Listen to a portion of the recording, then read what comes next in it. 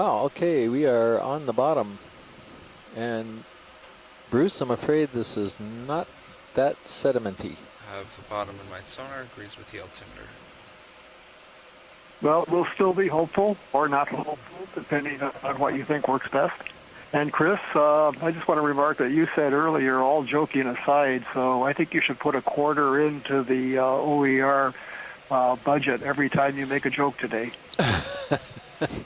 That was all joking aside for maybe an hour or so. And then anything goes after that.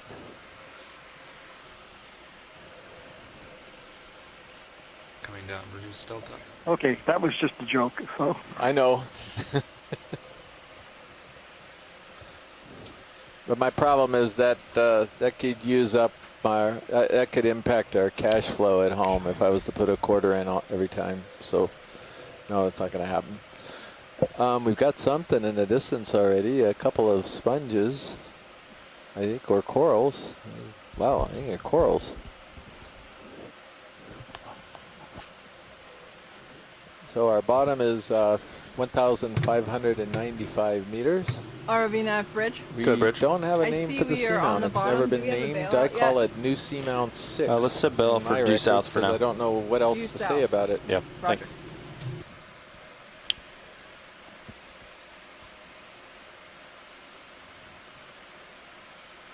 All right, so we'll start with 25. Well, Seamount 6 has a certain ring to it. Yeah.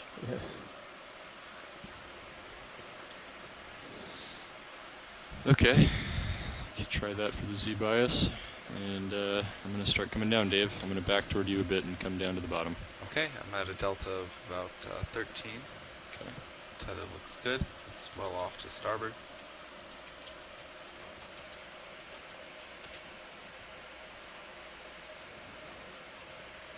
well, it looks like you landed in a good place to try to find a rock to collect. Okay, Dave, you can go ahead and adjust Yeah, some arms here. Oh, look at that. Okay. There's a crinoid. There's a couple of stock things here. Yeah, I'm trying to get sea scribes set up. I'm a little late getting on this morning, but And a fish. there's a fish. Bob sees a fish.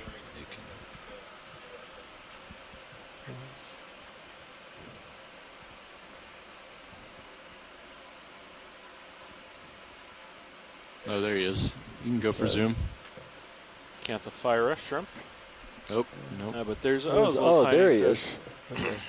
He's not going to cooperate, though. He's bugging out fast. Okay, we'll go full wide. Thank you, video.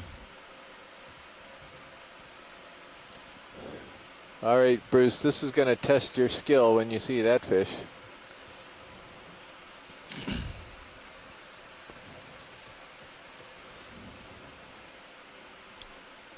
You know, I haven't been able to find where it is on the screen.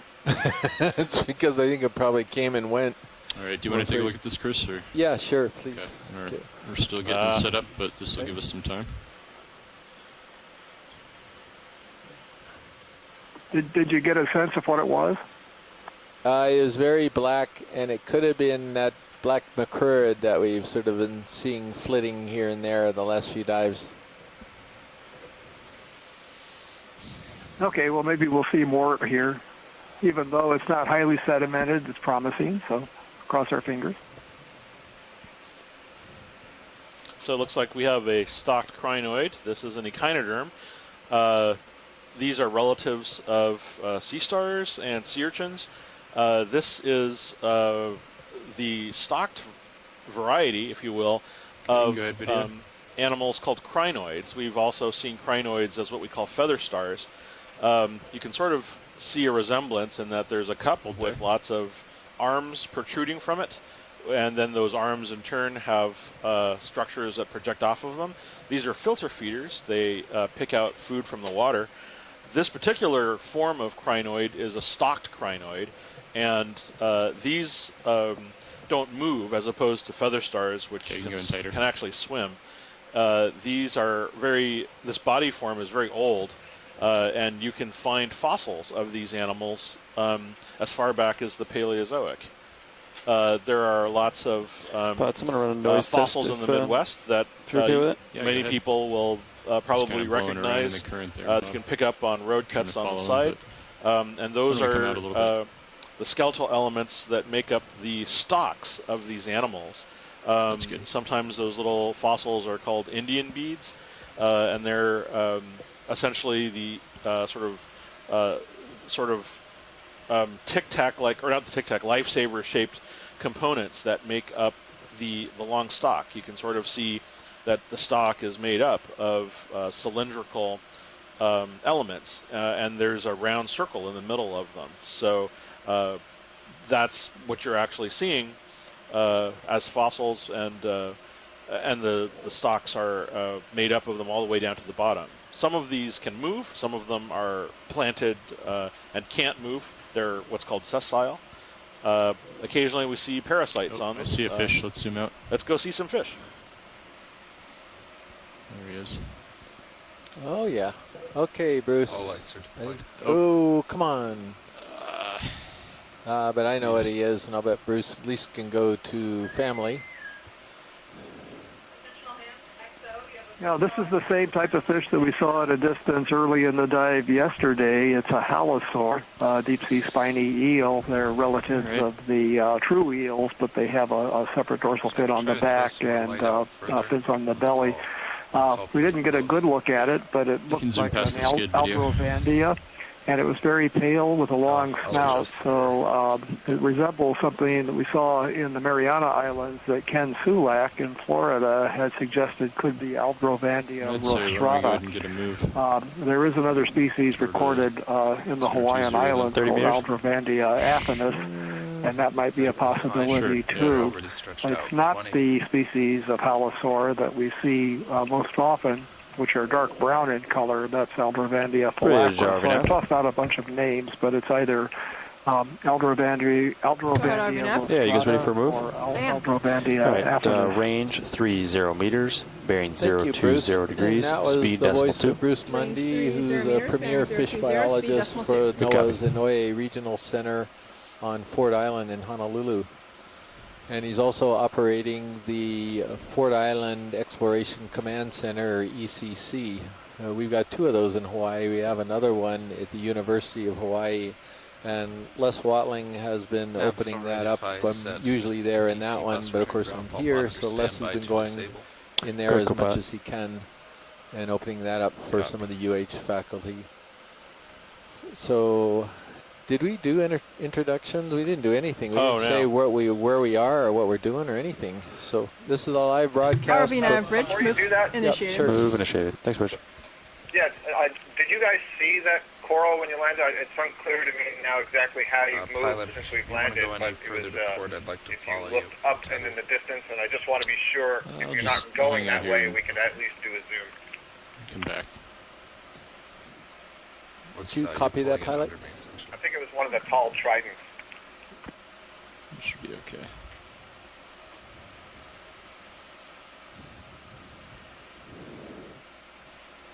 Science. Yeah, we'll see if we can reacquire that, Bruce. Scott, sorry. I did not see what Scott was Yeah, I talking don't about. know. It wasn't backwards. It was in the distance. It was forward. Yeah, So it's just unclear to me how you turned since you settled down. Yeah, we put in a ship move. Here's our crinoid, but we can't get out too far yet. But we'll be making our way upslope shortly. Sure. Well, Scott, if we see it again, we'll certainly stop You and. have to look on the horizon, so to speak. Yeah. I think he's suggesting if you want to take a quick peek by panning up, you might spot it. We'll take a quick peek. I don't like to look out too far because we look at places we can't go to yet. But we'll be there soon. We'll take a look up there. So there it is, right there. It's right at the edge, but let's see if we can first get set up and whether it's possible. So you're seeing a live broadcast from the NOAA ship Okeanos Explorer, and we are in the Johnston Atoll unit of the Pacific Remote Islands Marine National Monument. Thank you now. I think that's This is what a you wonderful want. U.S. That's great. resource that's protecting a lot of amazing marine life around atolls and islands So Baylor that due are south sound good to you, pilots? within U.S. good to me. territories, and these Okay, include great. Wake Island, Jarvis We'll keep Island, Palmyra, Kingman, Howland and Baker, and Johnston. And So it's a really marvelous resource. A lot of the shallow water and land creatures that are on these islands are reasonably well described, but the deep water animals are virtually unknown, and that's why we're here. We're trying to help out the monument and find what they've got in deep water. I'm Chris Kelly from the University of Hawaii, School of Ocean and Earth Science Technology, and you are? And this is Chris Ma from the Smithsonian's National Museum of Natural History. We are serving a relatively, for deep sea areas, a shallow area, roughly 1,600 meters. But we're already seeing quite a bit of interesting Makes life. it easier. And just on the fly. we'll be traveling up a sort of a cone on this freshly discovered and mapped seamount, which we only just mapped another fish there. this morning. Yeah. We can zoom fish. This is a different fish. Good eye. So we can move toward him here. All right, Bruce, I think this is going to be an easy one. Yeah, this is a grenadier. They're also called rat tails. This is a large individual. This is in the genus Coryphonoides for sure. It doesn't look like the Coryphonoides longiphilis that we see. My guess is that this could be Coryphonoides armatus. I don't know, Chris, if you have thoughts about that. But Coryphonoides armatus is a species that's distributed worldwide. It's a large predator and scavenger. Chris, do you have thoughts about the species identification? An excellent video, by the way. That's just perfect, getting the whole view of the animal like that. It's wonderful. Chris, do you have thoughts? Yeah, so Bruce, I was thinking that Coryphonoides armatus is a bit deeper than this. We're sort of on the shallow end of our dives out here. We're at 1,600 meters. I always thought Coryphonoides armatus was almost abyssal, down 4,000, but I'm not sure. You would know better about that. Oh, wow. Is that... You hadn't made any changes yet, Levi? And it started doing that? So there is a possibility that this is Coryphonoides longiphilis, which is a species found in the Central Pacific at these depths. We saw them in the 2015 dives. This one looks a little lighter in color, and it seems like the pelvic fins and the whisker on the chin aren't as long as that. I'll have to look up the depth distribution of armatus to see, but we definitely have the genus on this. These are more active animals than some of the fish that we see in deeper waters. It's undulating its tail, not swimming extremely actively, but they do come to baited traps and to falls of large carcasses from the sea surface from shallow water. They're scavengers as well as predators. Great. Thank you very much, Bruce. So now is this a good time to introduce the front row, Dan, or would you prefer a little bit later? Yeah, we can do it now. Yeah, so I'm Dan Rogers as pilot right now. We've got Levi Unima on nav, Dave Casagrande on co-pilot, Bob Knott in video, and Tara Smithy doing our highlight clipping, and we're all with the Global Foundation for Ocean Exploration. Thank you very much, and we didn't give Matt a chance to introduce himself, who's sitting left to me.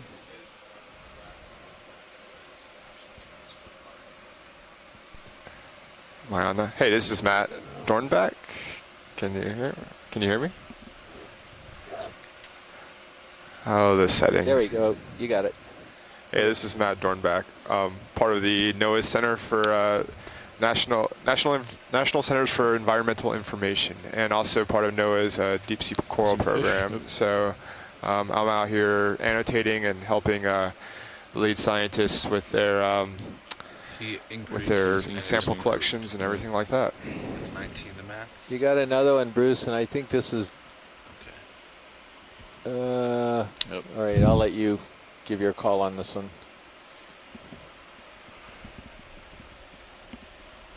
Well, it was another halosaur. It looked like it's darker in color, and we can't see the top of the head, which we really need to see to get, oh, here we go, we're zooming in.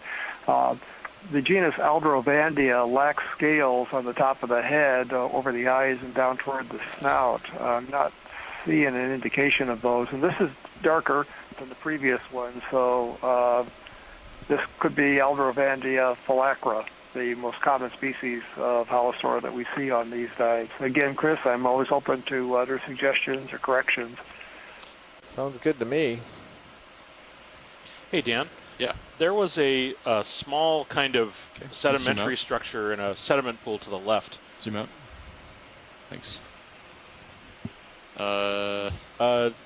There's two of them, and I think it was in the small. It was in the one on the left. There's two of them, and there's a right one and a left one, and I think it was the small. Is it in view right now? Yeah. Can you tell me what part of the screen? Center, I believe. Center. Right in the center. Let's get lasers on. Lower center. Oh, I see. Yeah, that's it. You see, it looks like a little. Potential starfish. Actually, believe it or not, I think I know what this one is. I just Okay. like to talk about these other things other than starfish because these are so weird. No problem. Let's go ahead and zoom in. Oh, actually, a little bit up to the right. To the right. Oh, in the sediment there. Yeah. How did you spot that? Oh, I'm obsessive about these things. It's in these. Sometimes it's funny how I pick these things out. So this is a sedimentary structure made by a single-celled organism. This is from a foraminiferan, probably in the group Xenophilophoria. These are Faded a while ago, right? literally giant amoebas that live on the deep-sea floor, and I really just enjoy talking about them because they're so weird. But they can create sort of reticular networks that they're usually just sort of detrital feeders. They just sort of eat whatever organic goo comes to them. But some of them are predatory, and some of them can actually devour animals. So, but we'll see a lot of these funny little sedimentary structures and probably little tree-like things. And a lot of times we forget that animals aren't the only things that live on the deep-sea floor. Oops. So are we going to right there in the continue left. See, that's on to max. keep Okay. Scott at bay with see that that, big Chris? coral in Oh. the background? Yeah. Maybe. There's just one. Is that a sea star? I can't tell. I don't Let's know zoom what out that and get a is. little closer. Yeah, we could take a quick look, and then we can go look at the coral, because I'm sure Scott will be. Yeah, and we should have Chomping enough at the tether bit. now to get over there. Yeah. Let's take a quick look at this. I'm just glad to know you're heading there. It wasn't clear to me where we were going. Yeah, I'm sorry, Scott. Don't worry. I just sometimes I like to get these funny little things out of the way before we forget them. Yeah. Oh, absolutely. Go for the... You should see him on the beach. He's always Do you wanna taking do a his snap hands zoom? and digging We'll around in the sand. Let's sit down for. So am I. Is that a little little- polythurian, maybe? No, What it's is a that? shell. Probably. Yeah, I think it's probably a pteropod shell. Pteropod, yeah. Yeah. Okay, well, we can zoom out. move on. Yep. There's like I said, there's a big coral I think in the back up there? Yeah, that's it. Thank you. Oh, And a star. And a star. Oh, Where's the starfish? He's a big guy right Oh. there. On To the, the right. oh my. Oh. which one are we yeah. looking at first? Let's go to the coral first. Well, which direction? What makes sense to go to first? It doesn't matter to me. Oh, They're both okay. Well, close to each other. let's go to the coral and Okay. then the star after Hey, that. I'm patient. You're going to be on the edge of the fan. Go to the coral before the star eats it. Exactly. It depends on which star, actually. Or So, go to the star, it moves. I'm not sure that's one of the coral-eating ones. Yeah, it looked like one of the ones that picks on my sponges. It looks like we're going to the coral first, and this is what I thought it was from a distance. This is a bamboo coral, and it's got a very distinctive morphology. So Yeah, for a turn change, port. this is one of the Yeah. ones that's For easy tether, to it'll recognize watch and that we can pretty I think you're confidently at say what it 030 is. anyway. The interesting thing is that it is an undescribed species as yet, and with any luck, Les Watling and I will have a paper out this year giving it a name finally. We believe that it is a genus Yeah, I'm right over top. separate from all the other bamboo corals, and one of the things that really distinguishes it, you can see that it's kind of growing as a candelabra atop a very long That's actually pretty tall. stem. But at that first Bit more point where like it branches, it forms a little trident. And when you see this early enough in the growth series, when it's younger, it only looks like a trident sticking out from the bottom. Then as it grows, it continues to sort of add branches going outward from that initial trident. This branches at the nodes, Okay, And can zoom in. for the annotation, throw Chris, it we any would say that further it's in clade I4. to port. I'm And set I down the grid already right got it in the annotation. I have it up on the Okeanos Animal Guide imagery. So thank you very much, Scott. This is a beautiful bamboo coral with this beautiful lyrate form. It's very distinctive. And that's an undescribed genus, you say? That is correct, yeah. One we're working on now. It is less than I said. It was our next paper to go, so let's see if we can actually get that done this summer. Woohoo! I'll note that the first time we ever saw this was on an ocean exploration funded cruise to the New England seamounts. So as near as we can tell, based on the morphology and the genetics, this seems to be the same species in both oceans. So it has very wide geographic distribution. Wow. Yeah, there's another kind of fun fact about this bamboo, Scott, also. I'm trying to remember Les's name for it, but I collected one of these in 2007 up in the northwest Hawaiian Islands, and Les was telling me that it's got a hollow core in these branches. They used to call them, he was calling them the straw or something like this. Does that sound familiar? Slurpee. Slurp, yeah. That's right, Slurpee. Or Yeah, slurp. so there are several bamboo corals where that white skeleton you're seeing through the tissue made of calcium carbonate is actually hollow like a soda straw. And in different species, it's either quite wide, that opening on the inside, or it's very, very small or solid. So there's a range of variation there. We don't quite yet know or understand how that is related in an evolutionary or taxonomic or systematic perspective. Great. Thank you very much, Scott. So Okay, let's go out video.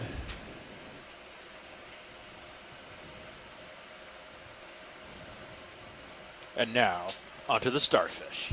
Excellent. Oh, I see another big stock off on the left here. I'll just take a peek over there. oh, it's a different one. Wait, We'll get there. Oh, should we skip the star and go to the coral? I don't think so. Oh, maybe not. Okay. You can Sorry. go to that. You, Dr. Kelly, are asking for a whooping. That's nice. I'll just note that that's another family. Post whip.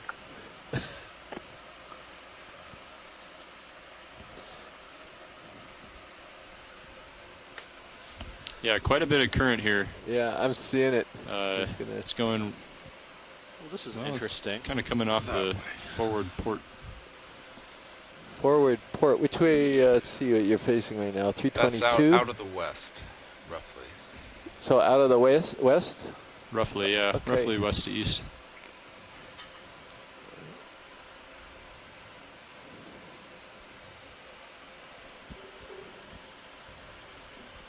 Oh. Huh. All right, I think we got the lasers. You can kill it. Okay. Lasers off. Oops.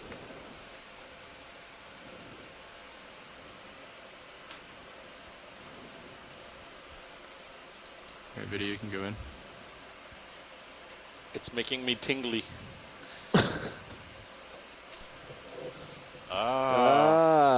It's my old friend. It is. I think I even know what this one is. Yeah, so this is one of the... At one point, this was thought to be one of the rarest sea stars known until we started seeing them all over the deep sea. This is called Pythonaster. This is in the family Mixasteridae. They're simply bizarre. We often see them present in these kinds of habitats on hard bottom basaltish type things, and often they're sort of perched on vertical rock faces. These are related to slime stars, although I've never actually seen one actually produce slime, but they have this bizarre surface texture which is kind of filled with all of these big pillows. I don't know what they're used for. We've seen these feeding on sponges before, which is the kind of thing that I love because they eat all of Chris's stuff. But other than that, they're really kind of poorly known. They're a mystery. There are sea stars from the Jurassic that that are vaguely similar to these. So there's a lot of just bizarre things about them. We're looking at the arm tip, and those are all of the tube feet that are emanating from the tip, and those are usually used to help sense where the animal is moving and where it's going. But you can see the surface texture of this animal. It's very dissimilar from any of the other sea stars we've seen. Most of those tend to be sort of plates arranged in a pavement or some kind of skeletal net. These actually have all of these just sort of bizarre puffy ridges. That's all really I can. And then there's what's called an osculum, which is kind of an opening that opens the top of the disc into the body. So very strange kind it's animal. Well beyond you. But we can move on. It's come out it's good video. to know that it's here. I think it's okay, Dave. We've been settled out for a while. Good follow in Titan. We were, then I moved another couple meters, but Yeah. I think it's all right. Sonar looks alright. Yeah, I'll push out. I'm gonna go up high pack here. There we go.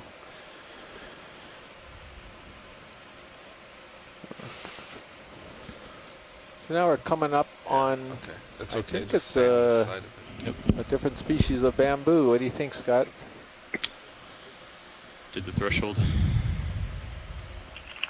Yeah, I don't think maybe you guys were laughing about something before. I had mentioned when we were pulling away to see that sea star that this is the Now sparse pointed to the branching west. bamboo that we've seen a number of times. Coming back down. We saw this Sorry, delta very will increase. frequently in the 2015 Papahanao Mokuakea Yeah, I'm not sure, cruise. Levi.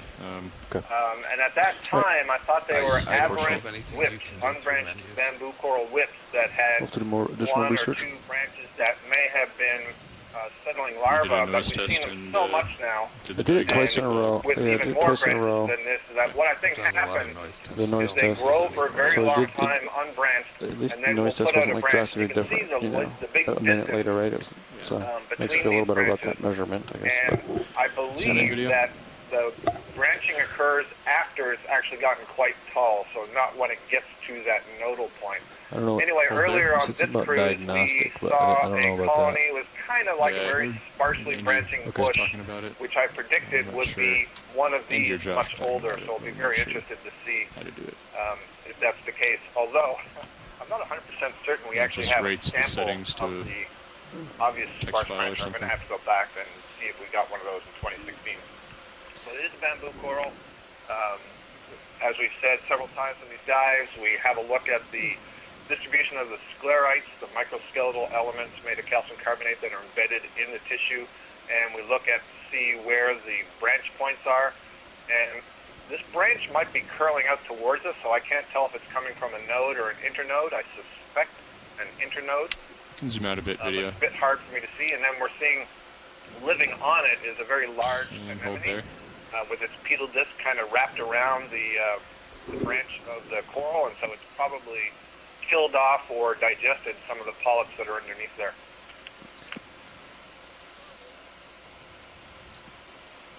Okay, are we good with this, All right, Chris? we're good. Okay, Thank you. let's zoom out. And I'll come to starboard, co-pilot. Okay. So a couple things I'm I'm gonna follow really you back happy to about so starboard. far is we've seen a bunch of animals, fish, and corals, transceiver and sea threshold or there's stars. transponder Plus we've threshold? got a Oh, current. okay. Which one's which? Well, it looks like holes. Sirius has been tracking all right, right? So all good That's signs. correct. I was changing transceiver. Unless the Sometimes it's transponder Sirius. one is just for the acoustic trigger or something. And as just a matter Which of we're not novelty, using on D2 we've right seen now. things from not just That's true. I several think you're phyla, but correct. several kingdoms. 220. That's true. Two kingdoms. Thanks, video.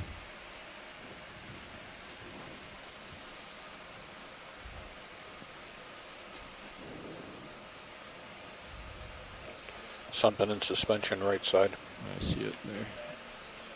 We can go for it. Do you think this substrate is mostly broken up manganese there. crust, or are these rocks that they have basalt inside? Oh, What the Yeah, heck is that? Bruce. that's Sea a spider. munopsid isopod, a little swimming crustacean, doing the backstroke.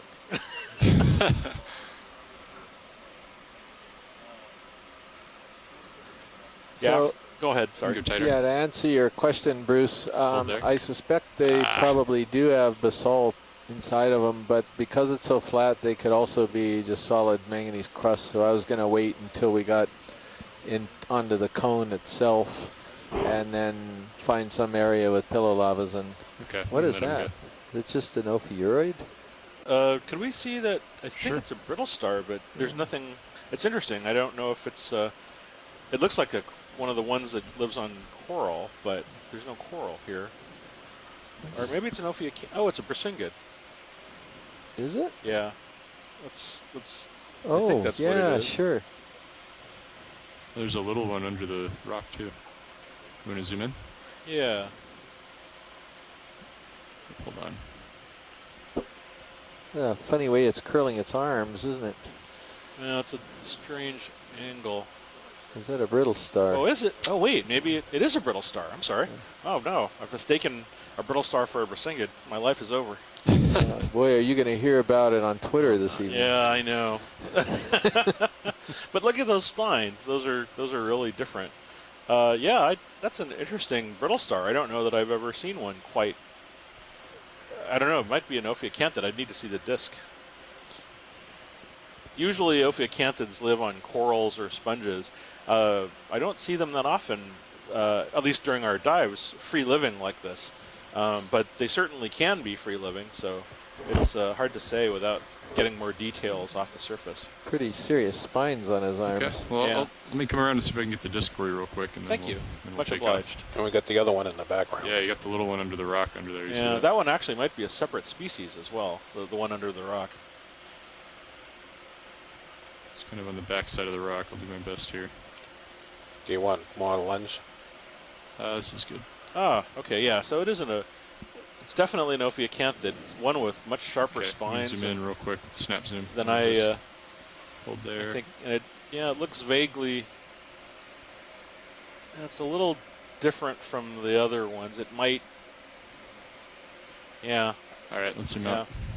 I'm not sure if that's a separate genus, I think, from the other ones that I've seen. But there are Something places in the South Pacific Get where over there. there are Ophiacanthids that literally cover rocks because they've Now, if we're reading about climbed 1 on meg on the to DC the bus surface return, and are can you, suspension feeding. If you have a minute, But watch the D2 CTD. obviously we don't see that here, at least not yet. There's a fish upper center. See it there.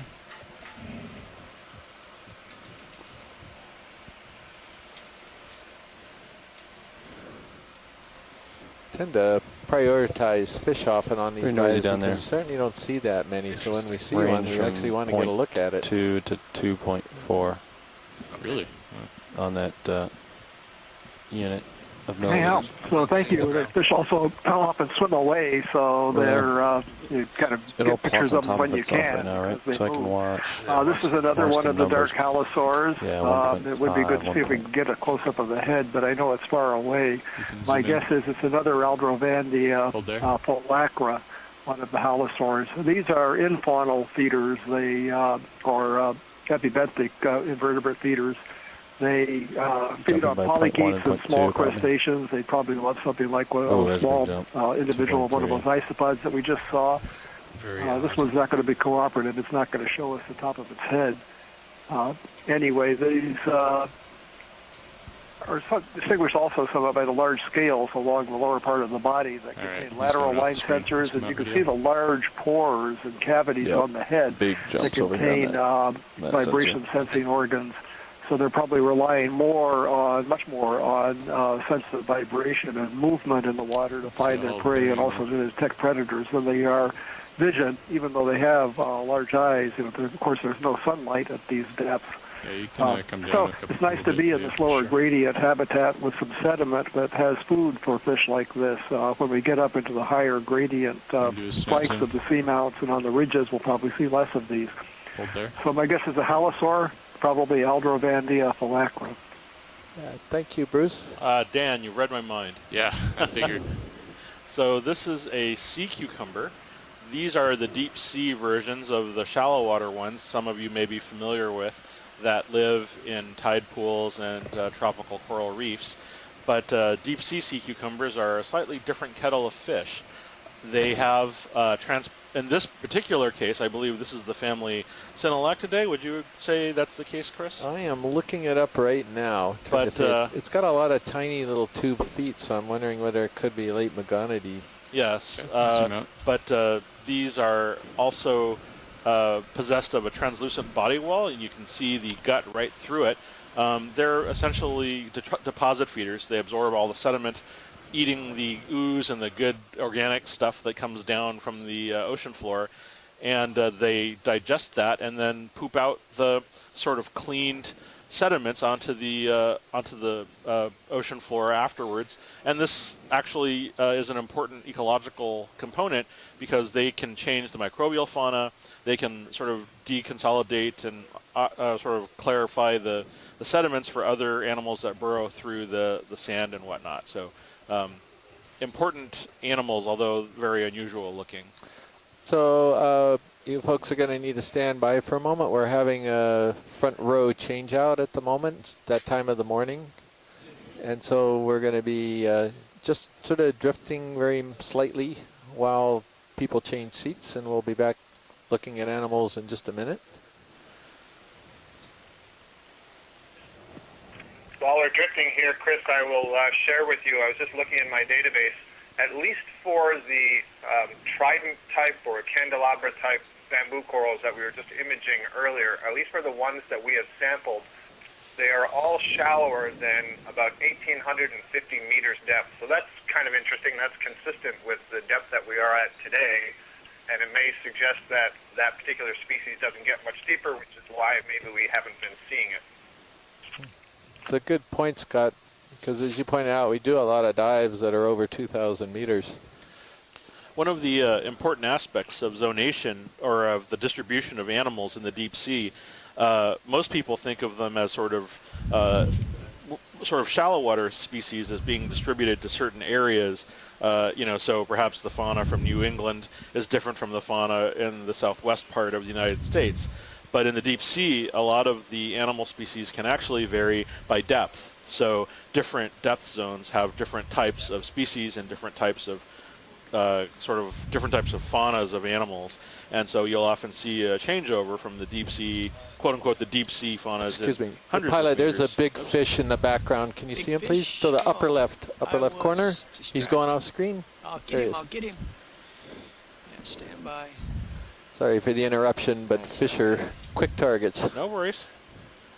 Off to the fish.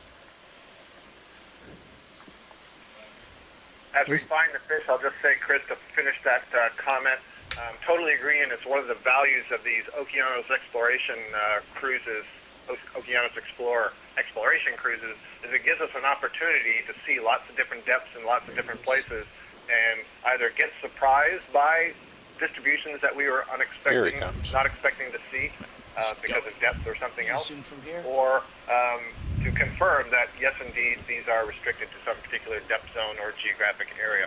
I have not the tether to pursue. Yeah.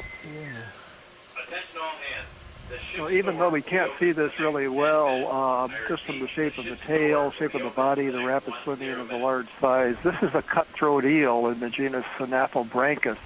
I'm not sure that we can say more about it because it's not letting us get close enough to see the position of the dorsal fin. This is one of the larger, more active predators down here in the deep sea. These things have very sharp, large teeth in the jaws. Likely, they do feed on small crustaceans and probably even small fishes, and so it's one of the top predators in this habitat. So it's a cutthroat eel in the genus Synapobranchus. Thank you, Bruce. That one had some girth to him. That was pretty interesting. I was not expecting it just to be one of those eels. I thought we were going to see an ophidiid or a cusk eel or something like that. It did have a very cusky selected, so bearing is 010. Metallogorgia, the one that kind of looks like the groomed poodle. Item around 010. Well, tossed around a little bit, but we probably put in 30 meters in that direction. Copy. Okay, we maybe it looks like we are kind of on the very base of the slope of this volcanic cone that we've targeted for most of the dive today.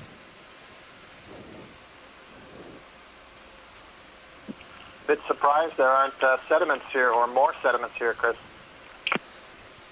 Yeah, I know. Sometimes you get fooled in some of these flat 30 top meters, geos, 010 which coming are up. flat top seamounts. They can have a very hard layer on top rather than a deep, sort of a deep layer of sediment, so they alternate. We've seen kind of both over the years. If we could take a look at this, if we could take a look at this base sponge. Perhaps we see something like this yesterday when we were between those two elevated features on the flat top yesterday. I thought maybe the water would be squeezed through there and so keep the sediments off. And in fact, there was more sediment there than we're seeing here. A little, but the Hey, thank you. heaving so much. Yep, I'm worried that'd be about the one. Oh, this is a glass vase sponge. It's a hexactinellid. That's the group. And it's going to be in the family Euplectellidae. Copy, Bridge. And now, which one? I think this is something that we call, we think is a member in the genus Dictyalis. Yeah, we're quite a ways away here. That's the reason for all the bobbing around. I think we're good, pilot. Okay. This is a common one, and you got a good enough shot where we could Wide go to a piece video? reasonable ID. There's a coral behind it. Yeah, there's one over to the right here that's in the nearer distance. Oh, that's well, let's zoom and see what that is, just for ID. Oh, this is another one of those brittle stars that I think we saw earlier. Another Okeacanthid, but those really long spines. I agree with Tim Shank. This is, I'm pretty sure, a different genus of Okeacanthid brittle star than the one we've been seeing on corals. The spines alone distinguish this as a separate species. So, and then there below it is a foram test. That's the sediment structure made by a single-celled organism. They're usually deposit feeders, and that it's quite a big structure relative to the fact that it was a single, or at least amoeba-like organism.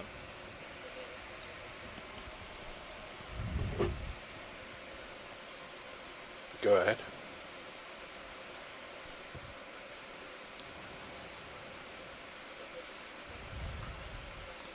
Just a note about who's joined us this morning on the chat room. We've got Asako Matsumoto from the Chiba Institute in Japan. Excuse me. Good morning, Asako. Bruce Mundy from NOAA's Premier Center on Ford Island in Honolulu, the Anoye Regional Center. We've also got James Aubrey, John Smith, and Catherine Weathers. Let's see, Megan Cromwell, Megan McCullough. We've got Scott Franz from the University of Louisiana at Lafayette, and Tim Shank from the Woods Hole Oceanographic Institution. So, pilot, the DC bus return. So, thank you all for joining us. About 1 meg. Uh-huh. After some more work on the CTD last night. Oh, good. And yet, we're still seeing that noise whenever we turn the bender on. Yeah, well, it's probably a pretty high impedance analog input on the A to D, inside the CTD. And, we're talking about a 25 volt spike. 5 polarity I'm not spike. sure whether John is by a phone. John Smith is a geologist with the University of Hawaii Ocean Under Science Technology. He actually has the office next to mine. And John, if you had a chance, we'd love to get your opinion as to whether we're looking at potentially pillow lava formations or whether we're just looking at rounded balls of manganese crusted sediment or something like that. There's a lot of loose stuff around here, and when we see a lot of loose stuff, we start thinking about rocks and how they would fit in a box. But we wouldn't want to collect before we get some guidance from you, because we're still kind of in the flat part of this geo. So, pilot, there was a little coral stalk to the right. I don't know if that's a possibility. This guy over Keep here. going. Yeah, this looks different than any of them that we've seen so far today. That one right there. Yes. Are, Starts with a B, came into my are you referring mind. to that whip, that unbranched thing, Chris? I sure am. Zoom, please. Yeah, I'm really glad you are, so I'm curious to see, this could be the candelabra before it actually gets to the trident branching stage. Okay, we can go for big Well, zoom here. We're getting a good look for you, Micro. Scott, so maybe you'll be able to Zoom in. see from this look. He's going to be interested down below that where it could possibly branch.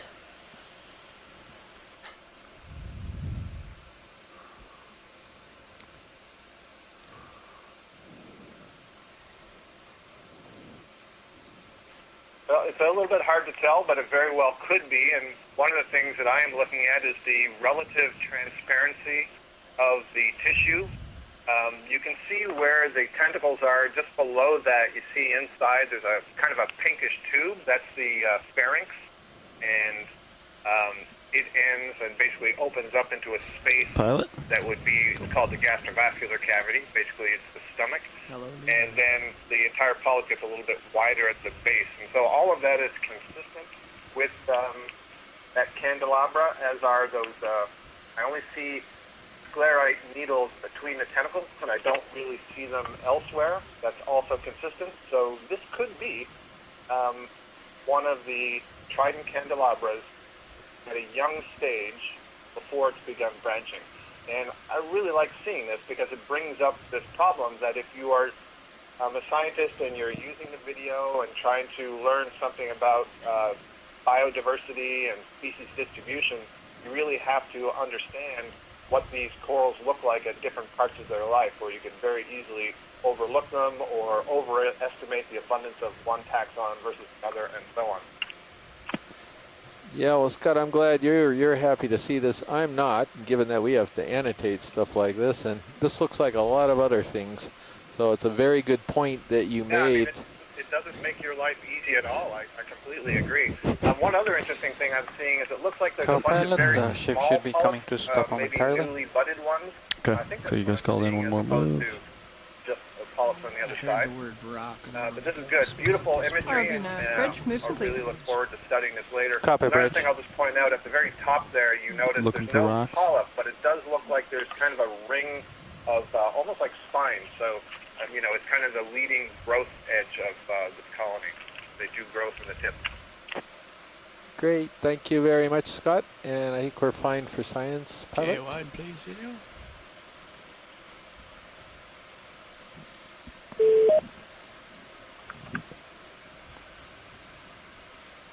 So we're seeing a bunch of bamboos. I'm trying to think, have we seen any other type of coral this morning? I think they've all been in the family Isididae, the bamboo corals. Yeah, all been bamboo corals. I don't think I remember seeing any others. I think right now fish are ahead this morning. Oh yeah, I the think- fish definitely have Pilot several video. chalks up on some of the other groups. We did pass by a Metallogorgia juvenile colony, but it was so fast while we were following the fish that I don't think you noticed it. But that Snaps suggests that we and will see others of those, and that has an interesting story with regard to associates, so hopefully we will see some more. That's good, thank you. So Wide, please. this is one of my animals of interest, since I really enjoy working on glass sponges. I'm certainly no expert on them, but I've learned enough to be dangerous Pilot these days. video. And this is Previous. something that we call Polyopagon. It's sort of a massive it's a family that creates sort of very massive colonies. Some of the species do, at least. That's Pilot probably video. a young one of these Polyopagon, and Yeah, go ahead. it's got, you've heard the story before, it's got a very distinctive way of attaching to the substrate with sort of a grappling hooks. These are modified spicules or microscopic parts. So thank you for that. That was our first member of that group that we were able to log for the day at this site.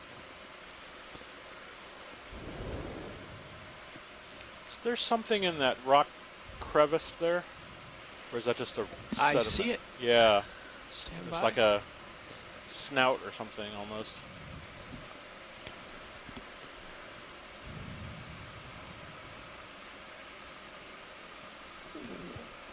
Oh, it's a It's a fish. It's a fish. It's a fish. Okay, it's wide, please, video. it's an ophidiid, I think. huh. Yes, we'll get closer. Full wide, please. Yeah, you're right. We'll never be able to tell what this is exactly. It's an Ophidiiform, I'd have to say, which is the Cusceal order, because there are two possible families. The clue that we get for that are the thread-like pelvic fins from Another under the fish in the throat back. that we could see in that close-up that Oh, we yeah, just there's a had. fish That's in a the darkness up there, characteristic of too. the Cusceal and Bracula order. I think The the two fish in the families are background the kinda Ophidiidae, which is what Chris said, but very another suddenly swam possibility away. is the live-bearing Bracula family, the Thytidae. And this is a very shy little fish, so it's not that little. But, we might be able to tell which family it is from the position of these nostrils. I'll have to look that up, but I think the live-bearing Cusceals have the nostrils down on the lip, actually. And so this is probably what Chris said, Ophidiidae. I'll have to check on that character, the nostril position. But it's unusual. It's highly unusual to see a fish sheltering under a ledge or a crevice at these depths. Most of them seem to be cruising around. That comes with the caveat, though, that we never know what we're not seeing that's hidden back inside. I can't tell if this has eyes, pronounced eyes or not. It probably does, but we don't see them. It's interesting. We don't see any indication of eyes. So very interesting observation. Different behavior than we see in fishes at these depths. Unlike shallow waters where there's bright sunlight and fish can effectively hide from predators by getting in caves or caverns or under ledges. With the sunless environment here, we usually don't see fish doing this. So thank you very much, Bruce. And I was noticing the fact that you can't really even see obvious eyes on this thing. Maybe they're further back. They probably are. Let's come out video wide, please. There's another one in the distance. There's another fish in the distance? There, when we came in, but I didn't want to puppy off. So that actually looks like he was hiding in what appears to be kind of a lava tube or a lava, kind of, I don't know what you call dome-like lava structures. Looks like a so like a broken magma vesicle or something. Yeah, a magma blister or Yeah. something like that. I don't know what the terminology is. Definitely looks like a secure place to be. Indeed. Yeah. Looking for the back door here. Well, you're gonna those Oh, there's a observe. jellyfish in the upper top in the dark zoom. there. Oh, here's a pretty guy.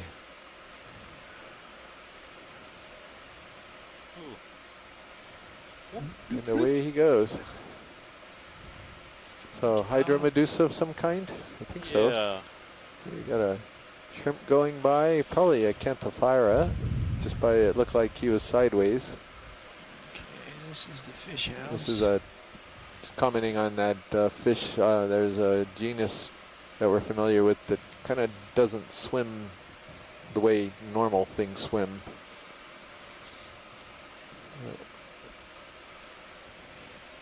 So we could probably go ahead and move on. There's a little red bit on the center of the screen there. Red bit up, snap zoom. Oh, good eyes, Chris. Oh wow, look at that. It's an Anthomastus, a very tiny but one. a very tiny one. 3 polyps only on it. Little star. Underneath. Okay. Love the size of that polyp sticking out of that very small base. And it's instructive in the sense that it tells you that polyps, individual polyps, can be full grown even though the colony isn't full grown. Oh, sorry, I couldn't hear you. You're kind of low. Lasers on. Yeah, so it's a little dinky thing. Yeah, he's pretty small, just a few centimeters. Thank you. Thank you. Oh no, that's the fish. Okay. What do you mean? Oh yeah, same one. I thought I saw something else, but that's it's old the news. same fish. Yeah.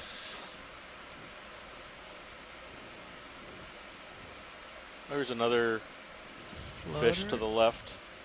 Fish? Where? Sort of that eolish thing. Oh, down to the lower. lower Yeah. left. Yeah. Oh, okay. Yeah, I might get a head shot on this one here. It's really important to look at the top of the head. Oops, no, he was having none of it. Yeah, we're close, and the lights are lasers off. Well, I'll give my same guess as the ones before. It's a Lasers off. halosaur, and Eldrovandia, probably Eldrovandia, and Eldrovandia phylacra would be the guess. Little glimpse that I had of the top of the head there, I didn't see signs of scales, so I'm sticking with my guess there. He's shot There he is off. again. Thank you, Bruce. There's something sticking up in the background, pilot. He's hiding to in the the rock, left. right? I don't know if we're going that way, but after the fish. He's going to give you another chance. Ooh, is that a sea urchin to the right? Oh, when we're done with the fish, of course. Yeah, the sea urchin won't move that fast. You have to maintain the pecking order. So fish trump anything, and then what? Chinoderms and then corals. No, sponges. Sponges are after fish. That's right. No, I guess not. All right. We're good on the fish. Yeah, no Okay. scales apparent. One of these days, there's going to be like a floating sea urchin that attacks fish, and then we'll all be happy. Did you? Oh well. I guess we're past the urchin. Oh, we missed it. Okay. We'll probably use rocks to attack the fish with. Did you even get a glimpse of it? Was No. that kind of through it, or? No, it was a sideroid or something. Oh, sideroid. Okay. Oh, there's something. It's another fish. Upper. Oh my off screen. goodness. Left. Way, I think see he it in shot the- off. Probably another Yeah. halosaur, It's a quick Bruce. yeah. Do people eat halosaurs? No, I don't think Moving so. towards I think me, I'm right gonna towards start. me. No, there's no Staying low. fishery. Possible. There Yeah. he is. It's in your manipcam, right there. Yep. Yeah, I don't know about this one. It looks more pale than the ones that we saw before. Maybe like the first one that we saw on the dive. A lot of fish today, huh? Yep. See, A why lot would of we want to bashful image fish. things that don't want to be imaged? Yeah. Can't go Sea urchins that love way, being imaged. sorry. They just sit there. Here we go. There's sponge. Well, we've seen this one Yeah, before, we, pilot, so we can. We worked on that guy. Yeah, we.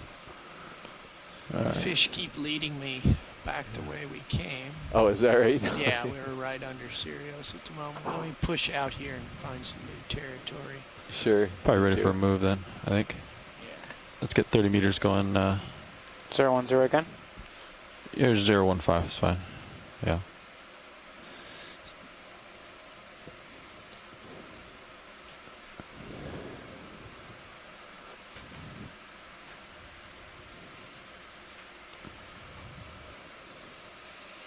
There's something, looks like a shrimp, I guess. Another Polyopagon sponge up 30 ahead. meters, 015 coming up. We Sounds saw great. a little while ago. Go ahead, Nav. Yeah, these certainly look like little lava mounds, don't they, Chris, to you? Yeah. That's range 30 There's meters. something weird about them, range though. 015, Some of them are speed just decimal outright boulders. So, Right. I mean, definitely cemented, but I don't know. Yeah, a lot of them look basaltic. Mm-hmm. Yeah, Chris, this is John. There you are. I knew that there was a geologist lurking somewhere in the background. Hello, John Smith.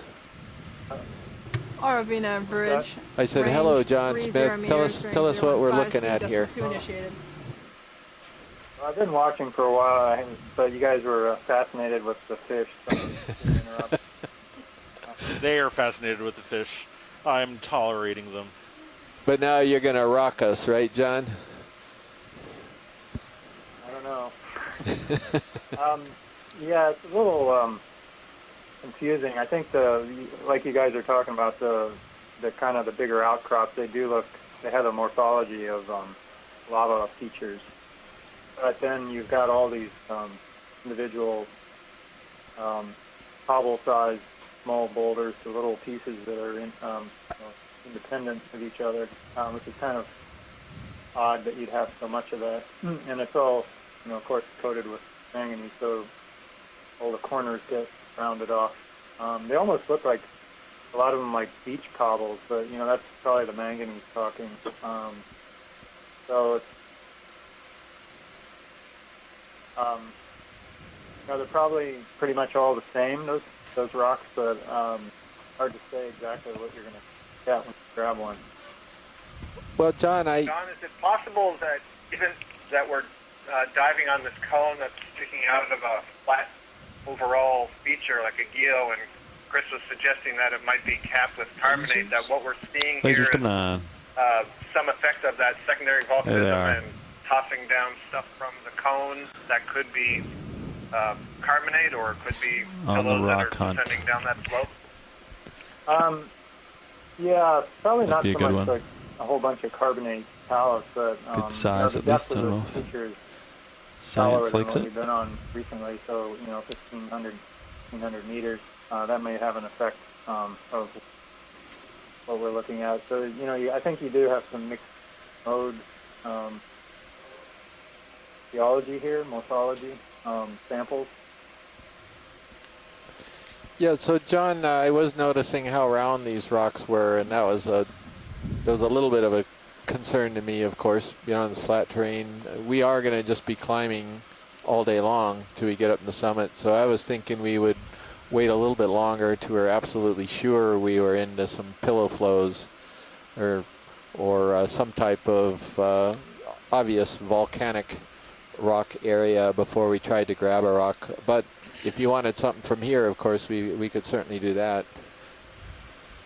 There's a candidate under the lasers at the very Well, it looks like there's no shortage of these, and they go on for a while, so I think I'd agree to hold off for a while. I mean, you can have, you can have rounded volcanic.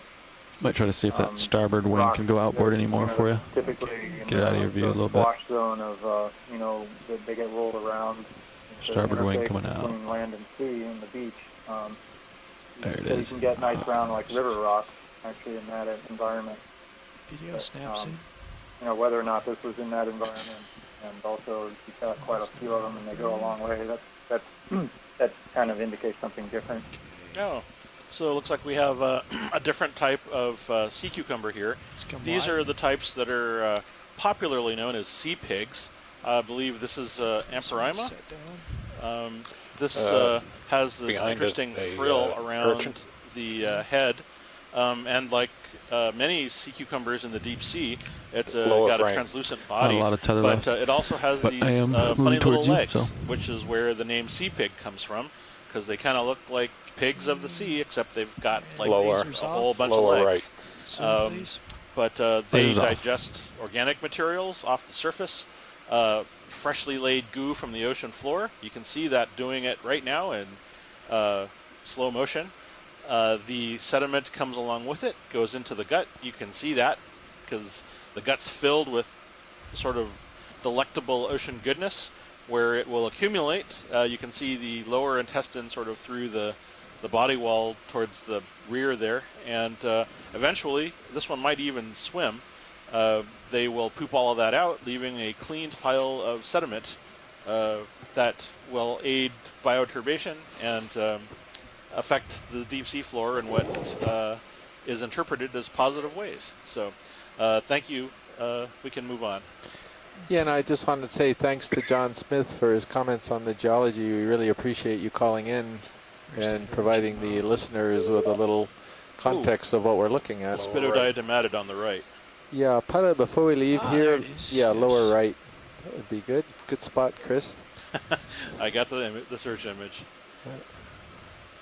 Hi, Chris. This is Susan Gottfried at Stennis. Hi, Susan. How are you this morning? We are doing fine. We have Mary Waldemuth from. She's our new NCEI director. She's here in the Stennis BCC along with a few other folks, and we're watching the dive, and we just are very excited to be talking with you guys. Oh, thank you very much. Hi, this is Mary. Oh, now I can see you. So we're watching every move. Thank you so much for joining us, Mary. We really appreciate it. And if you've got some questions, just fire away.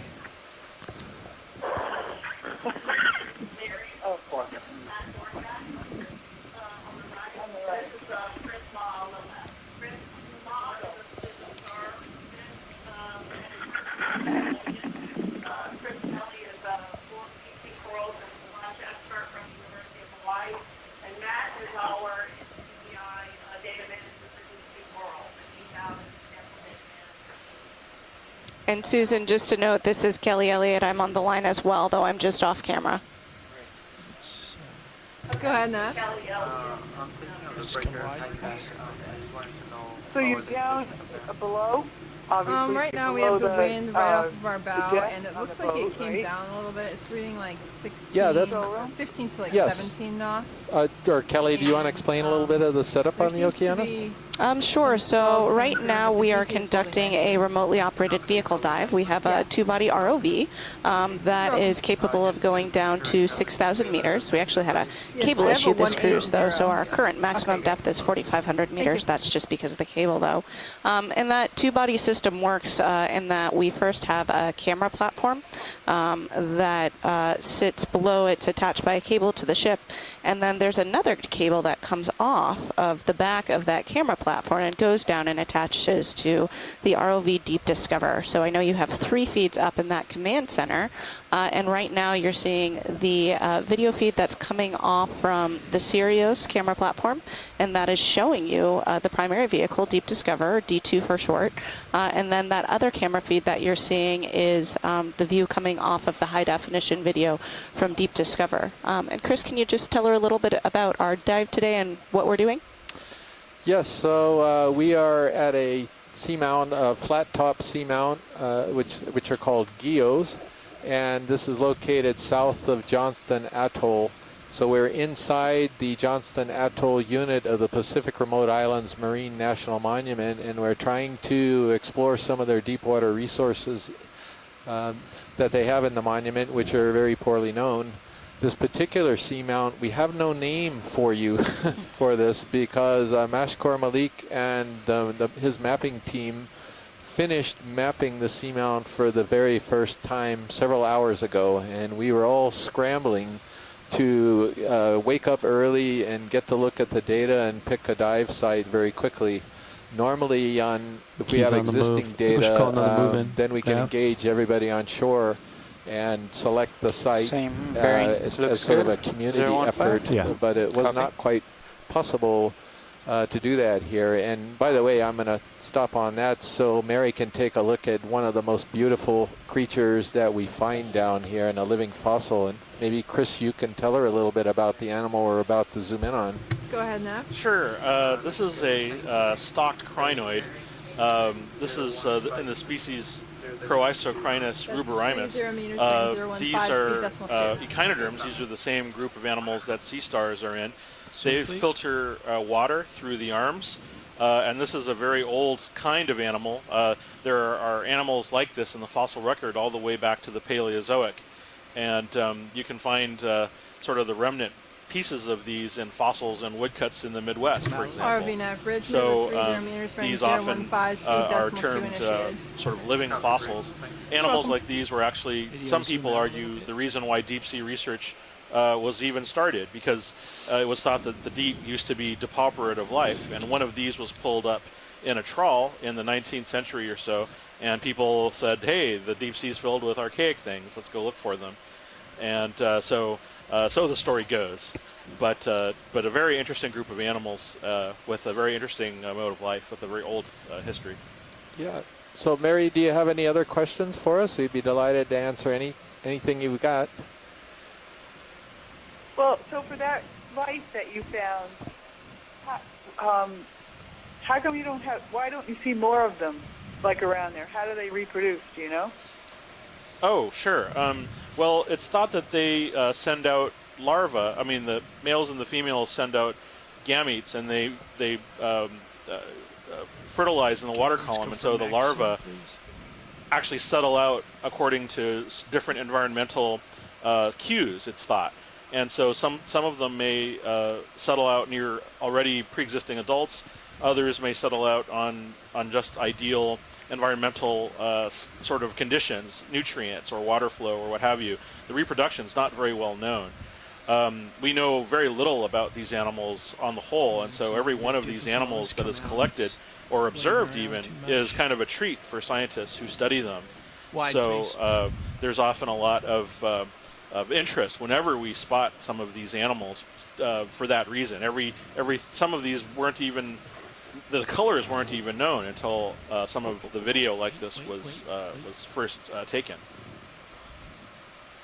Yeah, it's Starfish really down the fascinating. bottom, 2 of them. So it's just kind of stuck onto that rock, right? Yes, that's actually. So these are sessile. That is, they don't move anywhere. Some of them can actually move, and it's thought that some of their movements might be dictated by predation by sea urchins, which are another kind of echinoderm. So a lot of, and one of the other things that we see are small echinoderms called feather stars. And feather stars are kind of the small mobile version of the stalked crinoids.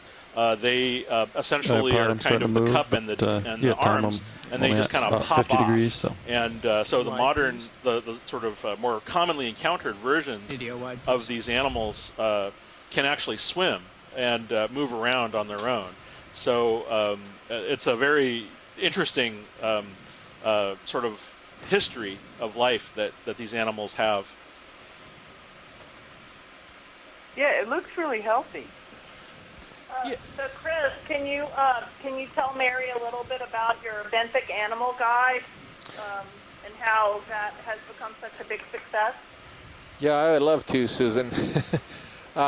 So back in 2015, after we completed the cruises in the fall of that year, we were taking a look at all of the still images that the videographers had captured throughout that season, and we had over 4,000 really stunning images of animals and midwater creatures and all types of things. And we thought, boy, this could, if we could assemble these and consult experts and get some really decent identifications on these animals, then this sure could help a lot of researchers if we put them all together in some type of a guide, if you will, and give everybody a look at what types of animals we had imaged in the Central Pacific.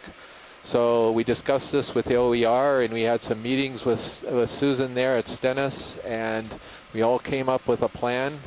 And so the group in my lab here were composed of 4 people here, myself, Megan Putz, Sarah Bingo, and Virginia Moriwaki. We all kind of worked together to select the best of those 4,000 images, and it actually amounted to 1,700 of them. And we put some headers on there and some depth indicators and so forth. And then we sent all this to Susan and her team down there. Charles Carlton was part of that effort, and they did their magic to actually transform this into a web resource, and went back to OER too to mount on the web. And now we are in the process of creating the second version from the 2016 cruises, and we've got, right now we've selected out 2,900 images that combine the 2 years. We had to add some regional indicators on here because now we were no longer in the Central Pacific last year. We were all the way over in the Mariana Trench and Wake and so forth.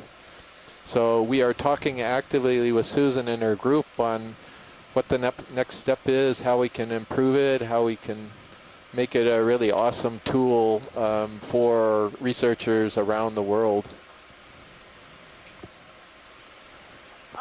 And Chris, can you also tell Mary or put the lasers on possibly and explain what that means and how that Go for helps lasers? to describe the size?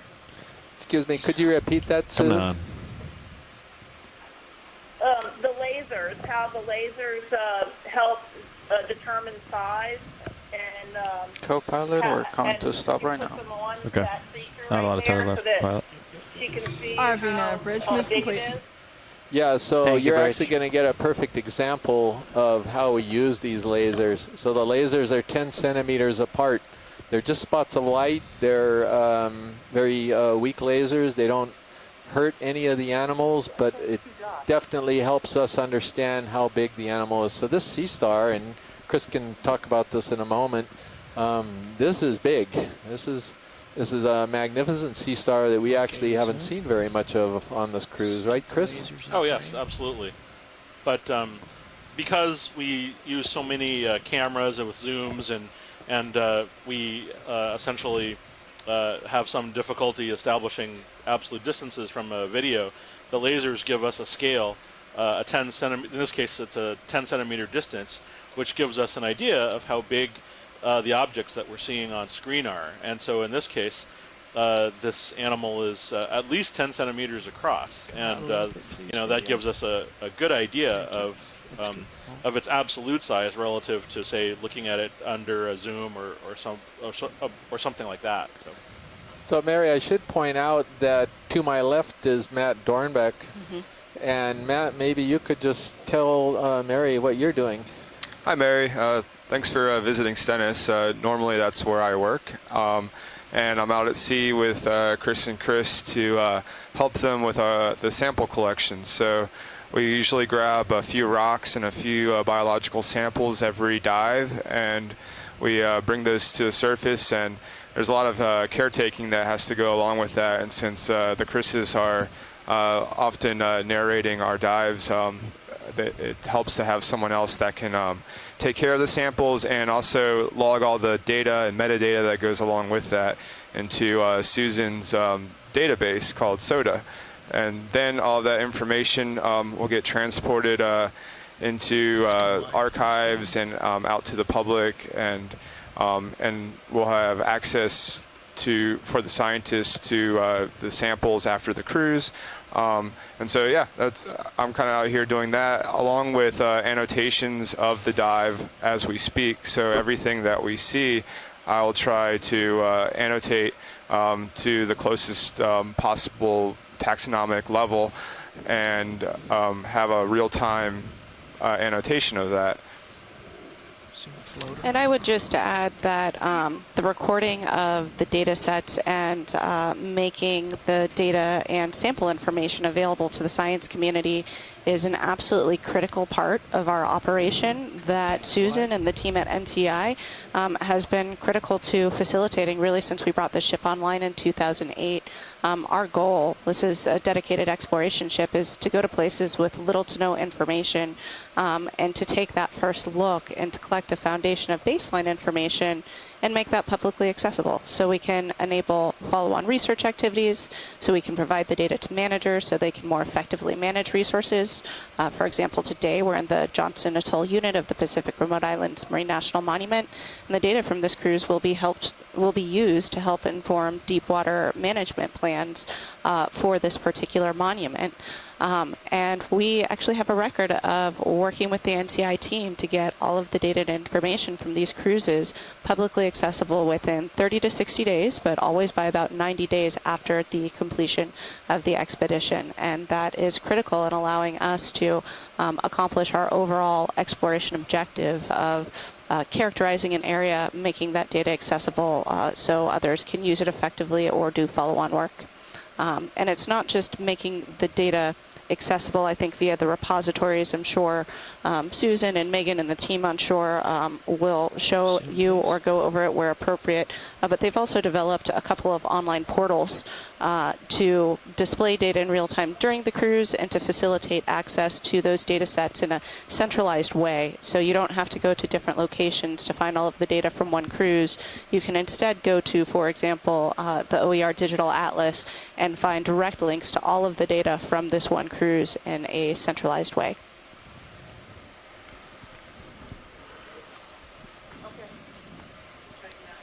So when you take the samples, Co-pilot, when you get up from the seat, you left the threshold in the USBLS 19. You put it in salt water, same kind of temperature. What do you do when you get the sample on board?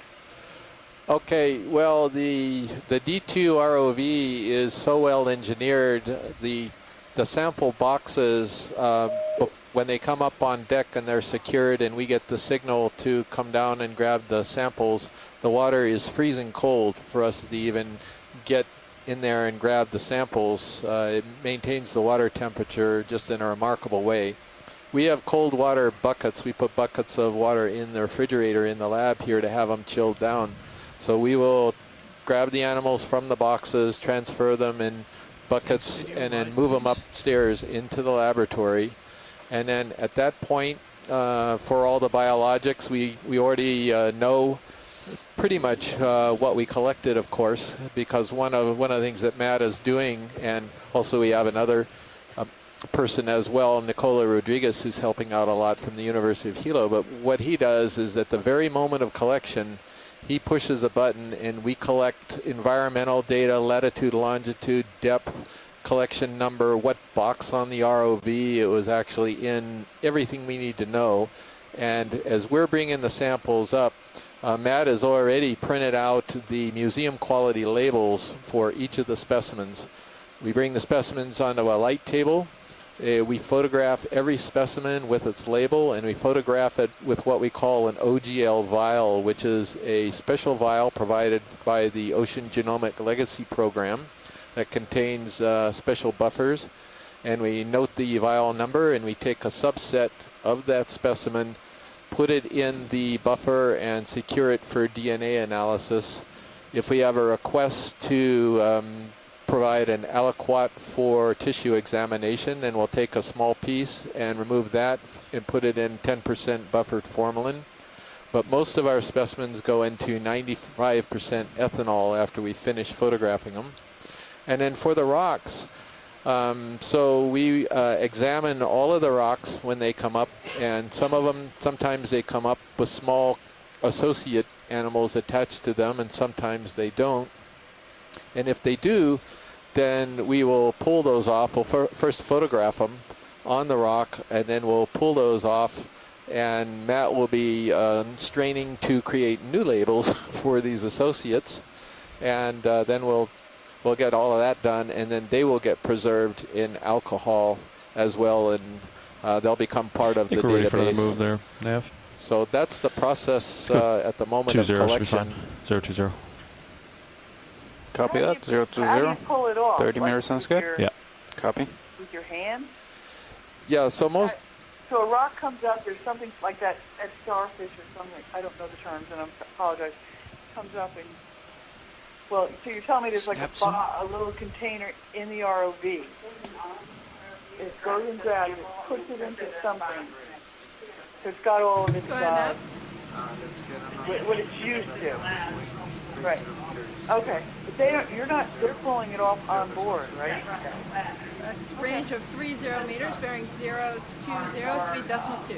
Oh yeah, they can't really do it. Okay. And so is some of this data used for like the medical community to see if there's, something that can cure something else? We did collect a number of sponges in the Marianas last year that Dr. Shirley Pomponi from Harbor Branch, she's a specialist in a group of sponges called demasponges, and she also is involved in looking at sponges for pharmacological value. And she had seen a couple of sponges in a group that she calls lithistidae, which are being investigated for pharmacological properties. And we collected a couple of those because they were unusual and could be promising in that respect.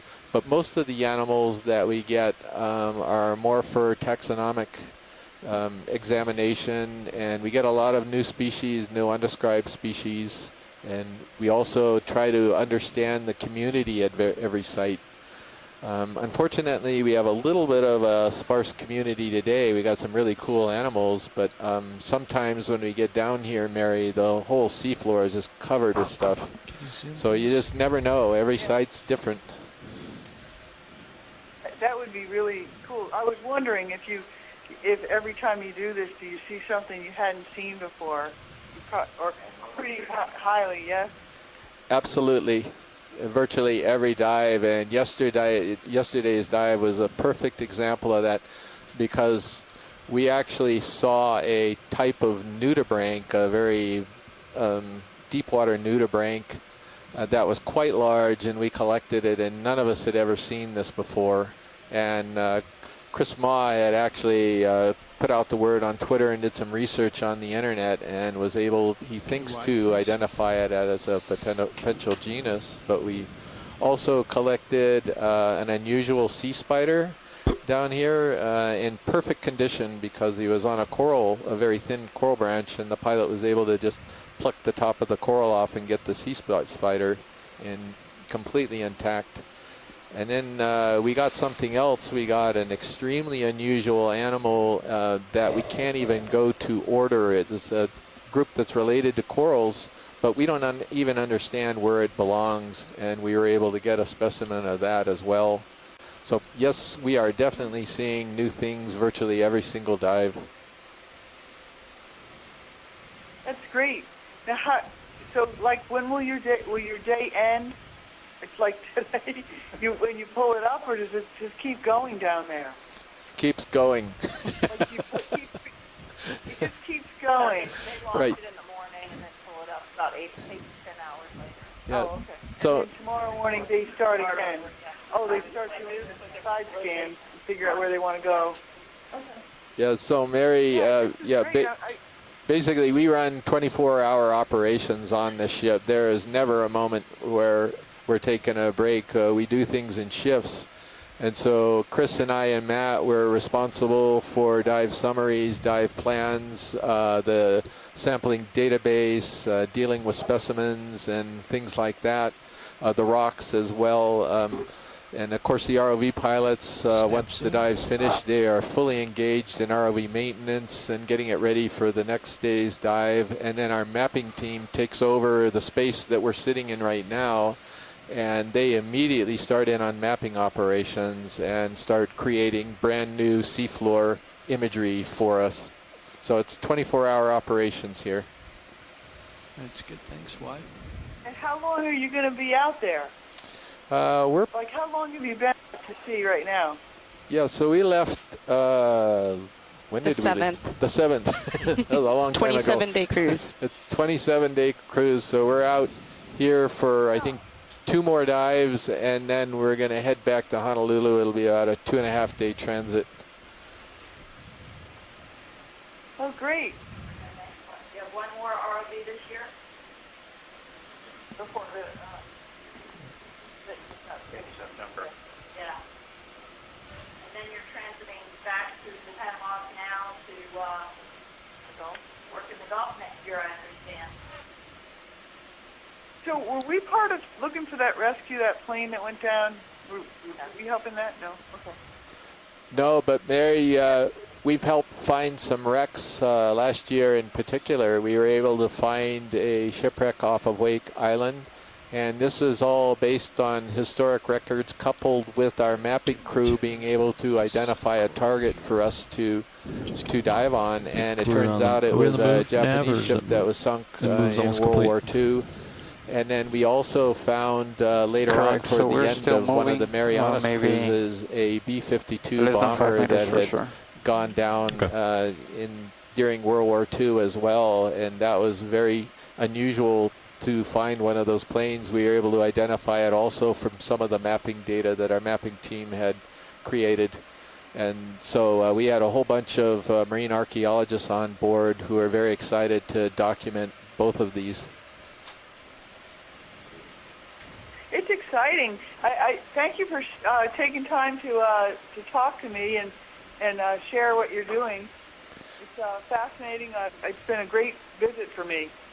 Mary, we're delighted that you could make it to the ECC and participate with us for a little while. We really appreciate it. Thanks, Mary. Thank you. Thank you. Thank you, everyone. Yeah, thank you.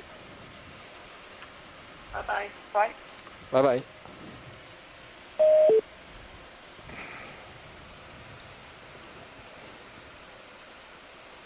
Mind if I turn that aux light off? I don't mind. Okay, well, we are back to our regular dive mode here, and I see we've got some people joining in on the chat room, and we've got Tina Molitsova from the Shirshov Institute in Moscow, who usually joins around this time, so good to see you, Tina, and the rest of you, thank you very much for staying in there. And while we've been, could we image this animal, please? While we were discussing the details of our mission with the new director of NCEI, which is what's been going on. Matt Dornbeck has been diligently annotating creatures for in the Sea Scribe for you. So even though we didn't call them out, except for a couple of them, trust me that they will be in the annotations. So Scott, if you're still on the line, this may have been what you saw a little while earlier. Can you describe this? Certainly, Chris. I am still on the line. We are looking at an Octa Coral in the family Chrysogorgiidae, and this is in the genus Metallogorgia, and we certainly haven't seen many of these on this leg. I don't recall, maybe more than a week ago, but certainly not in the last few days.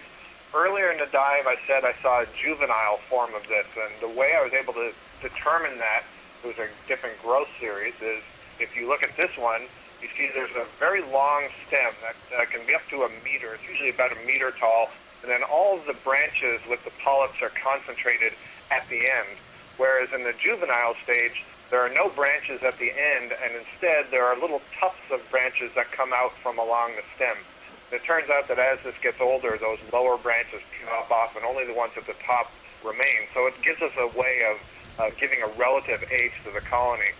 What's really interesting is if you zoom in on those branches, you see that there's this tangled mass of what almost looks like worms right now. Those are the arms of a brittle star, and those arms are very highly coiled. Yeah, I also noticed that we're now reading about 18. This is a very, very tight association. How many kill lasers are there, Mom? Brittle star species we have only ever seen on these Metallogorgia melanotrichos corals. And furthermore, we have never seen one of these corals without one of these brittle stars. Even the very smallest ones that we can see already have a brittle star, and the very oldest ones also have a brittle star. We have on occasion seen a colony that is dead, so all of the polyps and the tissue are gone, and the sea star is still there, and the sea star hasn't left. And so Les Watling and one of his students has written a paper on this, and the idea is that the brittle star may be protecting the coral from other things that settle on it. And it can basically unravel those arms and extend them around the branches. But there's also something going on with the tissue of the coral in that we never see anything landing on the main stem of the coral if there's tissue over it. And you can see that the color there is a slight violet purple. But you can see around where the brittle star is that it's actually quite dark. So the skeleton is kind of dark, black, iridescent a little bit, but where there's tissue covering, it's more purple. So there's probably some biochemical compound in the tissue that is also warding off other larvae of other invertebrates from settling on it. And Chris Ma, I don't know if you want to say anything more about the brittle star? I think you got it all in there, Scott.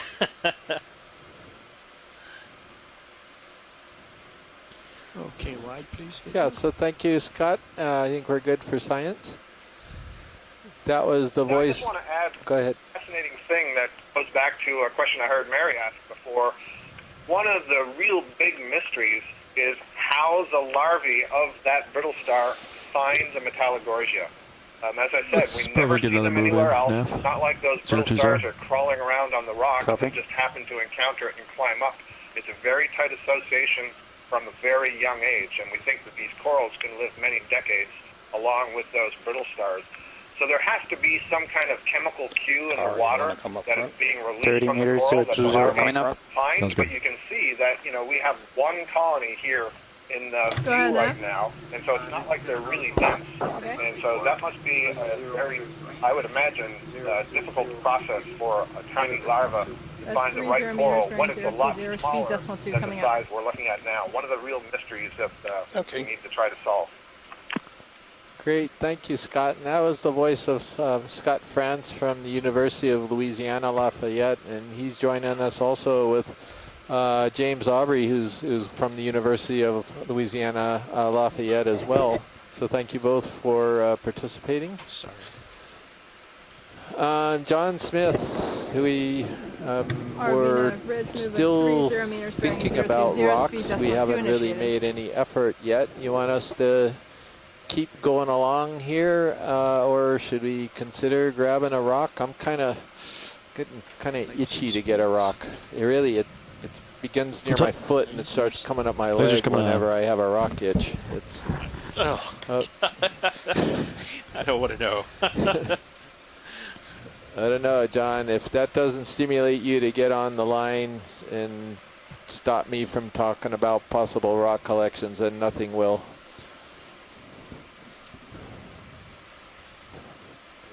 I'll give him you get a couple seconds here to dial in, and that's it. But while we're waiting, there is a coral dead ahead, and you probably already saw it, didn't you, pilot? Let's just. He did. He was closing in on this. Well, there's a little bit of something for everyone here. We've got geology, biology, topography, and the rock he's sitting on is a pretty nice rock, pilot. Double points. That's a nice rock. I don't know if it's too big, but that's a really nice rock, pilot.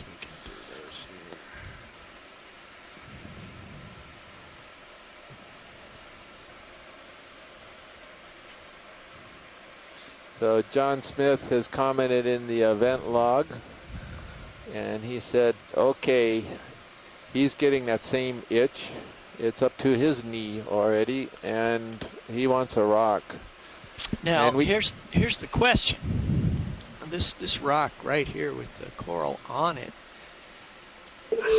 would you like the coral left on it, removed and put in a bio box, or just leave it on the rock and drop it in a rock box? Well, how about if we zoom the coral first of all, and we'll start there before we make our decision. Co-pilot, I'm gonna stop that move probably like 10 meters short. That's what I was thinking too.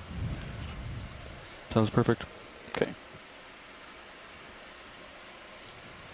And so I'm pretty sure I know what this coral is, and I will go ahead and forward a guess. I think this is in the family Paragorgiidae and possibly in the genus Paragorgia. It's a pretty nice shape. I can't really go farther than that on this. Scott, do you have any better opinion whether we can go further? No, I'd already set the event log, Chris. I totally agree. As we were moving in towards this span, one of the things you can see is you've got this overall sort of pinkish colony, and it looked like this white fuzz kind of around it. And that's really classic for the Paragorgia, which are commonly known as the bubblegum corals. And you can see the ends of the branches here have these swollen masses with the polyps extending from them. And when the polyps are retracted, you see all those sort of grayish structures with the tentacles, they can completely withdraw into the pink part of the tissue, and it looks like big wads of bubblegum on the ends of the branches. The name. Copy, bridge, thank you. And this also has some associated yeah, that is correct. No samples, any boxes. Chris has snuck out. It's lunchtime here, so we're doing a little bit of shifting. Okay, I guess my question, pilot, we're not absolutely sure we want to collect this. The issue is that if we collect one with a coral on it, then we certainly don't want to put the coral in the rock box, because that won't be good for it. I'll put this out to the community. This could clearly be a known species. I'm not really sure. We can certainly grab a rock that doesn't have a coral on it, and that's where I'm kind of leaning right now, because I'd just soon leave this animal alone if we don't think it's really a new species. But what do you guys think? I'm opening up the discussion. I'm looking at the event log right now. Tina is advocating grab them both because you've actually got a brittle star in amongst this Paragorgia. Does this look like it's of interest to folks? And like I said, all I can say, Chris, is this is a pretty classic-looking Paragorgia, but I don't know enough about the taxonomy based on this sort of visual that we're getting to know if this is something known or unknown. I guess if you think that the rock would fit into the bio box, then it's worth it. But if not, I would say This other one's leave pretty it. big. Otherwise, we would normally just take a clipping of the I think you colony will. I mean, to leave part of it there. yeah, and I Yeah, think pilot, let's pass on this rock and leave the coral alone because it's not Okay. clearly. Now there are some other rocks within reach as we sit. Can we get, if we're going to look in this group, can we get something with girth, as you know, maybe 15, 20 centimeters Like across? that one? Is I that don't know if I can flat or reach is that one. girthy? Let me...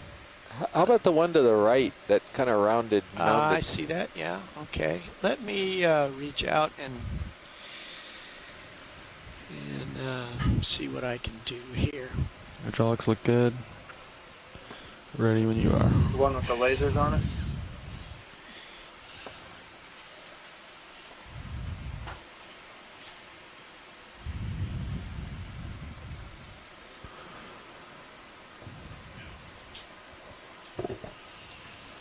Video is changing out. Well, he's poking around at rocks. I wonder if you grab that one there, see if it'll wiggle. Come on. It's going to move.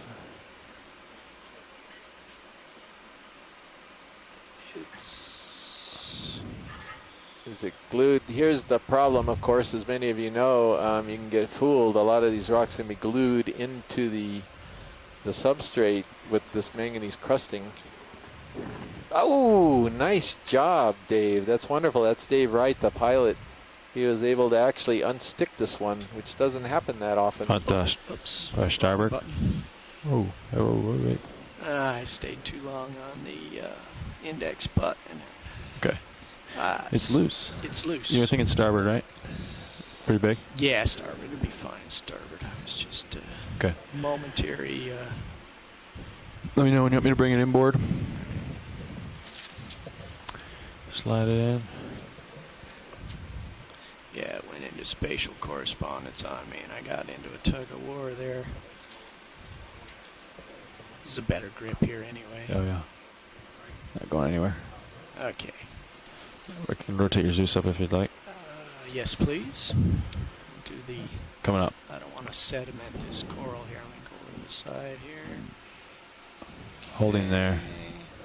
Rotator's at -12. I can come up more if you want. That's all right. Go to good to zoom video. We got Tara's in. Tara! Hi there. Okay. Little less zoom. Just a smidge. That's good. Thank you.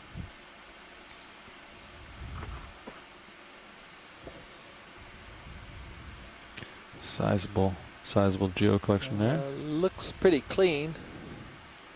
Not a whole lot of other things, but it looks like a really good rock. Oh. Well, in fact, it looks like a terrific rock.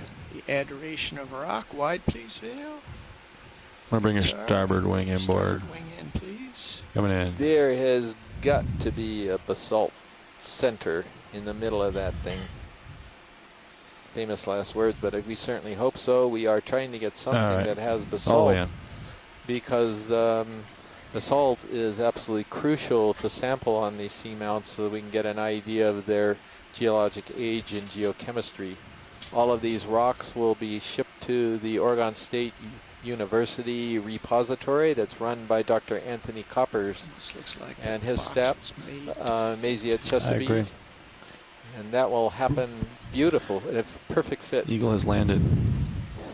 Going outboard with a wing. Well, thank you very much, pilot. That's terrific. Yeah, so this manipulator is a force feedback type, and I could actually feel the weight of that rock there. I have to adjust your Z-bias now. John Smith, his voice we heard in between there, he also concurs. That was a good rock, so thank you very much. While Dave was collecting that rock, Chris Ritter, who's our ROV ops director here, he came in and whispered in my ear and told me that the weather has actually settled down, and right now at least we're good to go to continue the dive. So this is very, very good news. He's been monitoring it every 30 minutes, and I'm just passing this along to our participants. Looks like you're done with hydraulics. Yep. Everything's stowed, so I'm going to That is come down. good news. And Chris, let me say, well, we're just seeing the last of that Paragorgia with the brittle star. Since I talked at length about the close relationship of the brittle star with the Metallogorgia, I'll note that Tim Shank and his group worked with some Paragorgia and the brittle stars in the Paragorgia branches from seamounts in the North Atlantic, and I believe he found about 60% of the time you always saw this one species of brittle star associated with the Paragorgia or one other species, Flexor. Yeah, it's calling a 30, 20, 020. It was restricted to just a couple of different kinds of coral. The fish, I think. Just how they, excuse me, there's a fish to the left, or right, excuse me. I guess it's a fish. But yeah, how they do that, this is just a mystery, Scott, how they coordinate like that and how they find each other. Okay, I'm going to let our fish guy, Bruce Mundy at the NOAA Exploration Command Center, take over. Okay to zoom. Bruce, let us know what you see here. Let's get another movie. The same thing. Okay, this is a different type of fish than we've seen earlier, except for the one that was hiding underneath the rock or in a little lava tube. This is a cusk eel in the family Ophidiidae. I'm looking at the fins on the side to see if they're in sort of two parts, and it looks like it's only one part. This one has a rounded head and a rather small eye, but it's in the genus Basozetus, and there are several species in that genus. I can tell that it's a cusk eel because of the eel-like body. The dorsal fin on the top and the anal fin on the bottom are joined with the caudal fin at the end of the tail. And then it has these little whisker-like fins up near the throat, reduced pelvic fins on the body. So the Basozetus always seem to be up off the bottom, swimming around, not immediately down next to the bottom. And they probably pick out small crustaceans and other animals, maybe even gelatinous zooplankters in the water drifting past over the bottom. So a cusk eel in the genus Basozetus. Thank you very much, Bruce. And that fish was swimming in a very good direction to accommodate Scott France there in the University of Louisiana, because we have a very tall bamboo coral right in front of us now.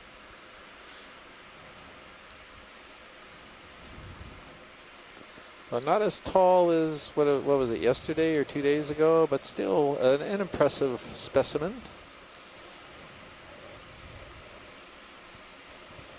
Yeah, I'm glad we're getting to see this one. We didn't get a close-up on the one that we saw when you were talking with Mary, and I suspect that this will be a different species from the smaller unbranched coral that we had a close look on early on, and I suggested might be an early stage of the trident candelabra. I think this is going to be something quite different, and the way we would determine that is to look closely at the polyps. And I can already see from a distance these look like little volcano-shaped mounds. And so I would suspect that's in the D2 clade. And Chris, you were noting earlier that for your group who, after these cruises, works on annotating all these video and to the best of your ability, making good note of the number of different species we're seeing, this becomes quite a challenge when you don't get a good close-up. Yeah, but Scott, this has got some distinctive polyps. They look like volcano polyps to me. Would you agree? Yeah, that's what I just said. You can already see these had volcano polyps, so I think this is D2 clade. Perhaps the genus Ecnomyces, which is characterized in part by polyps of that shape, although there may be some other taxa that have that shape. What you can see here is the polyps have all withdrawn their tentacles, and so the tentacles have been kind of folded down, almost curled inside of the mouth, and that's what gives them that distinctive shape. Yeah, thank you. Have a little more disturbed by something. Okay, let me come down a little. Thank you, Scott. Okay. Yeah, sorry I missed that. I didn't hear that volcano polyps, and of course we're multitasking here. Again, trying to keep up with annotations and everything else. But yeah, this is a very distinctive looking one. I suspect when I was chasing the fish, my prop wash alerted this to my presence. And quite possible, but we're glad it did, if that's the case, Dave, because you'll open up when we leave, and this gave us a look at how the polyps close up, which is very helpful. So I think we're good for science whenever video is done. Coming wide. Yep, that was a great image. Thank you.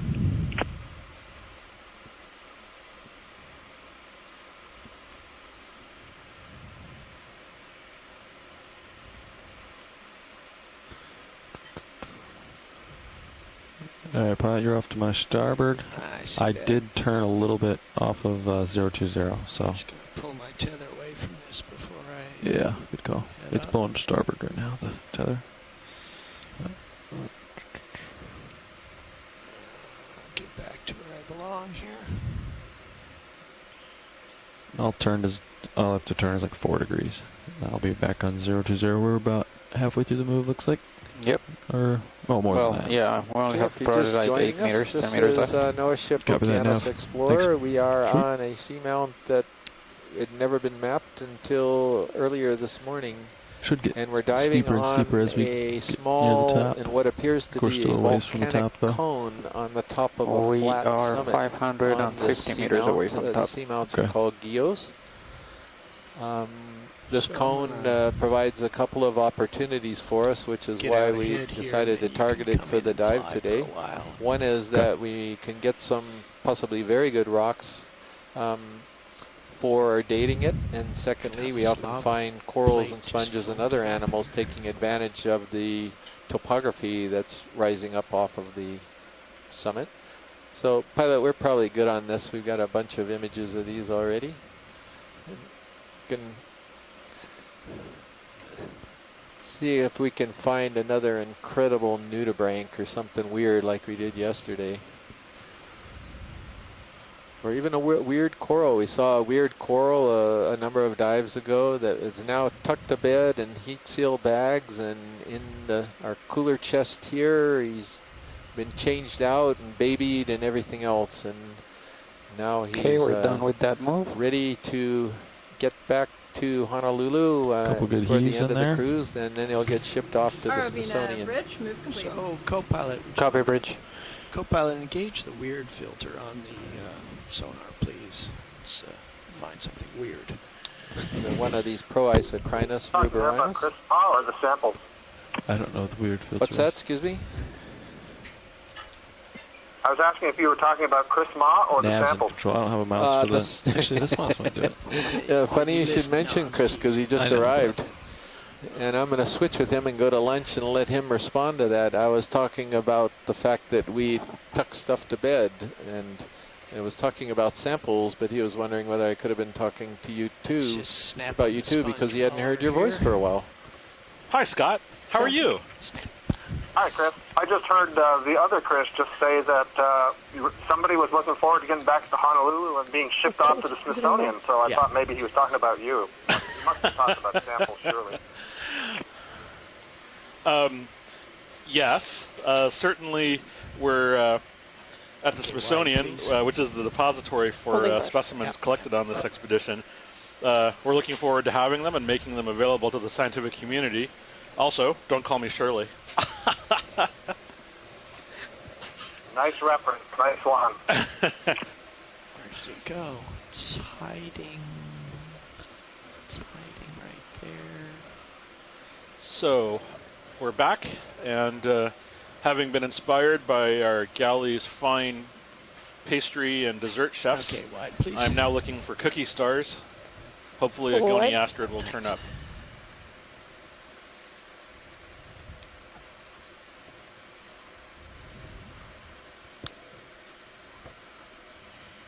Give a poke ahead here, Levi, and we'll swap. Okay. Co-pilot 020 still looking good for the slope. I think so. What does HiPAC have?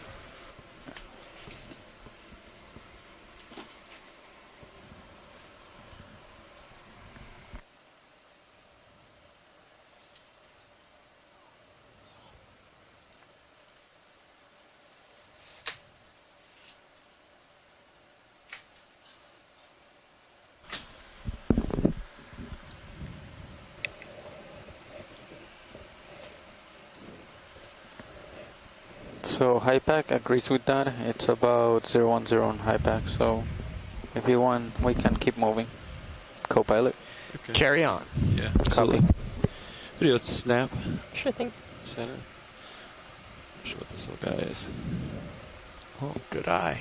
Oh, is So this it's going to be a, 0 to oh, 0, it's a 30 meters. black Okay, coral. co-pilot. Roger that. Watch these. You need a closer look at this. I just kind of. If we could, please. Yeah. All right. Yeah, video. I'll get Great. closer. Yeah. So Go ahead, Nav. I'm not sure if we've seen one of these in the time since I left, but this is an Antipitherian, also called a black coral. 0 speed, decimal 2 coming up. And I believe... Okay, video command. Our shoreside expert, Scott France, may know a little bit more about these, or maybe Tina Molotova. After this. Okay. It's partial. Yeah, Chris, I'm still just waiting for the you got so it? I can get a better look at it. Very good. Hold that. Well, you're absolutely right that it is a black coral, and so it is somewhat distantly related to the other Octa corals that we've been seeing before. In fact, this would be more closely related to the anemones than it is to the Octa corals. They've got polyps that have exactly 6 tentacles associated with them, and when we do these close-ups, one of the things that you'll see that are different between black corals and Octa corals that you can get used to, and so you can identify them yourself. I'm talking, of course, to the general public watching. Is that the tentacles of the black coral do not have little side branches, which are called pinnules. So this one, given its branching structure, may be a very young Bathopathes. There's something. There's a zoom out a little bit. Slight possibility that it could be Alternopathes, although I don't really think so. You mentioned Tina Molotova from the Shirshov Institute in Moscow. She is certainly more of an expert than I am, and so. Hey Scott, we've got something really interesting here. There's a little purple soft coral that's on the rock. I mean, it doesn't look like Victorgorgia. It looks like literally two polyps on the rock that are purple. It looks like so there is Octa Coral. An Octa Coral that grows kind of like a mat.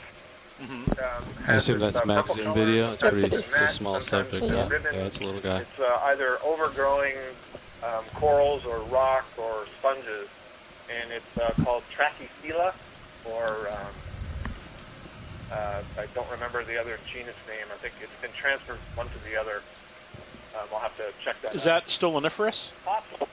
It is, or it's just such a small Victorgorgia that the color is throwing us a little bit. Neat. Okay, but that was the max zoom, right? Yeah, that was max zoom. No worries. We're good. That's what we got. Yeah, we'll keep going. You can see that the tentacles here are pinnulated, so it's a really nice comparison to the black coral. So right away we know this is an octa coral. Also, that term octo has 8 tentacles. The black coral is a member of the Hexacorallia tentacles. Line Only back 6. up. Thank you. You guys called the move in at 020 or? Yep, we Tina just are reminded me about Clavularia, probably halfway through the move right the now. other genus compared to Trachyphila. Thank you.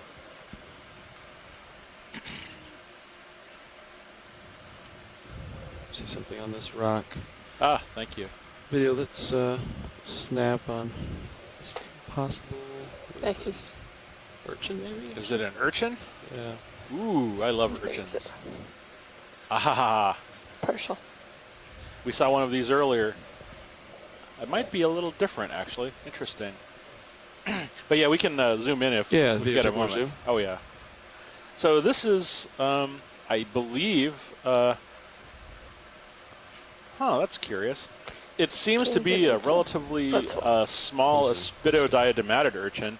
The spines are a lot shorter than the ones I'm used to seeing. Usually they bow out away from the body, and we saw one earlier today, just before we began sort of the interactive session. What's interesting is that top structure there. Oh, it's withdrawing its anal sac.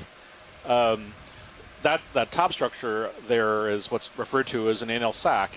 It's an extrusion from the intestine that opens up and is where the poop comes out.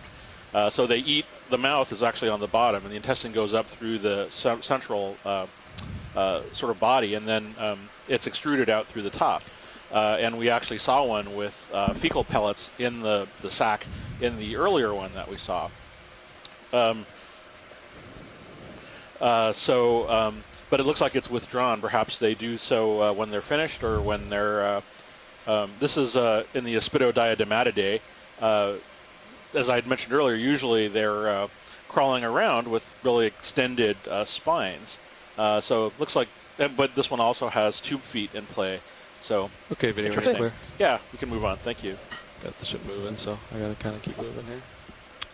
No twists in the tether. No hint of. No, nothing fishy going on there. No hint of pigginess. Yeah, it looked good to me too. All right.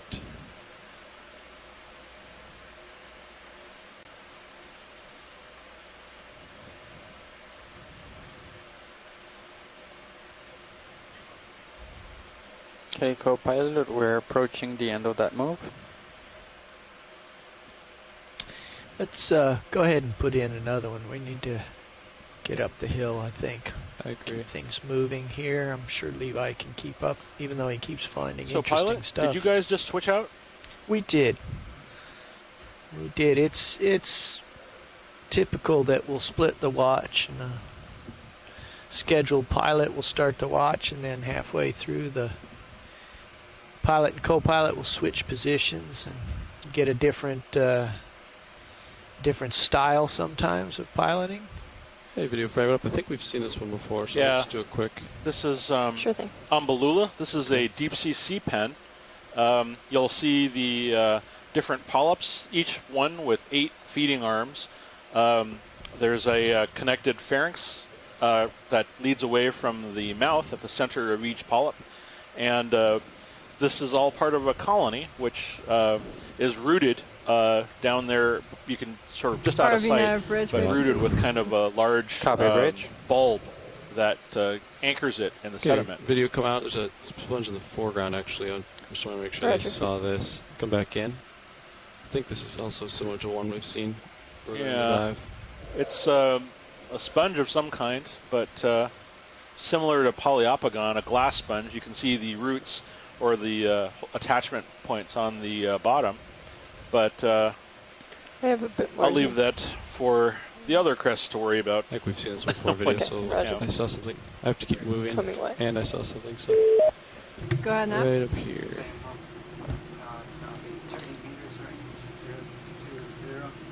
Possible. 30 meters, bearing 030, speed decimal 2.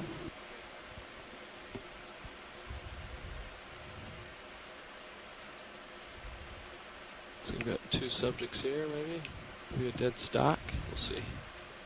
Coming in. ROV nav bridge, move of 30 meters, bearing 020, speed decimal 2. What is that, pilot? Frame it up. Roger. So this is, again, another sea pig, a kind of sea cucumber, probably in the genus Amperima. You can see the tube feet that are sort of there on the lower side, and that side on the left, that's where the feeding tentacles are pressed up against the ground. You can actually see it picking up little sediment particles and pushing them into its mouth. From there, it goes into the intestine, which you can literally see going through its body. That proceeds down as it's digested slowly throughout the intestine, the lower intestine, where it's defecated out the other side. These are kind of like earthworms. They kind of pick out all the organic materials before the cleaned inorganic sediment is deposited on the sediment on the surface. Making way up the hill. Hope you had a good enough look, watch lead. Making tracks, getting up the hill here. You know, it's kind of interesting that we're seeing that here in an area that has less sediment cover. We've moved into a different habitat with more regular rock. Yeah, sort of hard that have broken up. Yeah, a regular hard bottom. But there's still a fair amount of sedimented cover and ooze falling from the surface. So.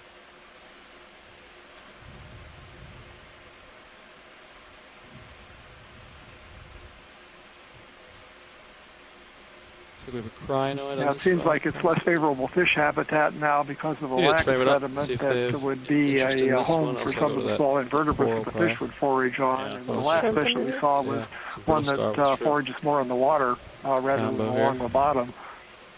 Yeah, we can move on, pilot. Yeah, we see this. Thanks. Yeah. That's just nematocarcinus and a feather star. We should look at this yellow branching coral up ahead, though. I think there's two possible Iridogorgia. Let's see. So heads up to Scott France. We're just coming up on a yellow branching coral colony. There's actually two Octa Corals here. One looks like Iridogorgia, and the other one looks like something that I could take a guess at. Okay, video frame them up. I hope my student James Aubrey is still watching, because this might be an Acanthogorgiid. Okay. It's always dangerous to make a guess when we're so far out, but he is currently doing his PhD dissertation on the family Acanthogorgiidae, and as we speak, he is at the Smithsonian, your home institution, going through the collection looking for Acanthogorgiids. Small world. So we have a zoom on this. There are some flytrap anemones, as well as its obligate ophiuroid or snake star associate. But do the polyps give you that Acanthogorgia vibe? Copilot, can you take my rotator? Got it. Not really. Let's see what we're interested in. Got excited there as we're coming in, so I think this is probably a member of the family Plexauridae. Oh, really? So this is one of Osaka's. Yeah. This would be your classic sea fan or Gorgonian fan that folks who have been snorkeling in the Caribbean or the Red Sea or lucky enough in Australia may have seen lots of these beautiful colored sea fans in shallow water. They have a skeleton that's much more composed of protein, unlike the bamboo corals and the Crinoids we've been seeing, where there's a lot more calcium carbonate. And what you can see here is that the skeleton is covered by this thick tissue called the coenenchyme, and you can clearly see the polyps protruding from there. They have this different colors of yellow. They can be withdrawn all the way into it, into the coenenchyme. Use my and then joystick. just at the base Reach of over if you wanted to aim your tentacles, camera down you too. see that there are Sun some just white gone off your screen. lines. Those are sclerites. And when it's retracted, it can form this little, what's called a collarette. I'll give you your So camera get back. spines that kind of protect You're not where in trouble here. the polyp retracts. Excellent. And there's also a series of anemones, and I'm going to let you talk about the ophiuroid. Oh, no worries. Scoot on this is departure. an ophiuroid in the family Ophiacanthidae. It looks slightly different from the ones that we've been seeing. Let's like to get zoom out a little bit. Can we see that little yellow thing that's off to the left there? Yellow thing off next to the ophiuroid. Yeah, come back in video. Sorry. Yeah. Small amount of time here, but Oh, we'll I get see. it for you. Gotcha. So max zoom. Yeah, so this is just something I wanted to mention really quickly because it's so cute. This little yellow thing that on the left that looks like a stalked crinoid, that is what's called a pentacrinid larva. This is the juvenile form of the feather stars that we've been seeing. And this shows very nicely the relationship between the stalked and the unstalked forms, because this is when they become adults, those little capsules plus the feathers sort of take off. Okay. Clear. Let's take a quick look at the... Oh, are we leaving? Yeah, unless you... Yeah. No, that's fine. Okay. This, with the Iridogorgia is one we've seen before. Great. Video switching it. Next video. Ooh, fish. Right when the video switches out. It's all right. I'll, just try to frame it. Yeah, if you don't get too close, he'll This fish is another one of our cutthroat eels, one of these large eels in the genus Anapobranchus. Just now I don't know if we can try to zoom in and see the position of the beginning of the dorsal fin. That would give us a clue as to the species. But it looks like it's moving away. These, again, are very active eels. Looks like it's got a little bit of the skin on its lower jaw braided away. It's probably been digging around looking for food. It looks like the dorsal fin origin is far back on the body. Following. Yep. I'm waiting for it here. Lead it to which the would right. indicate, Just go no, straight actually for it's not that far back. It's about over the anal fin origin, the fin on the bottom of the fish. So that would mean that this is Anapobranchus affinis as the species. Ken Sulak, who's a specialist in this group of eels, describes them as having an evil smile. He considers that one of the identifying characters of the genus. So again, these are top predators in the system. You might consider them to be sort of the tigers of this ecosystem, preying on crustaceans and polychaetes and small fish and probably whatever else they can grab with their beetle-like and canine-like teeth. So a cutthroat eel in the genus Synapobranchus. Synapobranchus. I think we can pull Thanks, a couple Bruce. shots out of that, though. And we're moving on. Pretty good shots, pilot. Okay, you're at 3.6. Yeah, you're still behind me there. Let me try, like, you're maxed out. Coming up the hill here. You get a quick zoom on this white video tulip thing on the snap right. on this on our way through. I think it's a possible. Okay, it's a dead stock. Yeah, that's fine. Thank you. Watch lead, this is Nav. Watch lead, this is Nav. Oh, I'm sorry. Yes. Alright, so you're back What's at up? 2.6. Camera angles pretty. Are you on watch lead 2 or? Okay, so from my watch lead. last navigator. I'm sorry, go on. Oh, here we go. We see the red Yeah, coral. I'll set up for. Since I just got in here, I don't know what we have or haven't seen. Copy. We saw one, but not this big, I think. No. Thank you. Sorry. Alright. Video, we can frame this up. Watch it. Did you need a closer look at this? Have we seen this? No, we've seen this. This is an Anthomastus. Alright. We'll keep moving video as we're trying to get up the hill, and Sirius is already still looking down at me a little bit. 65 degrees. 65 eye. There's a large colony over here on the left. Ooh, Yeah. It's dead. Looks like a bamboo coral, but all the tissue is gone. Oh, tilt up. Yeah. There's some live tissue. Wow. Oh no, the tissue's, there's still some at the tip. Let's take a quick look at that real quick. Video. Partial. Yeah. I'm gonna get closer to it. No doubt you're looking for a hipposterid or something. Well, I'm kind of wondering if this might be evidence of a zoom in hipposterid. on, part of the alive section here. Yeah. We'll try to do it while floating. I think it's going to be the. Yeah, go ahead, Ed. That's kind of a ratty looking one, isn't it? That's still alive, though.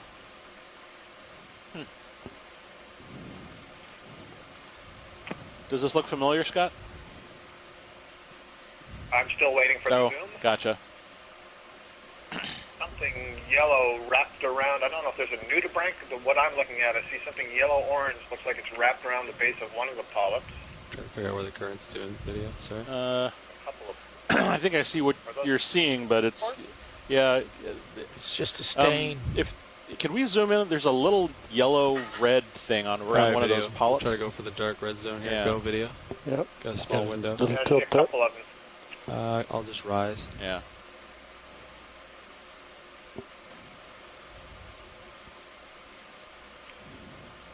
Yeah, I'm not sure. This Try to do could this while be in floating. the It's pretty B-clade, difficult. which would Yeah. make it our Go ahead, third Take any zoom bamboo you got. whip of the day, our third kind of bamboo coral whip of the day. Okay, they've tried another. Doesn't look evident, whatever it is. Maybe it's a flatworm or some other thing. Yeah. I can't even tell if it's something on there or if it's something in the tissue. It appears to be embedded in the tissue. Yeah.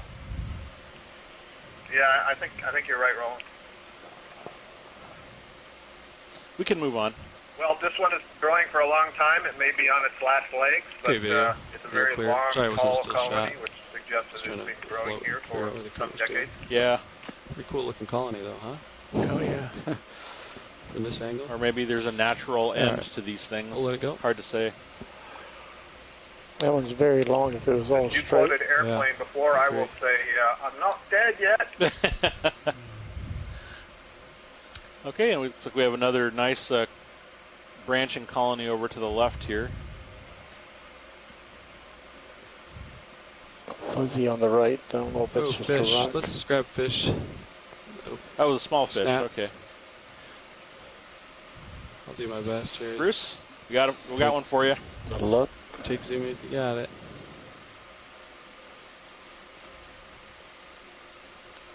Of course, he's looking away from us. That's all right. So I'd stepped away for a moment, but we have a small grenadier here in the family of Crinoids. They're also called rat tails. This could be in the genus Kumba. which we see frequently, at least something that Go back we in. call that, although we're not sure about the identification, a round-headed little animal. Again, the scales on the head help us determine what the genus is. I don't know if it's possible to zoom in on that. This right looks now a little different. max That genus name Kumba sounds kind of African in origin, but it's actually an anagram of the abbreviation for the Marine Biological Association of the United Kingdom. Because the genus was named by a well-known scientist over at the British Museum, N.B. Marshall, Freddie Marshall, who did a lot of early work on deep-sea biology. Just want to confirm, particularly NAV bailout is 180. Grenadier. Great, in the thank you. McCurdy. Thank you, Bruce. Due That was south, Bruce 180. Mundy Thank from the Noya Regional Center. He's an ichthyologist who is very familiar with the fish fauna of this area. So we're coming up on a fairly large squat lobster once we set up. Squat lobster coral colony here with a number of associates. Colonies like this and those the sponges I can get closer. essentially form kind of ecosystems unto themselves because they play host to so many different other kinds of animals. This coral, for example, when we find out what it is, there are some parts of it that are dead, and when he lives off. some of it has become host to a number of hydroids, which are those fine branching structures on the left, and also this large squat lobster in the center, and also to a feather star on the right. Yeah. Ooh, actually, Yeah, Chris, this is another bamboo coral.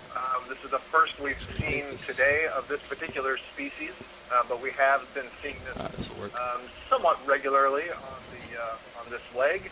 And I'll just note its size. So just like that whip that we were looking at, this is another one that is really large and so must be very old. And one of the ways we tell that is the diameter of the base of the colony. You can see that the branches are arising in most cases, I think, from the node, although sometimes it looks like it's branching from the internode. It seems to have both, and I'm not sure if that's because with age, the calcium carbonate of the white internode overlays the node, and so it looks like it's an internodal brancher. It's unclear. But I suspect this is in the J clade.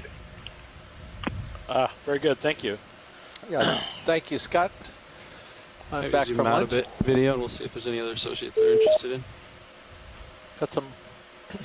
It's got some hydroids on it too. What's that red thing over here on the left? That's a nice way to come back to lunch. No, small red ball. Find a decent colony. Jellyfish. Ah, good spot. Ooh, jellyfish. That Maxim. Possible jellyfish? All right, Chris, you want to tell them about this, or you want me to tell them about it? I believe this is Helicreus. Is that the genus, or is that the other benthic jellyfish?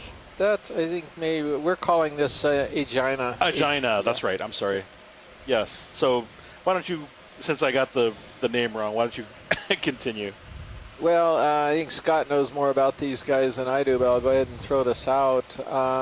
It's the first time I've ever seen one of these things was 2015. Yeah, it was very delayed on the camera control. It's tiny little jellyfish. It wasn't responding. In the family Aeginidae, that's what everybody thinks it is, at least. It's just got four little tentacles coming out of the end of it, and it lands on corals, and it feeds on the corals. This is a coral predator, if you can believe that. And it just lands on one polyp, and apparently it sort of sucks out the polyp, kind of like your sea spiders do, like the other day, right? Yeah. There's also one polyp in the background which seems to be missing its tentacles. So that's potentially where this jellyfish has been having its lunch.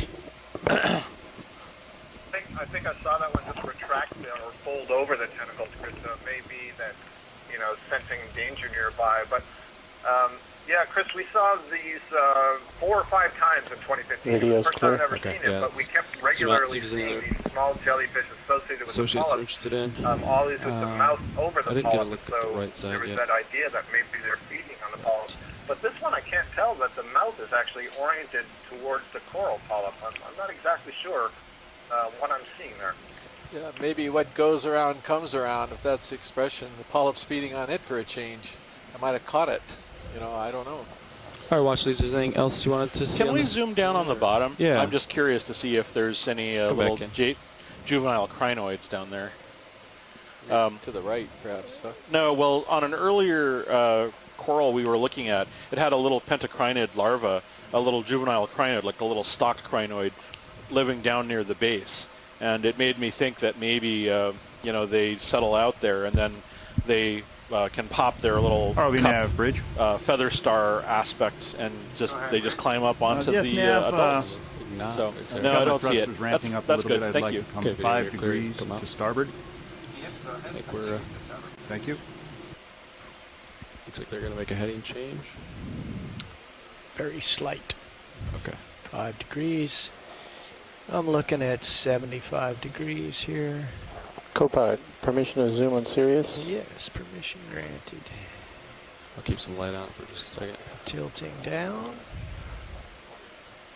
There you go. Every time I see that camera zoom, makes me nervous about Delta. You know what I mean? Delta's 15. I know. You're fine. I know. Because you don't typically see it zoomed in. But. Continuing to head up slope. All right. So, this is your chance to show off here. Nav, watch lead. Roger. Chris just told me that you had a question about where we might expect some of the denser community. Is that correct? Tilting up a smidge. You can just go ahead and drive off, pilot, drive out of the scene.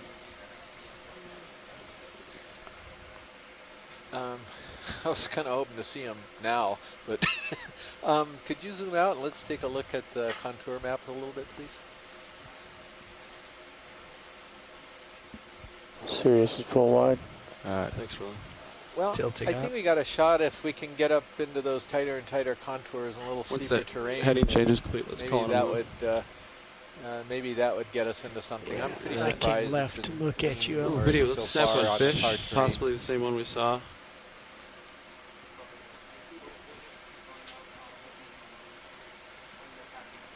That max zoom. Roger that. Thank you. That is. Well, this is another rat tail or grenadier of the same genus that we saw earlier, and unclear as to what it is exactly. I tossed out that identification of the genus Kumba before. Unfortunately, this one's drifting so quickly in the current that we can't get a good shot of its head to help us with the scale pattern that would identify the genus. But tentatively in the genus Kumba. Chris Kelly, do you have other thoughts? No, it's just that these little things that we call Kumba, they seem to be All right, co-pilot, it brown seems like and black. he's done with a That's the only heading thing I change. noticed, I don't know if last you want to few of move these or that we've you want managed to to stay a little bit video, more. the We last need to couple keep moving. videos. Okay. They've been very, very dark colored. We can and call I seem to remember they were kind of 20 meters or 25. Do you want the whole 30? Let's do 30 meters at coal black. But is that your impression too? 015, Maybe I they think. do have a lot of morphological plasticity on their color. That gets us. Can we zoom in on that worm in the background? Oh, yeah. There. Okay, copy. That's Hold the 30 meters, 015 coming up. Zoom out a little bit. The other scientist just asked to hold on the fish. I'm not sure that we can get close enough to the fish to really see much more than we're seeing now. So probably, I don't know, unless it turns with its head facing us. Yeah, There he goes. It's turning sideways. Range 30 meters, bearing 015. That's max zoom. Speed 0.2 knots. I have just a little bit more, not much. Coming up. Okay. I suppose it could be a small Mizumia species too. There are a number of species in that genus in this part of the world. You're getting a pretty good shot, Bruce. Still too much definitely movement. can get a good enough shot for a nice still. Thank you, pilot. I appreciate it. What was the thing that you wanted to? There was a polychaete or something in the background of where we were looking at it. Right up against that ledge, you mean? It was in the little sediment valley or whatever. Oh, that's fine. Unless I don't remember It was where a it is pretty now. cool We can specimen. move on. RV nav That's fine. bridge, move initiated. Should be right here. Unless you know where it is exactly. It's right here. Bottom Oh, of the lovely. screen. So. Oh, there it is. Oh, I see what you're looking at. Okay. So there's some swimmers, Max, there's floaters, and is this a squatter? I don't know. It's This is pretty small. I did not think I was going to find it back. yeah, neither did I. Yeah, it looks kind of like a. It's weird. It's got the okay. So this is I think one of the what do they call these? Yeah, you're right. Don't you think? Was that? I was about to say an acrocerid.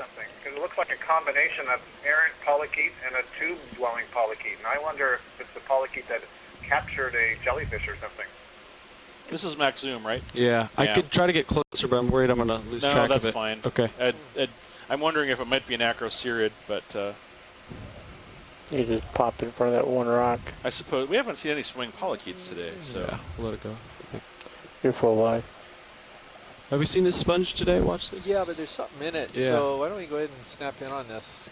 Absolutely. Something's living inside. Some curious beasts. Okay, video. Snap.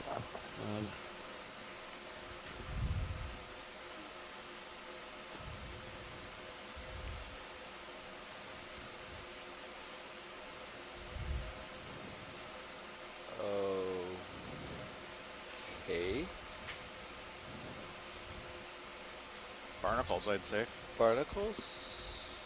I don't know. I mean, it looks like the right color for barnacles. Top-down view. So this pilot. is a Dictyolis Try after glass sponge. It's Got a little in, bit of time, not much. family Euplectellidae. There's something pulsing on the inside, though. I think I can see some claws. There's some. Top There's and some. bottom of the white. Some of those dark spots open and close. Yeah, see there, right there. Oh yeah, there's some holes in the. But then what's the thing that Chris is pointing out there? What is that thing that's pulsing there? Squalobs wouldn't be. You see what I'm saying? Yeah, though, I right? saw what you were Yeah. saying. I don't know what you were. I don't. Unless it was just the movement. Yeah, of there's the, another one. Huh. That's pretty weird. So there's something in. There's more than a couple of things in when there. you're clear, I might try to look down it real quick. You got it, great. Thank you. I don't know if that's gonna work, but I might try it. Probably have more luck with HD2. You think? I got about 36 degrees here. You know, whatever these things Rotate are, they definitely right, didn't get the memo. look at the one on the left. Yeah. Well, they didn't get the memo. You've got to beware of living in glass sponge houses. Oh, that one just came right out of third Let it go, field. video. What's that? Left field, Let it rather. go. You can get it with HD2, maybe. Could try it. I saw Bruce Lindy sponge that might be interested suggested in could around these the be move. paired Okay. shrimp that live? They could be, Bruce. I don't really know. Yeah, I guess I'll try to work What's HD2 that? for air. Oh, in the background? Oh, yeah. No, Bola Summer's right. I think in the background there. Watch this. If you look at HD2 of the Mini Zeus, we're looking down that sponge right now with a different camera, not the main HD, but the second HD. Oh, I see. Yeah. Does that give you a better look? Put it up on the Yeah. big Oh, screen. here we are over here. Bruce I'll Mundy tilt was you up. suggesting Stand some type by. of paired shrimp that sometimes live in there. Oh, wow, that's touchy. Yeah. Open it. That Open gives it. us a good look, but Open still it. curious. Open Thank it. you. That's Maxim. And here's the thing, they look pretty big, and the sieve plate is now completely covering the osculum. That's that grid you see over the hole in the sponge. I think it's about as good as I'm going to be able to get. Yeah. Thank you, pilot. Well, push Yeah. focus down So inside. they're not going to be Rolly. able to There's get out of something in there that for sponge. sure. They're there for life. Right now I'm focused They on the probably shrimp grew up itself. inside of it. Oh. That's They got in as best I larvae, can do. and Because it's they've spent their entire life, and not quite as Zeus, but they're making a living there, and they're totally protected. So give us about 10 more seconds, then we'll call it. probably not a bad idea to find a place like this. All right. Video when you're clear. Hi guys, this is Mary Wixon joining you late. Thank you. I think you may have some couple of spongy carrot shrimp. Sponge what shrimp? Excuse me, Mary? It's called spongy carrots. They only live in deep sea sponges. Oh, okay. And they do have long scissors. sponge and carrots. ROV Okay, nav so they bridge. do have long Move pincers. complete. Is that what you said? Coffee bridge. Just FYI, They do. nav the And they have wings hooked are claws, which I saw at one sustaining point to around hang on to 19 the to side. 20. It's a nice spiral coral coming up. So have you seen these Copy before, that. Mary? This is Mary Wickstein, Let me know by if the you way, want to calling in make from any Texas changes. A&M. That's right. Heading changes. Okay, we're fine heading. Yes, I have, but they're very rare. All right, video command. We're going to try floating pirouette support. Huh. I'm actually typing Attempt your here. ID into our event log right now coming because up. that'll be pretty useful. So it's Spongicaridae. Is that what it would be? The family Spongicaridae. Is that right? Double check. Thanks, Mary. So Mary Wickstein is an expert on arthropods, and she's been a huge resource for the Okeanos explorations. She will often send me emails with IDs of a lot of the stuff that we've encountered, which is very much appreciated. And those IDs make their way into our Okeanos animal All right, guide. video, what other shots would you like Pilot, of this? There's That's good. something in the background there. It might be, it's wiggling around. I think it might be is it a jellyfish? Like to the right, upper right? That guy? Oh, no, it's just some mucus. Never mind. Saw Thank something you. else down here. It's real small. I'm not gonna- I'd say probably good with this. Maybe pirouette around the Thank you. spiral. Yeah, that's what Unless I'm they saying. want something more. We've got a big coral in the upper left, Pilot. I think I saw it when we were Ritagorgia, zooming possible? in. Yeah, Yeah. Ritagorgia. So it's, Wow, that's a nice one. I don't think you didn't see this when I was at lunch, right? This? First one? Yeah. I mean, a coral of this type. Yeah, we saw it in a Ritagorgia. It was a smaller one. Oh, I see. Yeah. This one's a nice colony, though. Yeah, this is beautiful. We Okay, actually those shrimp are actually in a family called the Spongicolidae. They're Spongic called glass sponge shrimps. Spongicolidae. Okay. You want to work it with a I'm partial? gonna just Yeah, change let's work it the with ID on that. This is a possible Ritagorgia. So, Mary, why are they so rare? We see a lot of Start these over vase here and sponges. It's just What that we're gonna do? not very many of the vase sponges get populated by these shrimp. Gonna be interested in those is there a orange certain depth range that two you find at them the at that we upper don't really right. dive in, or what do you think the issue is? Well, you have to have both a male and Just a keep female going. arrive as larval stages and enter the sponge. So, first of all, they have to find a right to left, sponge, does which that isn't sound good? common, and get to the sponge, and Okay. then they have to They'll get to probably be be big enough interested in those to orange ones do on their the top business right. in the sponge. Okay. I think I have a better view from this side anyway. I hadn't really thought about that. That's right. I guess. Okay. So then they would reproduce inside the sponge, and then the larvae would be able to make it out through the opening of the sponge, and just probably out through the top, right? Because the larvae would probably get possibly trapped inside the sponge tissue. So I guess it would go right out through the top. That's right. But very few specimens have ever been collected. They may be more common than we think. I see. Well, we'll keep our eye out for some more of these vase sponges, and maybe we can get a better look at these. And if for those red the ones roll. pickings are really lean and we're not finding any real biologics, well, actually, it wouldn't be a bad idea to get one of these sponges anyway. But we certainly could consider it for collection, streamers. Mary. Very nice. So I'm sorry, Chris, did you want to? Yeah, I just finishing up okay. with Mary. Streamers are So gonna be thanks hard to very much follow for calling in, Mary. lengthwise, It's Mary because Wickstein there's so much from Texas A&M, an obscuring it. arthropod expert. So we are focusing in on an Iridogorgia, but although very beautiful, the things that we're looking at precisely are what's called benthic ctenophores, or also called benthic comb jellies. When we see these animals, typically they're swimmers. They swim around, and you can see little rows of paddles that propel them through the water. But these differ in that they actually live on a substrate. We've been seeing them on and off throughout the dive. Some are larger than others.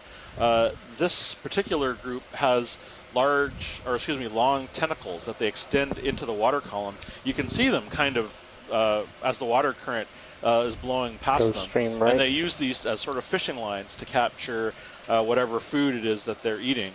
These go on for quite a long distance. I think we measured one once on Okeanos, and it went on for almost a meter or so, at least until we couldn't measure it any longer. But there's easily 1, 2, 3, 4, 5, 6, 7, 8, 9, 10, 11. There's easily a dozen of them on these arm pink on these lower arms. section. They'll get So excited about that. Charlie. Yeah, and so good angle on it there. it's if you got it.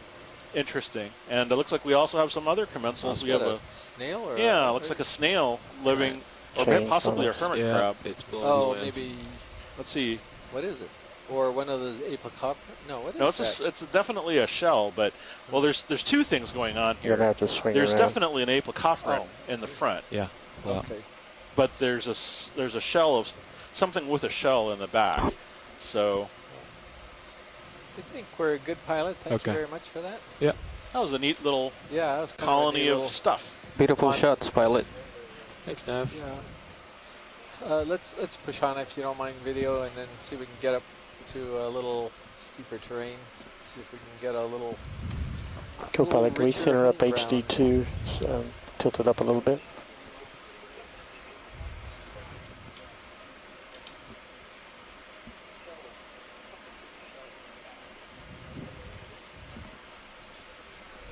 So we're going to have a bit of a shift change here in the front row. So you're going to see us drift for just a moment as they... Floater left. As a new Small group comes pink in and line. relieves the group that you've been...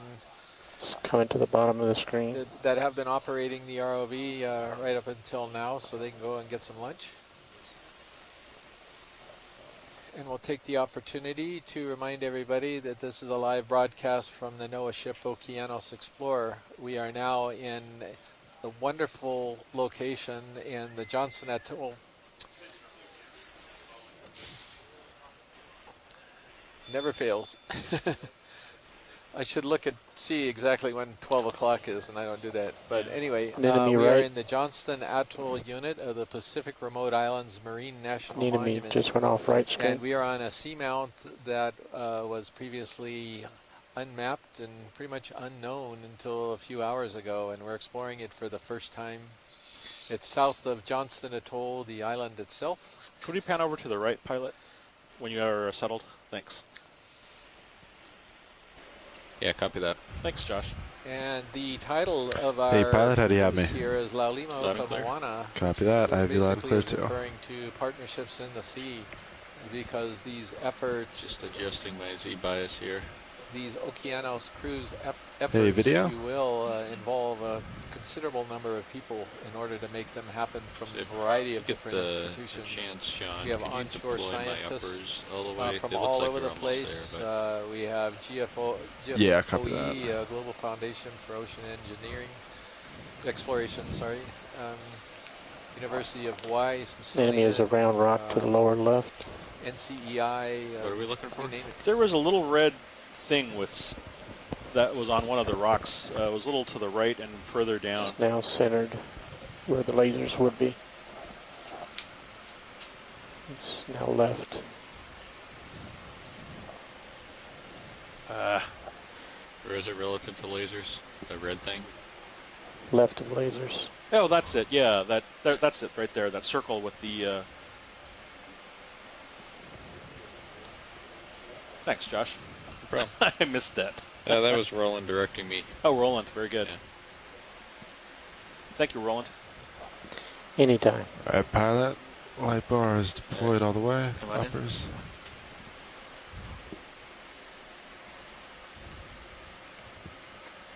A little anemone.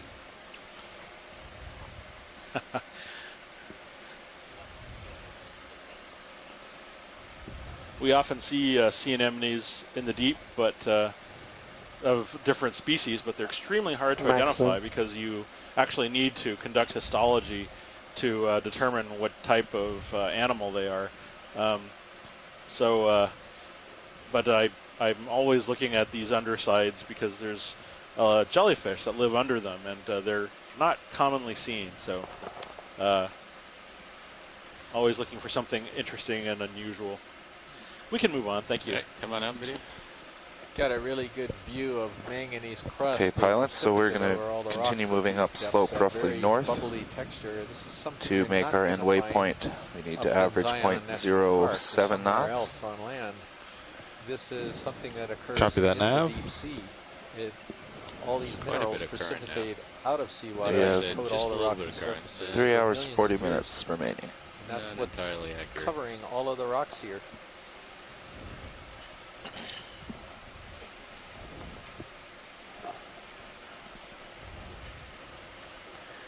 And we did just have a gust over 20 knots, but forces are currently well aligned.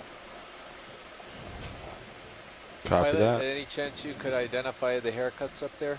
The haircuts. The haircuts, that's what because that's what we see as the back of your Oh, heads. okay. The problem is they haven't been cut in a while. Okay, the non-haircuts. All right, so this is Joshua Carlson piloting D2. To my left is... Dave Casagrande, navigator. And to my right is... Sean Kennison, sitting co-pilot. And on video. Off screen right is Roland. And who do we have clipping? I'm Annie White, back in the back row. And we are all engineers and videographers and editors for the Global Foundation for Ocean Exploration, also known as GFOE. Great, thank you very much. And Branch Annie, crawl off screen upper I'm right. sorry, but we don't have that many jokes to tell, and so we're going to give one of your other ones. Okay, yeah, we have to. So here it is. So Chris, I started a new business. Oh, and what business is that, Chris? I'm a marine mammal trainer, Chris. Oh, yes?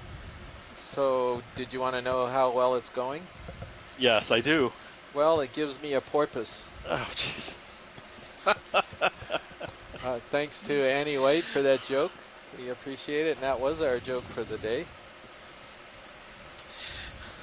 So Annie's to blame for your all's humor. That's what I get for responding when he questions me in the hallway for a joke. Yeah, Roland, her I defenses think were I may down. still I be got her at a holding weak moment. the worst joke of the cruise. All right, Megan, she's got a joke. What is that white thing? Lay it on us, Pilot, you Megan. might Put it circle right that in the little chat tug room. from me. We'll evaluate it. Should we get moving, co-pilot? Yeah, I think we go for a Got a move. little At a Pilot's pretty waypoint switched out. at about 010.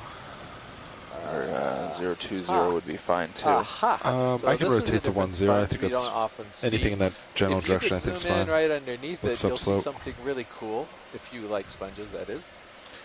Okay. That is, this Co-pilot, is you a ready for vase that now? sponge. Yeah. I believe that. And Pilot's pretty there's the stretched out. funnel-shaped Alright, vase going. right underneath that sort of Bridge, fold. nav. You're seeing that it the attaches bridge. to the substrate. Can we get a ship move, with- please? And this is 30 called meters, Atlanticella. bearing It's 010, in the family speed Euplactelidae, 0.2. and I don't think we've seen it this cruise at all. We're not That seeing is it very range commonly. 30, bearing But 010, you rarely see the speed attachment 0.2. and the base Good copy. shape of the sponge Copy. because it's folded over with all these petals and you Alright, can't come see in. it. That one you could see. So there's the stock, and the vase kind of just opens up as sort of a flared funnel, and then it just goes crazy and then just kind of opens up all over the place and creates this petal-shaped, flower-shaped sponge. Atlanticella, family Euplactelidae, first of those for the cruise. Thank you very much. That is terrific. All right, let's get a shot with the laser. RV nav bridge, move initiated. Thank you, Bridge. And Bridge, I'm seeing wind up to 20 knots, but as everything is lined up pretty well, I take it we're doing fine up there?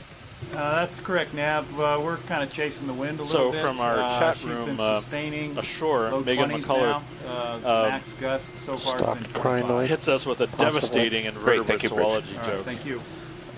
Come in, Roland. Oh, but first, let's look at this crinoid. Looks like a Croisocrinus ruberinus, a small one. We've been seeing these all day today. They're really striking because they're usually brilliant red. Okay, we can. Oh, this is a different Yeah. one. Is it? Yeah. You think so? No, It's a small I one. don't think so. Yeah, it's a small Okay, one. Sorry. No, it's all right. It's just a little underdeveloped, I think. Megan, that joke is absolutely ghastly. But so that means that we have to tell it. Chris, do you want to tell Megan's joke I would here? love to. Wow, did you guys see that cool sponge in the bottom left? The bottom left? No. You were Just trying to distract you from the joke. Oh, God. It was, yeah, let's. Step in here, Roland. No, he was fooling us, that's all. Oh, He didn't want to hear something. Megan's joke, but Chris, you're going to lay it on everybody anyway, right? So Megan asks, what is a comb jelly's favorite time of day, Chris?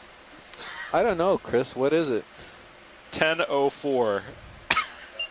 Oh. For those of you who don't know what a comb jelly is, it's a tenophore or tenophore. That's the scientific name for them. Oh, my goodness. Bad science puns. Oh, well.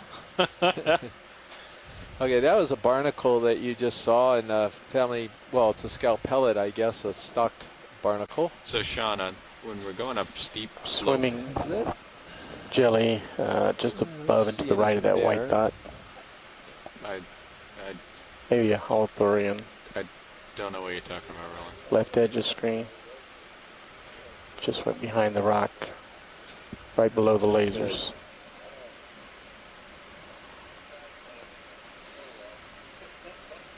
That was a stock barnacle belonging to a family called the Scalpellidae.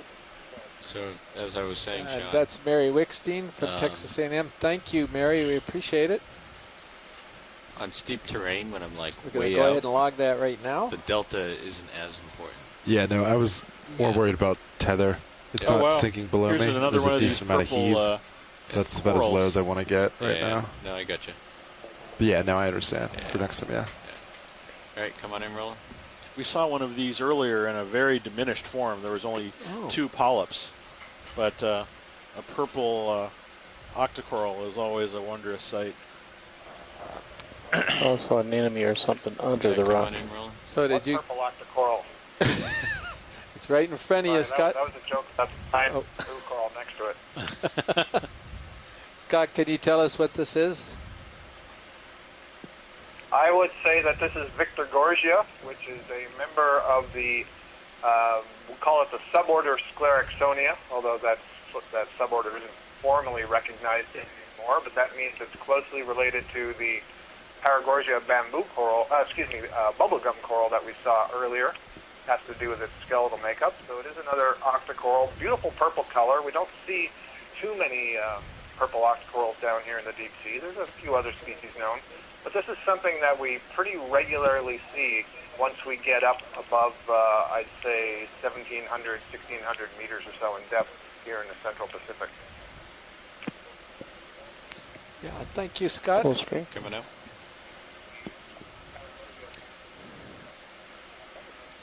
So today we've seen a couple of the most beautiful things that we encounter down here. We saw that beautiful Paragorgia, their bubblegum coral earlier. Co-pilot, do you think that's the bamboos are slope always off pretty. to your This left, guy, or just the red some crinoids. local features? So we'll get another look at this bamboo. Stand by one. Come on in, Roland. Large, This, relatively large the one purple closest to sand. center, that's a small 2-polyp I've seen one that, we so I saw don't think that's a earlier, feature. also probably The other a, one, Victor Gorgia. we do a slight Understood. rotate to port real quick. Might be a little far out to see it. There's I a see complicated mass of 25 plus branches right meters. there. Yeah, I'm not sure. I'll keep It an eye sure on it is. and I'll let you know. And one of the things we were seeing in 2015 on occasion was some very, very strange branching. And one of the best examples of that was on one of these trident candelabras where you always see the same branching pattern, but we saw something extremely unusual. We saw it on A several few more different meters in that species. move. And it Copy. suggests that there's been an injury, and here we go. I can see tucked in there, it looks like there's an anemone. And in all cases where we saw this weird growth, it looked like there may have been an anemone or something growing on it. So I wonder if this is a ring anemone that's disrupted the growth of the colony and caused it to branch out in very strange directions. Yeah, Also, beautiful imagery here of the tissue, and you can see very delicate, small sclerites. They're the white things that are reflecting in the back of the tentacles and just in between the tentacles. Thank you, Bridge. So you can see there are very short needles there, but they don't actually protrude. And so that's going to be another clue. Otherwise, the tissue seems pretty thick and hard to see through, which probably means that it's embedded with lots of scales. You may have heard Les Watling talk about that the other day. where scales would basically be relatively flat, kind of football-shaped sclerites that are very densely embedded in the tissue, and so prevent some of the light from transmitting through to see the skeleton very easily. So that might make this, well, I'm not sure, BD. Okay. Thank you, Scott.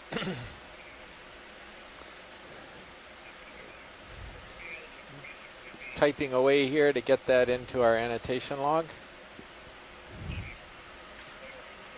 Okay. Another anemone growing there by another cluster of branches. So this is a sort of observations that I'm really enjoying seeing, is really going to help us understand when we see these aberrant growth forms of colonies, what might be causing it. And, you know, we were talking earlier, Chris, about the difficulty of annotating video to species when you Getting see very close. different species that have very similar growth morphology. And then when you throw in these observations that show that possibly associates or predators can also have an effect on the growth and the growth pattern of the entire colony, it just makes it even more difficult. And ultimately, to really know what it is we're looking at, you know, we would need a sample in our hand under a microscope or to do the genetics on to tie back to these images. So great stuff. See if we can finish it off with a full screen. Thank you, Scott. That's the voice of Scott France from the University of Louisiana at Lafayette.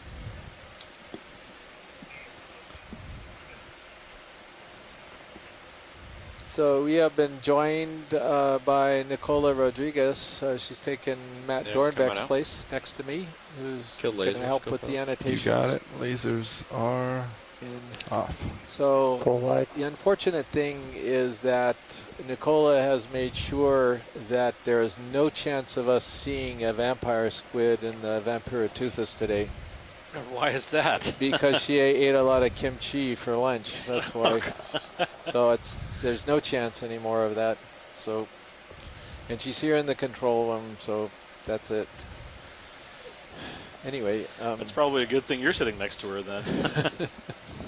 Anyway, we're moving up slope. I think that's our trio of bad jokes, so we'll probably leave it at that today. And we got sort of a mixed consolidated, unconsolidated substrate. Here's a Proisocrinus ruberimus. We've been seeing them periodically throughout the day.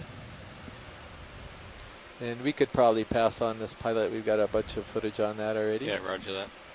Pushing ahead. All right, pilot, you're starting to go slightly to my starboard.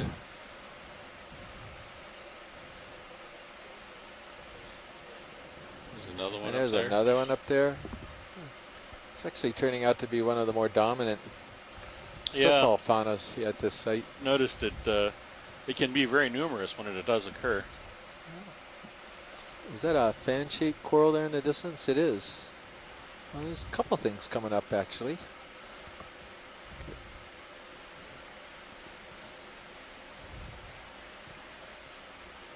I wonder if this is our first coralliid.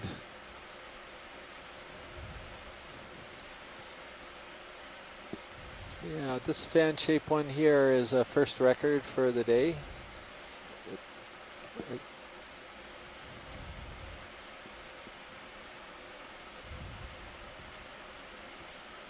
Hey, come on in, Roland.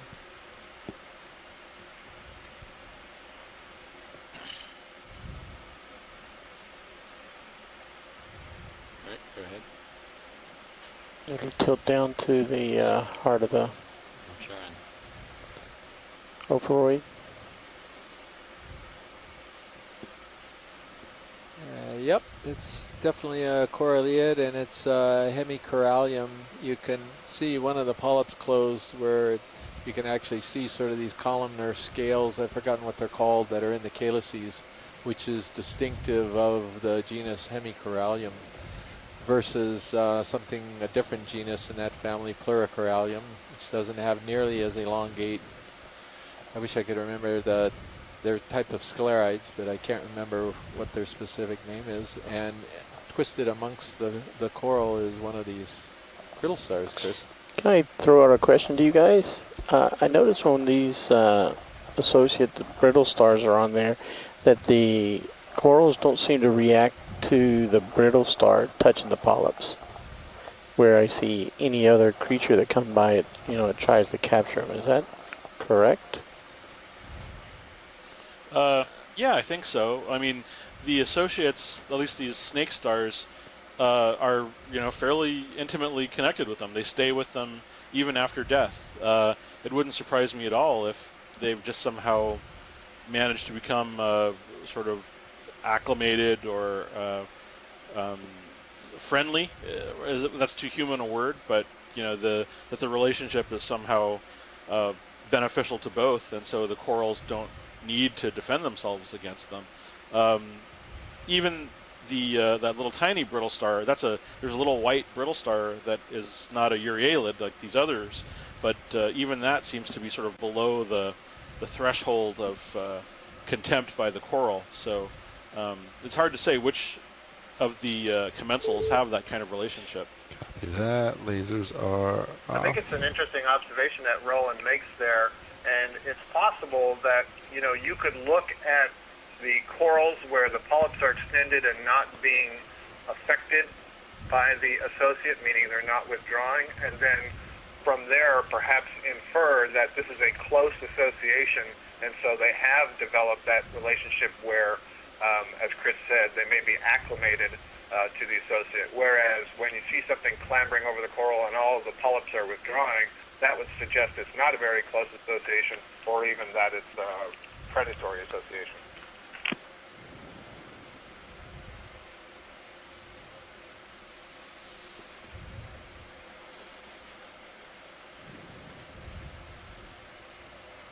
There's a V coral just went past lasers.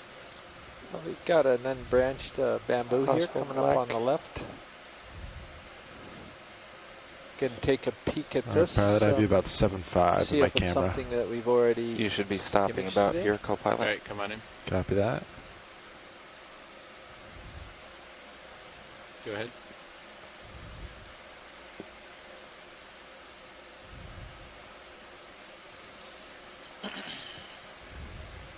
So it looks like the same thing to me, Scott. Is that what it looks like to you? The same clade as ectomyces? Yep. Yeah, just waiting for this zoom.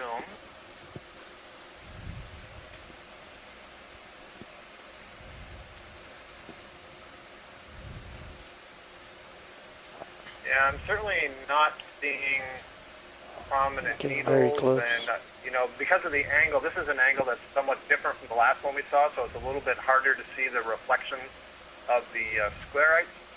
I actually don't see any sclerites in the polyp body wall. Doesn't mean they're not there. It just means they're not catching the light quite right. So I'm gonna.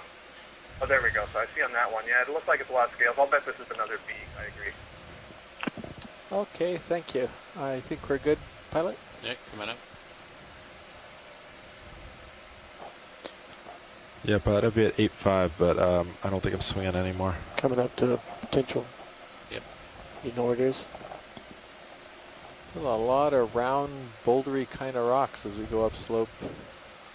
Kind of curious. We heard John Smith talk about this earlier on today, whether or not this was anywhere near the shore, but it doesn't look like it. How would you have a peak that isn't kind of eroded if it was at the shoreline? Way to go, Roland. It could just be I lost it the somewhere amount there of on the manganese left. Put your coating lasers on these rocks. That's what we're seeing. Right there it is above laser. To the right. Nick, go ahead. Ah, good eyes. We have a black coral. I think this is the first one that we've seen today. And what is this one? Second one, I think. Second one? Yeah. Oh, okay. Yeah, I was at lunch for the first one. The first one, the one you saw, was it like this one? I believe so. Scott identified it, I think. No, this is different from the one we saw earlier. This is either possibly a Trisopathes, I guess. The one we saw earlier, I thought may have been a Vasopathes or something like it, and this is definitely different. Much smaller polyps, very short pinnules, which is the term they give for the branches that arise from the main stem. that a worm? Yeah, something weird on the left branch. The top. It's like a worm. Yeah. It's got like a hydroid, maybe? Maybe a hydroid, yeah. Oh, yeah, that's right. It's a tubularid hydroid, I think, coming off of the front face of it. You can see the stalk on it as well. Good. Thank you, pilot. Let's go full screen. Go ahead.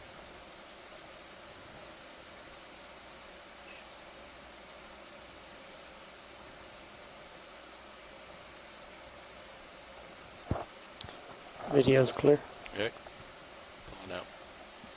Looks like there's a sponge or something out here. Spiral. There's another Iridogorgia. And you saw a sponge somewhere, huh? No, I thought this was a sponge from way back. All right. There may be a sponge on that rock over to the upper right. There's sediment. It's probably my eyes, but looks like something's there. Or is that just sediment? Sediment. There's a black thing on sediment, that spiral coral. Come on in. Jellyfish, I believe. Where are you seeing it? Bottom center. Oh, it's a benthic. Oh, yeah, we saw this earlier. This is one of these carnivorous jellyfish. This gives us a different side of it. And the genus It's actually Aegina. hanging on. I'll let you get settled. So do these guys just float along until they encounter a coral and then munch away? Well, that's our best guess. Get a little bit left. I don't know, as I mentioned earlier, when we saw the first one, I'd never seen this type of animal before. That was in 2015. I think Scott may have been the one that sort of tracked down what this thing was. Yeah, I think that's right, Chris. I should probably look it up again to be certain. I got some feedback from Steve Haddock at the Monterey Bay Aquarium Research Institute, who does a lot of work with gelatinous zooplankton. And again, this one... Yeah, it looks sideways, Scott. It's hanging on from some tentacles, but it looks like the mouth, the manubrium, is that darker structure hanging down, so it doesn't appear to me that the mouth is over the polyp. But it does seem to be hanging on to the branch with two tentacles. This is beautiful, beautiful imagery. Really nice that we're able to sort of move around this, or else the branch is cooperating.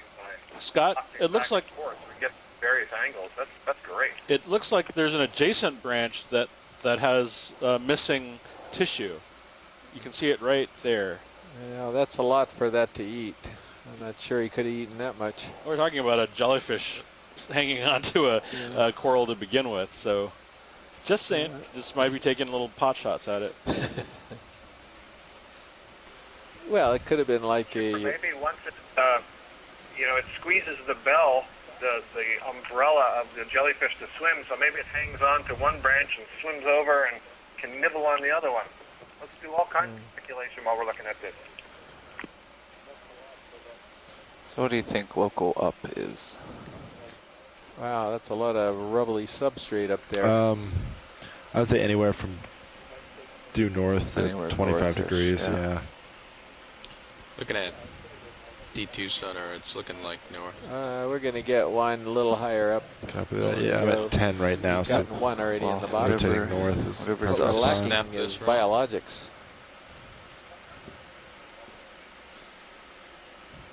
A little snail. Snail. Yeah, we can just start going north. Nav, I don't think that'll be an issue.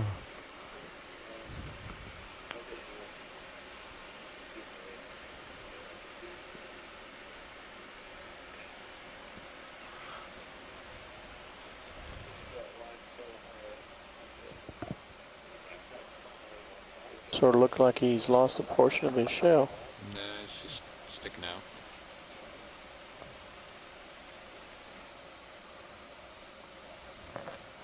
Okay, that's good. I think we can move on.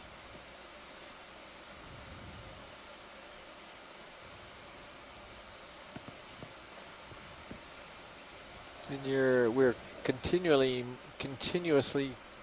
continuing to move up slope along the flank of this volcanic cone. It's on the side of this guyot. I think it's volcanic, that is. Co-pilot, let me know when you are ready for another. Yeah, pilots are shot about 4.5, 5-0, so I think we're in good shape for another move. Great. Bridge, Nav. So we think this cone is a product what's referred to as secondary volcanism, which means I'd like to repeat that same move, 30 meters, bearing 010, speed 0.2. The initial event to create the entire seamount.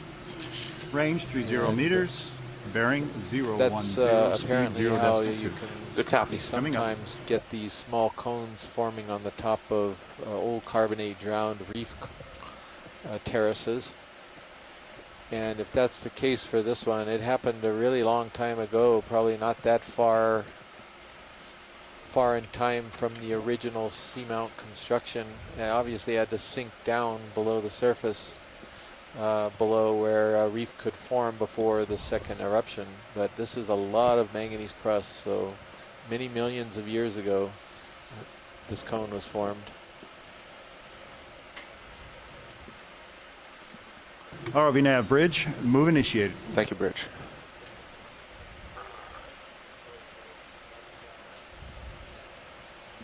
How's the tether been looking, Sean? Good. I haven't seen any signs of any kinks forming. So There's something coming off top of that little whip. We turned to starboard this morning, so we're in the same configuration we were on deck. Copy. And it's a brittle star and a dead sponge stalk, it looks like. Yes. There's there we are, a crinoid. A feather star. If we could pan up, I think I saw another one of those, yeah, in that little sort of pit there, right at the base. Looks like there's a little sediment structure. I think that's another one of those protist tests. You're infatuated with those, aren't you? Oh, sure. Why not? Who wouldn't be? They're giant killer deep-sea amoebas. Well, if you put it that way, I mean, it's detritivores, maybe deep-sea detritivores, but I know that's not as exciting, but... Yeah, you almost had me interested in them in there for a while. Well, I'm interested in them anyway, but... Well, I was just reading about these. Thanks to a question asked by Dave the other day, I was about whether or not a larger type of amoeba might actually have more than one, or a larger nucleus, or if it had more protoplasm. Squat lobster. And it turns out that a lot of these larger sort of amoeba-like amoeba-like organisms have more than one nucleus. So really? Yeah, so it's unclear how much protoplasm is in there. It's quite a lot apparently, but to sort of help with the regulation, they're multinucleate. So funny things. Okay, they're more interesting than I thought. That's pretty interesting. Multinucleate. Oh yeah. Well, there's huge. I mean, they eat animals. So here's another crino. Proisocrinus. Yeah. Might start.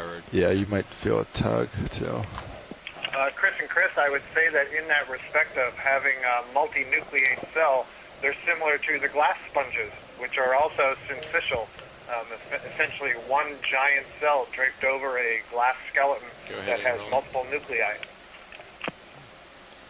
See? Thank you, yeah. Here's an acorn barnacle, deep-sea acorn barnacle of some kind. These are more reminiscent of the barnacles that one sees at dock harbors and that sort of thing. Yeah, coming up.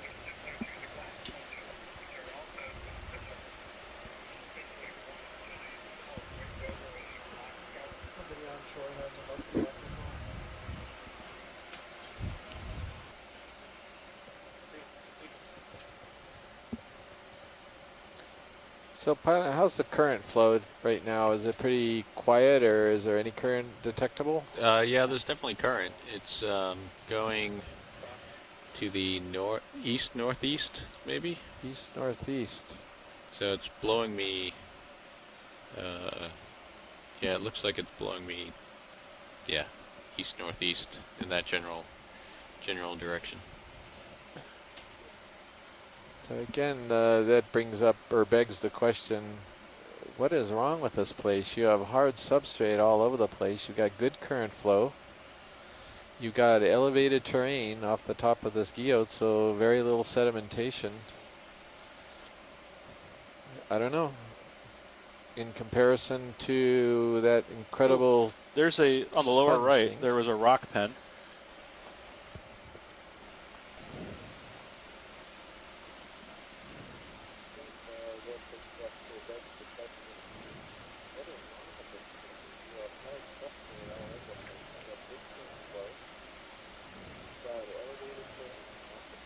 Hey, come in, Roland.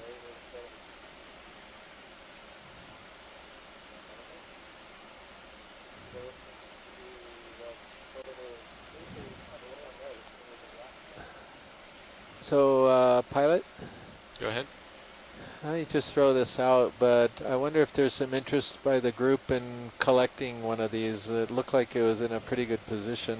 I can throw this out, but somebody the other day thought this would make a good collection.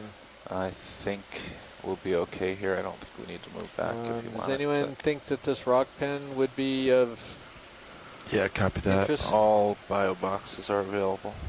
They aren't often collected. Sometimes they're a little difficult. This one's got a pen running the length of Bridge, of the stock there. Thank you, Bridge. Therefore, it might be pretty easy to grab. Some of them. Go ahead, Dry Lab. Yeah, some of them. Yeah, local time off bottom is that easy to grab. 15:45. To retract up, but we haven't seen tons of collectibles so far. On the other hand, Scott, have you seen any bamboo corals that you think would be particularly interested? I'm open for that. Look at the little, we've already collected Victor Agorgia. Things inside the tissue on the bottom there. There's possibility of getting a sponge that had those weird shrimp in there, but just throwing it out. Well, one thing I can back you up on, Chris, is that we know this is a rock pen, but the only way to actually know what species of rock pen it is would be to collect it. And you'll have to help me. My memory isn't good enough. I don't recall if we have attempted to collect a rock pen during Capstone. We have certainly seen several, but I don't know that we've collected any. I think Tina is supporting this. Pilot, She said she's not sure if Phil included wine material, and she thought it was more interesting. Do you want us to move back? No, I think we'll be fine. Form, I just want to rotate. This is more interesting. To keep in view. That's not correct. I don't see anything dangerous ahead, though. Asako can't see her video right now. She's not connected to it, so she can't really weigh in on this. Pilot, why don't we go ahead and do this? We haven't collected one of these, I think. Copy that. I'm not sure if we've ever... So if you are going to collect, it'll come off the bottom extremely easily. And what I would suggest is a little bit of a delicate touch, so it's not cut, but just sort of gently held onto and lifted off the bottom. It's going to be very easy to come off the bottom. I assume you copied that, Pilot, right? Yeah, I copied that. Okay. All right, let's get both boxes ready to go, Sean. Yeah, copy that. Both are ready to go. No. Yes, it is. We got the rock. Do you wanna you up here? No, I'm good. Copy. I'm probably gonna go port here. You got it.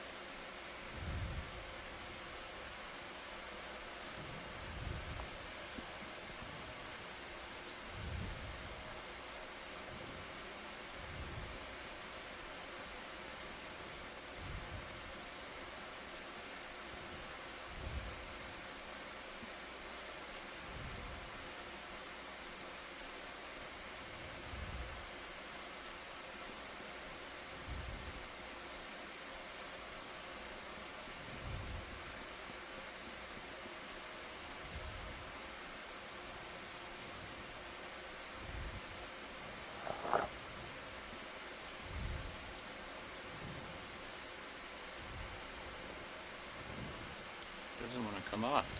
Probably what I see, maybe bumping the base a little bit, just to dislodge. It's like a suction cup. Yeah, copy.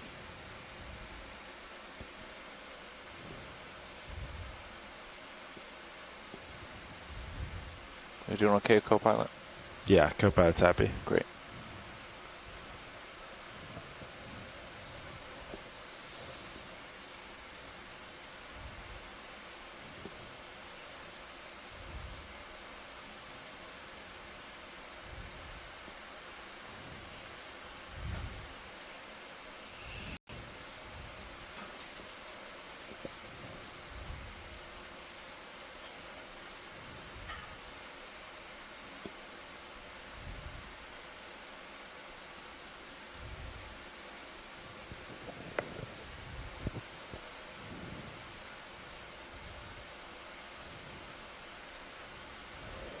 Want some zoom on HD1?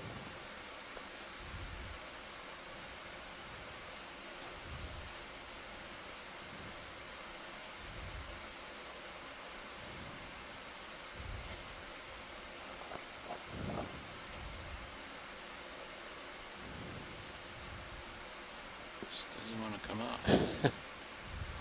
Well, I might just have to grab it and tug. Yeah, and I think that would be fine if you can grab it as low as possible. And if it separates, it separates.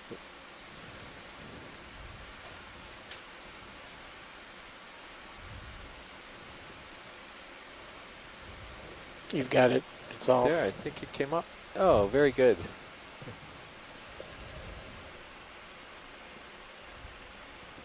Alright, drawer is clear. I thought it was going to make a liar out of me. drawer. I thought it would just fuck off, but it was starting to look like it was being recalcitrant.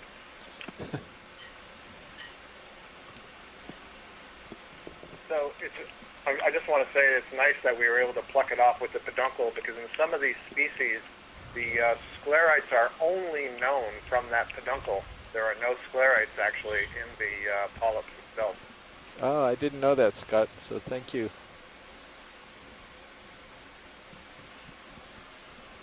Yeah, that's just in some of the sea pens. All right, retracting. Nice job, pilot. Hey, thank you very much, pilot. Excellent You're welcome. collection.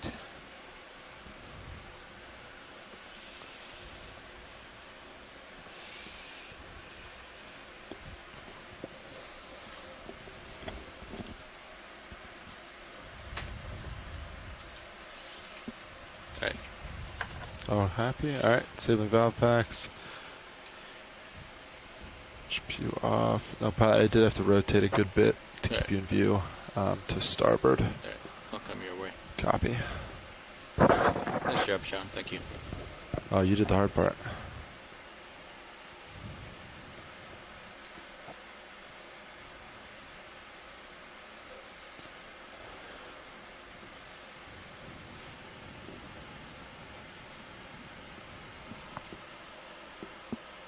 Yeah, if you just want to keep coming what you're doing. Continuing up. We are currently at 1,500 and about 12 meters. Come up from about 1,600 meters, so we're still climbing the flank of this volcanic cone. Oh, look at this. Oh, it's just a pro-isocrinus. Got all excited. And is that just another Iridogorgia? Just another Iridogorgia? You took the words right out of my mouth. All right, Pat, that looks good. There's just another little bolosoma sponge. I was trying to be fair. Don't leave out the geologist. Yeah. Oh, that's right. And there's just a few more rocks here. Here's another one of those little Aegina jellyfish, though. That's the exact same one we imaged before. Oh, is it? I don't think so. Yeah, we could perhaps pass on this one. Yeah, it's just caught up next to it. Or another one caught up This next is to a it. new one. Yeah, and it's holding on. But it's, that branch is somewhat clear. Aha! See? That's nice. Yeah. Man, it's like we came back to the same colony almost, isn't it? Well, that's what we thought at first, and then Josh, the pilot, recognized this is different. The polyp's still there at the end. This is fantastic. I mean, this is the value of the Okeanos Explorer program right here, that we're getting to see more of these observations The more observations we make of a similar nature, the better we can refine our questions and our hypotheses and try to understand what's going on in the biology. That's probably the best image we've ever gotten of one of these, maybe because the Iridogorgia is elevated, so you can get closer to it with the camera. But that's extraordinary. You know, it's interesting. The one next to it, the branch next to it, is also denuded. It makes me wonder if it's using those arms as kind of a sort of a way to transfer itself from one feeding spot to another. That would be interesting. Kind of swinging like a monkey through the trees, right? You read my mind. Yeah, so it's really neat. When in 2015, I think each time we saw them, the subumbellar surface, or where you see that tube sticking out, pointing towards the bottom, the mouth would be on the end of that little tube. Those were over the polyps. So it's only these last couple of observations that I have seen them hanging on with the tentacles. So great stuff. I think something this suggests to me is that when this jellyfish encounters a coral where perhaps it's feeding, it doesn't want to let go and go swimming off back through the water column. Why not just hang on until it's digested its meal and then start feeding again? Same sort of thing I imagine the sea stars are doing. Yes, that's a good notion. The inside is also quite plump right now. We could probably tune into another one later and see if the little gastrovascular cavity actually is emptied or kind of full. You want to see this small sponge, Chris? Yeah, let's do a sponge. Yeah, come on in. This is also fantastic because Les and I have often wondered, you know, what is it that's getting to the tips of these branches that are way up off the bottom, and it looks like it must be something fairly delicate, and so there you go. That could be the culprit. Yes, absolutely. All right, rolling. So it's not always the echinoderm's fault. Yeah, so this is a bolosoma. We've got a couple of these. They're very small. We don't have any of the big bolosomas that we've seen on some of the other dives this cruise. So we're slowly getting up to an area that's steeper as we get closer to the cone, and I'm sort of interested to see how, as we get into steeper terrain, whether we get a little bit increase in the number of animals. We're looking at a dead coralliid stump here, so that was a chemicorallium at some point. There was something on the rock face just behind it. Could we zoom in on that?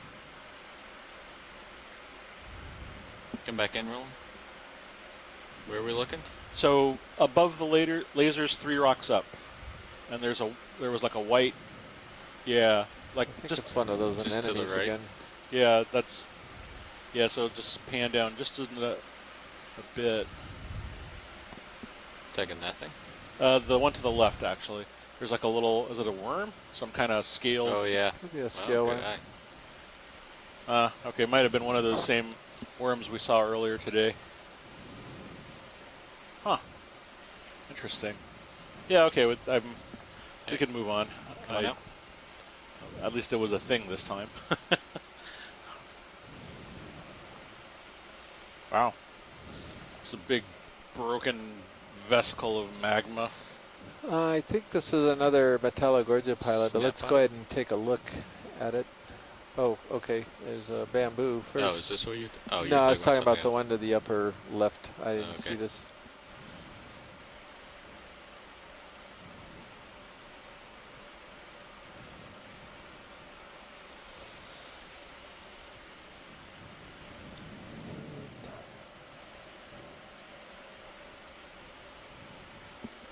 My guess is it's the same one. Scott, is that your guess too? Ready for another co-pilot? Yeah, sorry, I was just typing a Or not message there quite. to Steve Haddock about these jellyfish observations. No, I think we get one in. Miracle will I'll pilot at 5-0. spread the word really quickly throughout the scientific world of these cool observations. Nothing in front of us that's concerning, so I think we can get another one going. Earlier in the dive, note that the Right, another 30 needles are fairly prominent and protruding through the tentacles, so this is different from the B1 or B-clade bridge, branch Nav. coral that we were looking at earlier. This is something different. This is the bridge. Go ahead. So Another move, maybe please. 30 one of the meters, bearing candelabras 010, speed branching. 0.2. Maybe something else. I'll have to go back and do some comparison. Range 30 meters. Bearing. So how would you like us to 010, annotate this, Scott, just to give you a speed clue what it 0.2. could have been? Would you Good want copy. an I4 clade, if I'm not mistaken? Yeah, let's put question mark clade I4. Okay, thank you. Right, That's exactly how I will annotate it.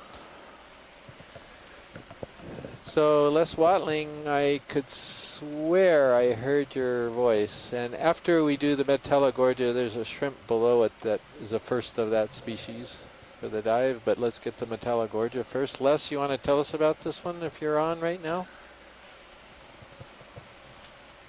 ROV nav, move initiated. Thank you, Bridge. He may not be on. I guess don't see not. him. Okay, fine. Be that way, Les.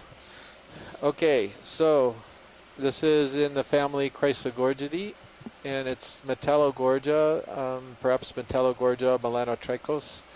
We heard a description of this remarkable relationship that the species of coral has with this brittle star from Scott France earlier today. And so we could go ahead and zoom to the shrimp whenever you're ready. We got some really beautiful video of this on a previous one.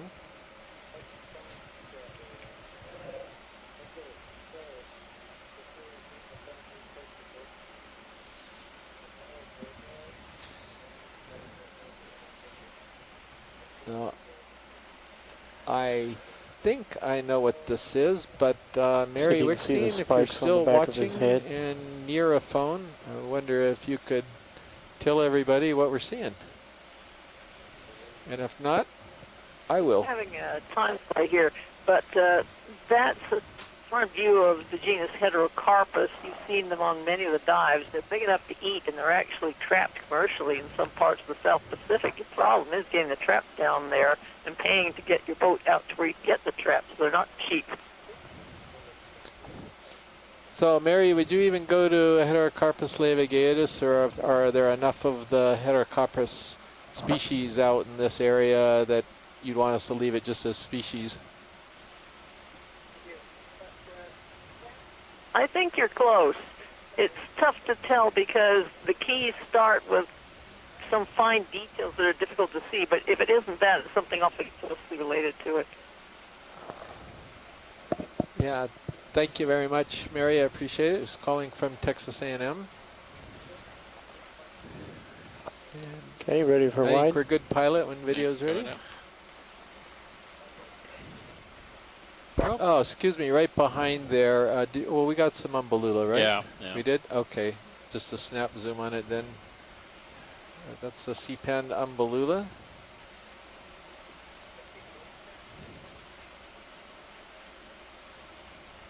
Kind of a productive little stop. Three creatures for the price of one. Absolutely. We've talked before about how certain animals resemble one another in the same kind of environment. It's always struck me that how umbellula and the stocked crinoids and a lot of other stocked animals basically have the same sort of general shape. You know, there's a stalk, there's a big head-shaped thing with a filter feeding array. There seems to be a lot of pressure to get off the bottom for a lot of different types of animals. Yes.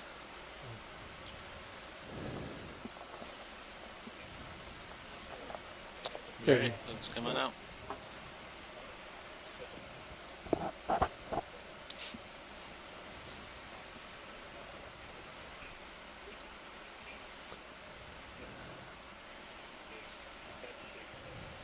Okay, we need to see a sponge. I'm getting Snap on this guy. I'm getting a sponge itch. You and your Another itches. Well, there's a star, not a star, black coral. There's another thing. Metallogorgia, but yeah, the thing behind it is of interest. And that's Bathopathes, Scott and Tina.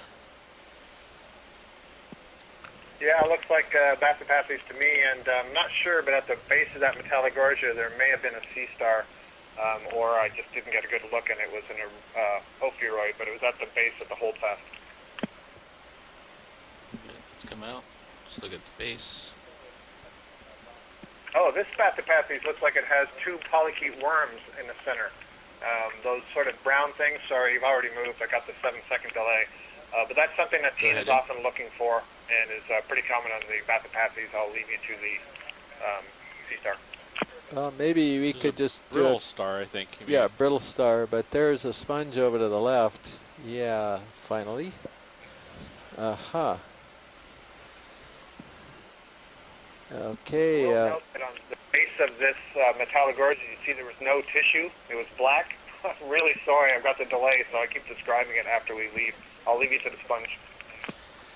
Yeah, no, you could disturb me about the sponge because right now I'm blanking on this thing. That is a very twisted Atlanticella. That's my best guess. It doesn't even make any sense. It could be just where it settled or it's something else. But Euplectellity, probably a glass sponge. And very unusual. Could it be 2 of those that we were looking at Bridge, before? move You complete. said was a Thank you, vase Bridge. sponge with that flowered out at the top. Well, Roland, that is a superb guess. Because I think you're right. Maybe 3 of them here? Yeah, it's possibly even 3 of the Atlanticella, really small ones. You have one, you're looking right down the funnel on the left, and then you get a side view of one of these in the middle.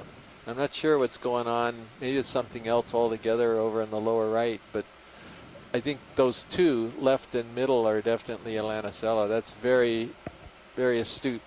Thank you very much, Roland, for We that. pay attention. Come on out. Yeah.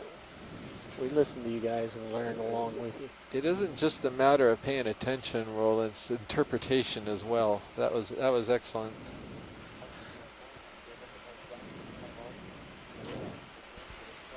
Have you at 75 degrees, my camera pilot. Pushing out. Co-pilot of the ship finished moving a minute or 2 ago. Copy that.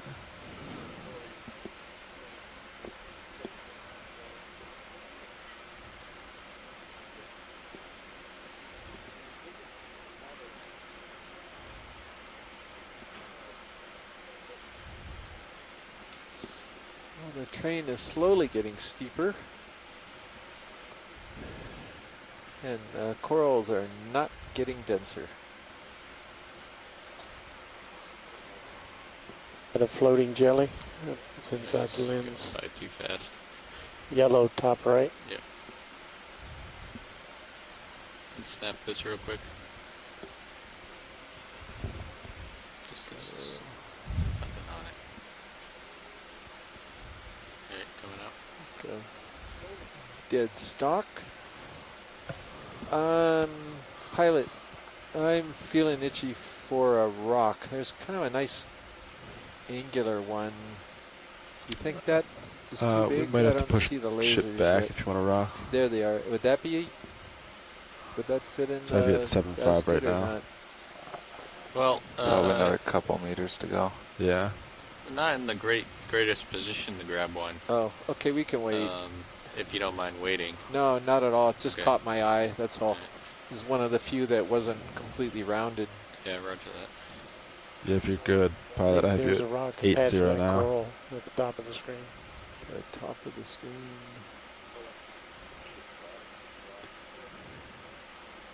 Yeah, maybe we could take a look at this coral pilot. This is, I think this is different.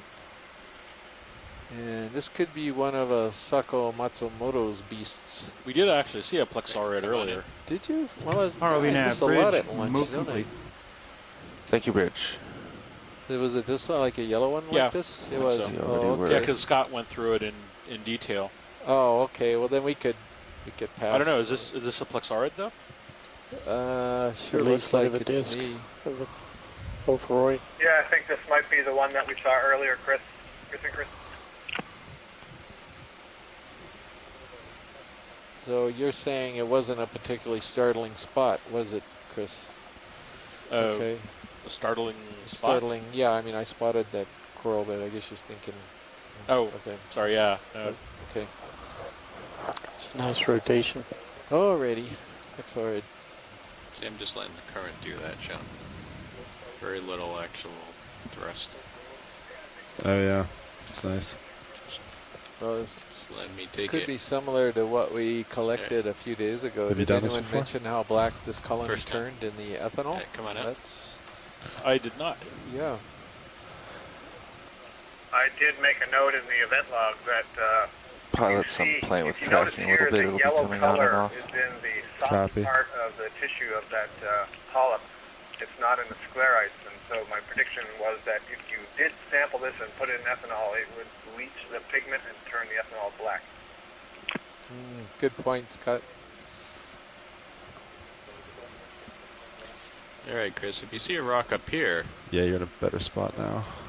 Let's see where the lasers. How about above the lasers right now, that kind of angular one? Go further up and a little bit further. That might be a little big, but keep going. Maybe that one above the lasers? Or I don't know how angular it is. that's a little big. That's a little big, I okay. mean, there's like How about this one? guy right there. It's kind of angular. Well, this one right here? Okay. I don't know. I mean, I'm just... Can we do a zoom on it? Sure, Just come on in, Roland. Yeah, that's kind of a nice angular one. All right, come on out. Let's get set up here. So, do we have a rock in port? Rocking starboard, and it's Yes, a rock and so you have to go port. I was told there's no more room at all in starboard. all the way full. I can bring that wing in. Hydraulics up. Yes, sir. All right, bring the... Well, let me see if this is loose first. Copy.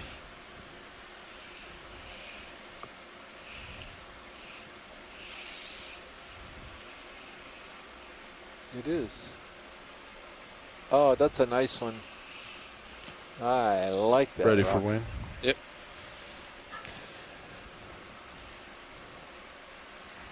John Smith, if you're watching, I hope you like that rock too. I know you responded on the event log a little bit earlier, but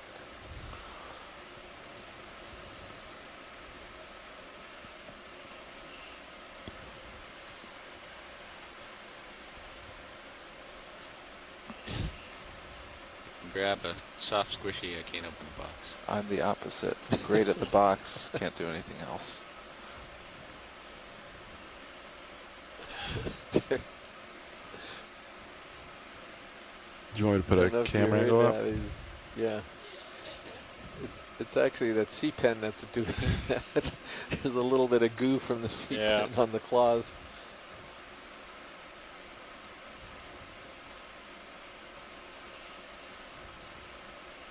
Oh, nice move. Nice move.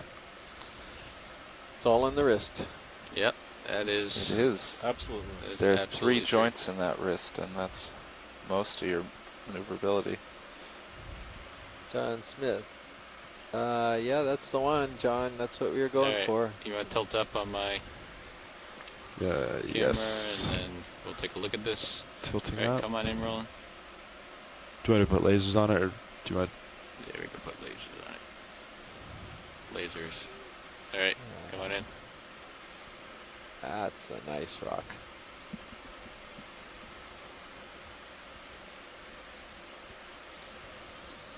All right, Nicola, right now, let's up the game here.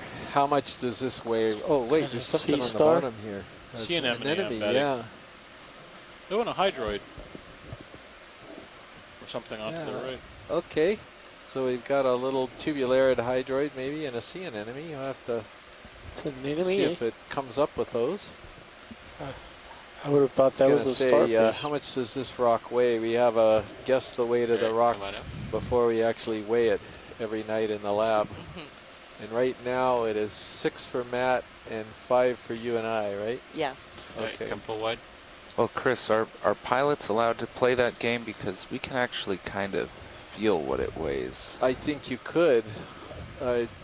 So you guys got a guess? Oh, I turned off force feedback. Oh, never mind. Josh doesn't like force feed. It's a personal preference thing. But okay. All right, we can close.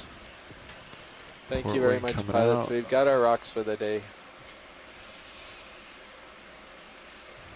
Nice close. Scott guessed on the first rock collection 15 kilos, and I don't remember whether that was right or not. That was a while back. I wasn't here for that one, so. Okay, Nice. secure. All right. We got the waypoint now? Yeah. All right.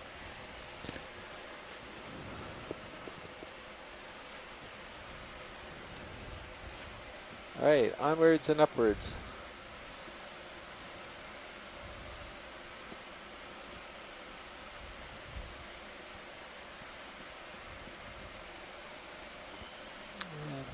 I wonder if we could pass by this bamboo this time and see if we can get a little further upslope. I'm not sure how our progress is. Maybe we can get an update from Nav on how we're doing Turn here today. hydraulics on for a second. On? Yeah. Let's just do a snap here. Sure, we have moved about 370 meters. Okay. We have 350 to go. We need to leave the bottom 2 hours 40 minutes, which requires a speed of 0.07 knots, which we should be able to make. Yeah, we're good on hydraulics. Thank you very much, Nav. I appreciate it. I assume all of you heard that. We're making a decent pace here. We're cruising along, getting our to-dos, close-ups and specimens, and we're in pretty good shape for reaching the top of the cone as well. Yeah, Nav, we could probably get a move in now too. ROV Right. nav, Bridge. Go ahead, Bridge. I'm getting a bit of a wind shift. I'd like to bring the bow to starboard 5 degrees, please. That'd be fine. Coming right. Yeah, co-pilot Bridge just called down. They're going to adjust their heading to starboard, but we can do that in a couple minutes. Yeah, co-pilot copies.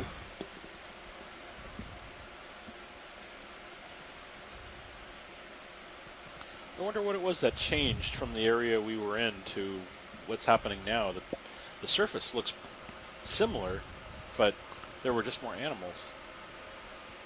I have a hypothesis. And it was that thing I was talking about earlier on, that maybe there's a little bit higher current flow around the base of a pinnacle than up slope a little bit, and that's kind of where we were seeing the corals, albeit they weren't in tremendous density, but now they've pretty much petered out.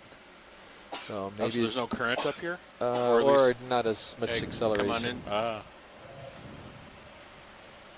Another bamboo whip. Now these guys are going to compete with the red crinoids for the most abundant animal, I think, at this site. Same kind of general morphology, stock. Right. Yeah. But different species, as Scott was quick to note. Yeah.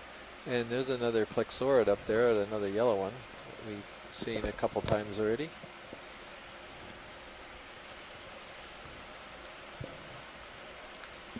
Just get a snap as I come by. Yeah. Co-pilot, the does same one. 010 Got an still sound anemone. good? This one does. On Yeah. the right hand Yeah, side. it's all good to me. As soon as they're happy with the new heading, we'll do that. Yeah, copy that.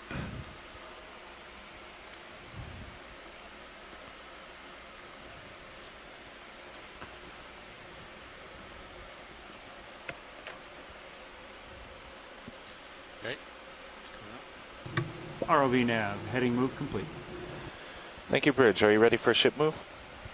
That we are. Go, what'll it be? That's range 30 meters, bearing 010 degrees, speed 0.2 knots. What do we got here? Is this just a small bamboo, and there's a round thing on Range the rock? 30 meters, bearing 010, Anemone, speed 0.2.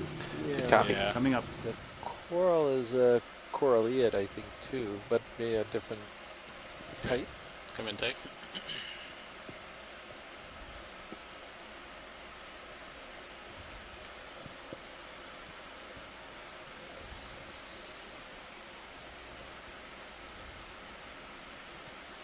Alright, let's see the coral. Come on out. Alright, come on in. So I think this is a different species of coralliid here. You can notice the very white branches with the pink polyps. And I don't think it's just ROV nav, move morphological initiated. plasticity or different Thank you, colors Bridge. of things. I think Co-pilot, this we is are different. on the This move. may be something Copy that. that we're tentatively calling Hemicorallium nearlauense that has been sampled up in the Northwest Hawaiian Islands. Does have that distinctive white branching, and it's a little bit wormy too. You can tell by the holes in the branches. Those are worm burrows in the branches, and it's common in Hemicorallium. And is that a little Ophi down there on the left? And you can see the closed up polyps there too, kind of nice. It's worth noting, Chris, since you pointed out these sort of wormy tubes, that there are polychaete specialists that live associated with corals, and the one genus that I remember setting up so video? distinctly, because its name is so perfect, is Gorgonia polynoe, which combines both Gorgonian for the coral and polynoe. Video, we're for reading the scale. 3.08 degrees. That's a down here. nice name. Yeah, thank you, Scott. Thanks. We have lasers on. And actually, Scott, you just Yes. reminded me that Yeah, we let's get did lasers. collect a Hemicorallium. Well, I actually collected a couple on this cruise, and one of them we did pull off a worm from the specimen up in the lab, when it got up in the lab, and we've got that in ethanol right now.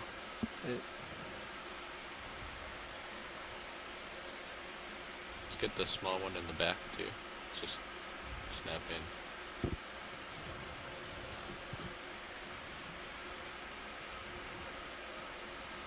Yep, there's a very young one, perhaps of the same thing. Yeah, it's got a little pearl star on it. Yeah, it's already got his associate. It looks like a young brittle star too, right? Yeah, I think so. Well, yeah, I think it is a young Urialet up to. Is there any more zoom? Any more zoom? Max zoom. All right, I can get closer. Oh, okay. Coming out.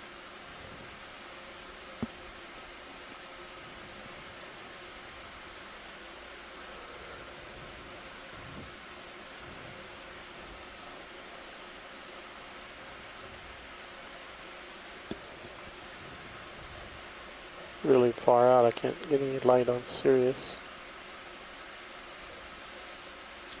All right, come on in, Roland.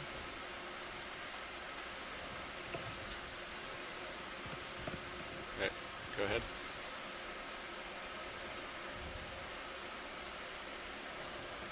Yeah, that's the juvenile of that snake star that's on the that's been seen on the other ones.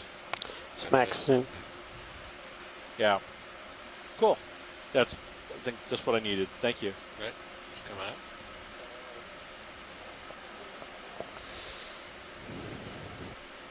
Yeah, pilot, that's close to your Nav, what's the? leash limit right now. Go ahead, Watchley. Yeah, hi Dave. We had a question in the event log that I'm just seeing now. So what's our off bottom time today? 15:45 local. Now that's in. It's in 2 hours 30 minutes. Okay, 15:45. So that's 2 hours. Got it. 2 hours and 35 more. 2 hours and 35 more minutes. That's answering a question in the event log. We get a close look at the skeleton over here. I'm guessing it is a devoured trident bamboo coral.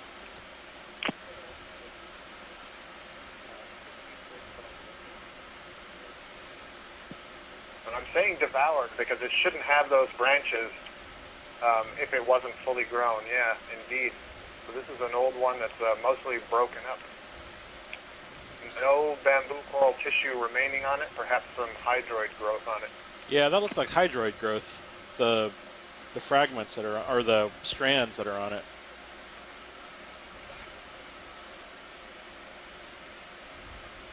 Makes me wonder where the sea star is then. Or if there's something else. Well, who knows? You know, this may have been dead for the last 10 years. That's true. Maybe the sea star is long gone and moved on to happier hunting grounds. Which is to say, I don't know how long these skeletons can remain in situ after they've died. Another Metallogorgia. Something Is there white something, a fish floating in the at the water top column? of the screen. Right at the top of the screen, please. What is that? Key dog nath? Yeah. Oh, and there's corals on that boulder up ahead. I don't know if that's on our planned route. You have a little more leash, but could be things not that we've quite already that much, I seen, don't but think. at least they can see some reasonable sized fans up there.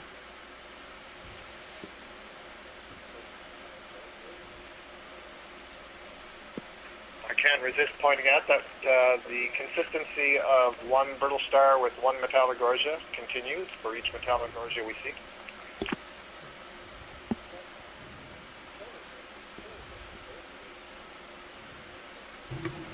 ROV nav bridge, move complete. Thank you, Bridge. Well, what do we have here? Is it a sponge and a coral, or is it two corals?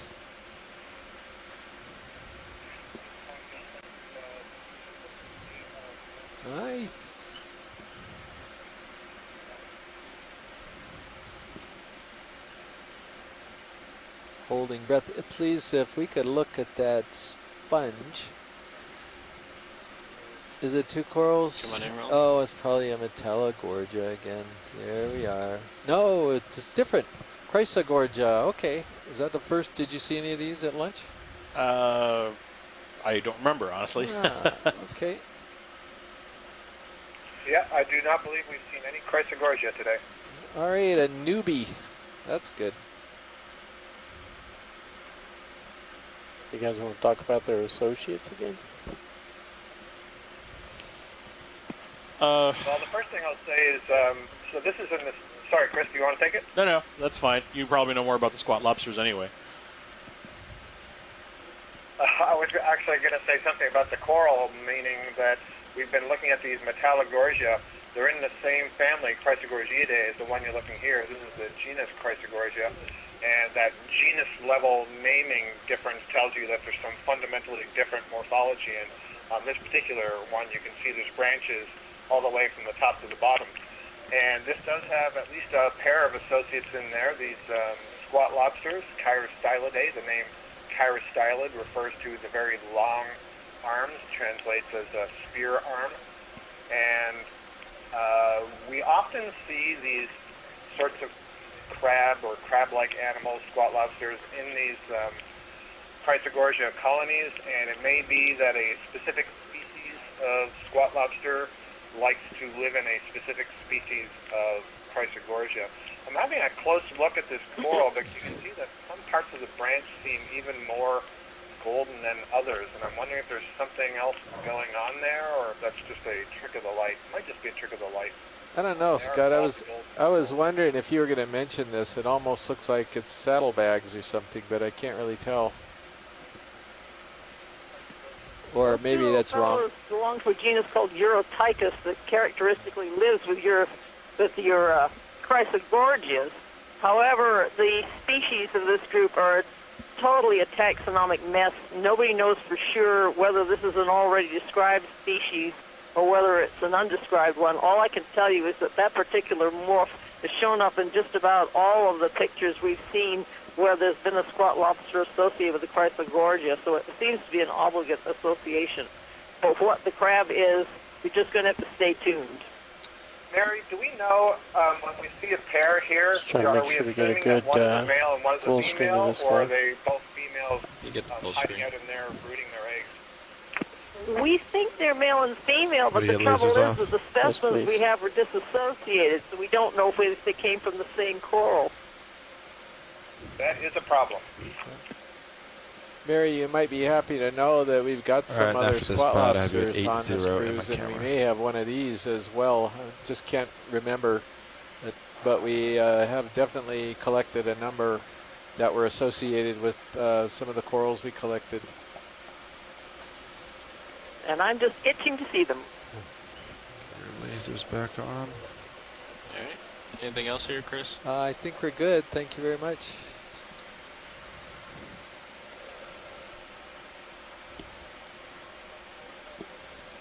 All right, we are still.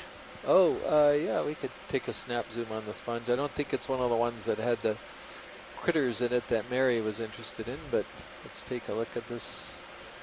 Looks Come on. like it's a Polyopagon. Come on in, Roland. It's a glass sponge. Yeah, and these this is a different species we haven't seen for a while. We saw it earlier on this dive. It's got the squared off top. Oftentimes you see them scooped out in big kind of bowls on their side shapes. And this one is sort of columnar with a squared top. So this is still in the genus Polyopagon. It's in the family Pherodematidae. Glass sponge attaches to the substrate with the grappling hook modified spicules called Vasalia. And these are very cool animals, at least in my opinion. Can you sort of define for us what a Polyoptagon is in layman terms? Polyopagons, yeah. Our big problem, we have to use frame these it up. names, and we're not just trying to act or sound, you know, hoity-toity. It's we don't have a name for the sponge. There is no common name. Just the only common name is glass sponge for dozens and dozens of these things. So we have to use the scientific name. Okay. But When you good, it's I don't actually know what that particular name, the Latin root, is referring to. Sorry, I can't answer that question any better, Roland. I'd like to throw out a stump scientist every now and again. Keep you guys growing with your knowledge too. You know how old I am, right, Roland? 27 at last I heard. These stocked crinoids are just getting bigger as we go uphill. Yeah, that's a good sign, and I see a few things upslope. It looks like there's something up there, and it is getting steeper. Coming up at you, Sean. Yeah, copy that.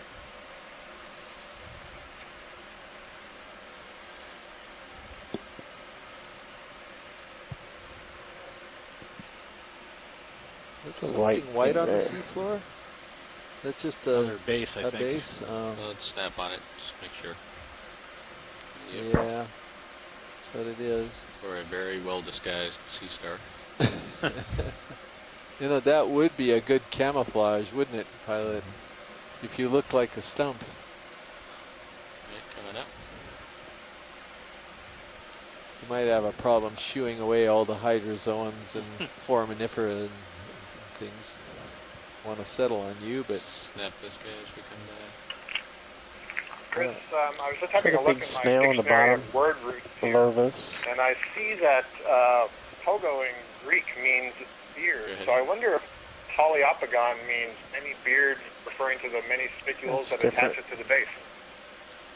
thank you, Scott. And what do we got here, Chris? Looks like Go ahead, Bridge. oh, that's curious. Yeah, So it now looks like a the, snail, wind is but it backing on me has again. it has. I'd like to come to port. Oh yeah, these are those Centigrade. zoanthids that That'd we be saw fine. the Go other ahead. day. All right. So zoanthids are cnidarians that look like sea anemones, but these grow on mats, and it looks like it's somehow managed to kind of expand or settle onto the shell of this snail. Bummer for the Right. snail. Well, is it bad or is that like protection? Oh, it could be. Yeah. It depends on what the ultimate objective of the zoanthid is, I suppose. I mean, if it's just being moved around and we're doing sort of a win-win associate thing like with hermit crabs, but Excuse me for chuckling, but boy, if I wanted to move around, I wouldn't settle on a snail. yeah, well, there's zoanthids on mats. I know. What do you expect? And also, thanks, Scott. I just There's stopped something to pink thank off that you rock on the while we far saw right the of it. It snail. just caught I out think the you're corner of right my eye. about the beard and referring to the attachment of the sponge and the root of the word Polyopagon. The top rock, So thanks top very edge much of for screen. that. Yeah, no problem. I was just wondering about the zoanthids on that snail there. Maybe the zoanthids are waiting for a hermit crab to come along and take over that shell. Now you're talking, Scott. Now you're talking. Yeah, come on in, Roland.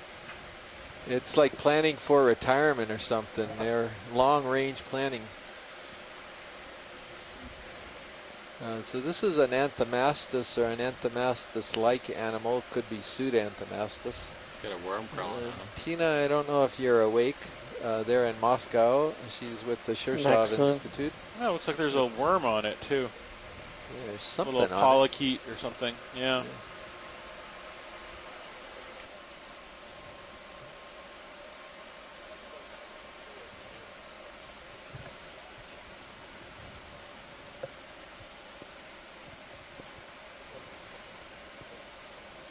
Hey, coming in. It's max zoom. Oh, it's max. Okay. I suspect that's sufficient. Let's just get a steady shot here for a second. Yep.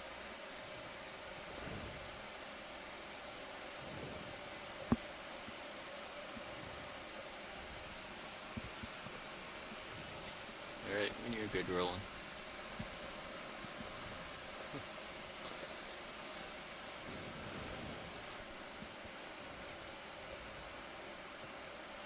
Something on this guy. Ooh, is that? Oh, there's something on that the hope? bamboo.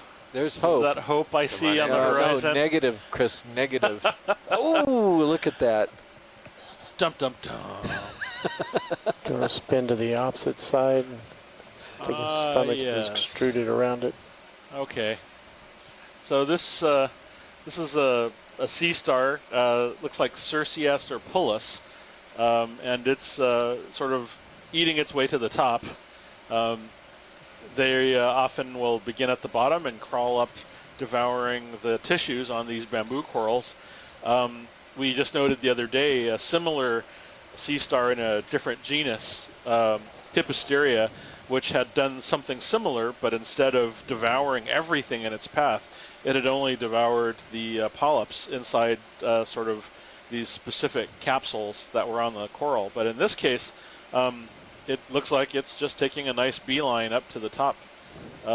These often stay perched on these, eating them just, they don't just sort of eat a little and then move off. They stay on the entire colony for quite a long time. And I believe Scott actually observed another species in this genus from the Atlantic feeding on another coral called Paragorgia. And they remained on the coral for over a year, the same individuals.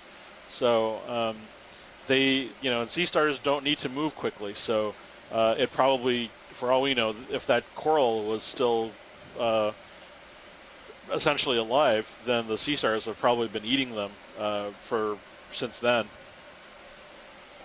Wow, this is the marvel of the technology, because you can look. I'm literally able to sort of determine probably what species this is by looking at the spination that's on the tube foot groove. There are spines, you'll notice, on the surface right next to the tube feet, and so there are 8 furrow spines, one subambulacral, and several other accessory spines on the adambulacral plate.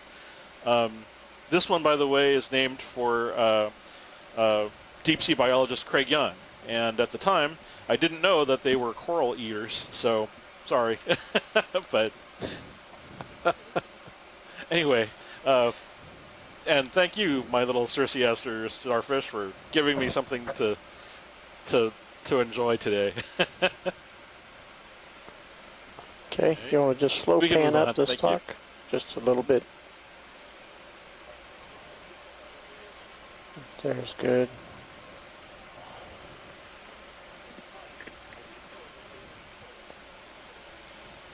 Okay, pulling out. So, Scott, did you tell us what its prey was? No, I had to close my eyes. I couldn't watch.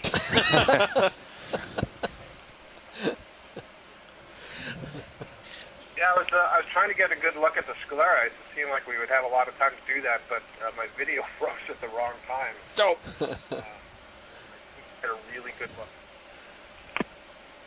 Well, we're definitely getting steeper, and we're definitely sediment-free and consolidated. Is that a shrimp down there on the?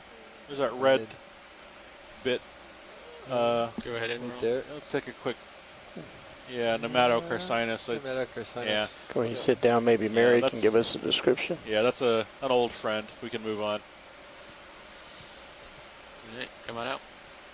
So Chris Small, we often hear that we don't really know what what a lot of things down here eat, or if we do, we've only figured it out recently. Is that just due to a lack of samples? Because with shallower water animals, we frequently do gut content, so then you know kind of exactly what it is.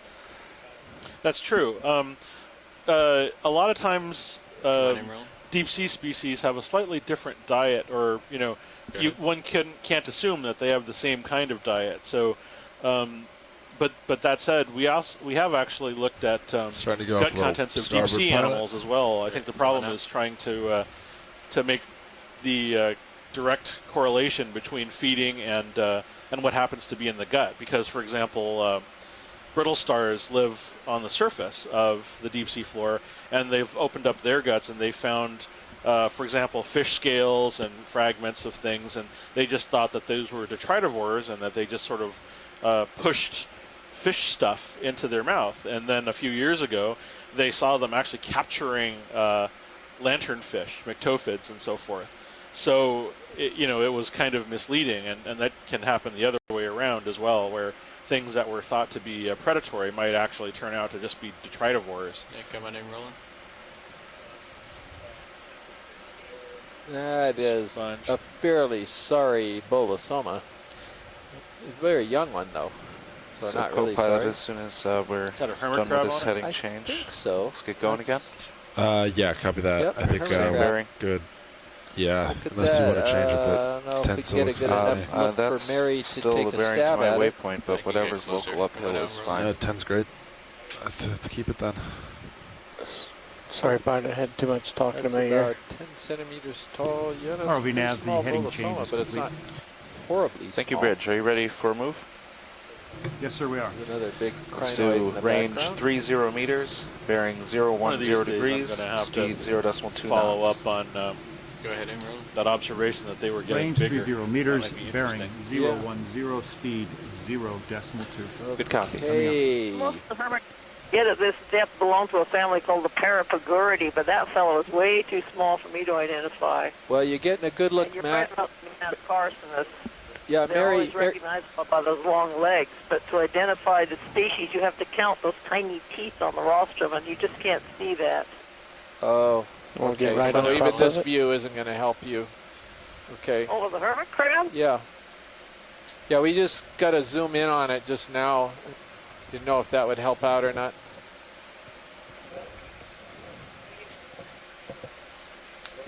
RV nav, move initiated.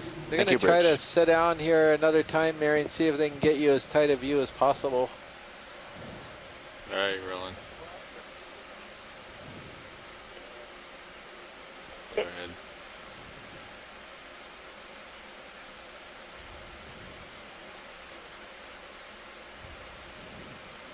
Got something on the one claw. They're just gelatinous Yeah. goo. Yeah, I don't think it's going to No, be that's it, descriptive Mary. I enough. think. All right. Okay, we'll just Come on out. When you're good. call it a pagurid, I believe. Not a parapagurd, but a pagurid, if I'm not mistaken. The superfamily is called the Paguroidea. So if you don't know what kind of a hermit crab it is, you can always call it a Paguroidea. Okay, thank you. They will eat the gelatinous goo. They will or they won't? Oh, they sure will. Oh.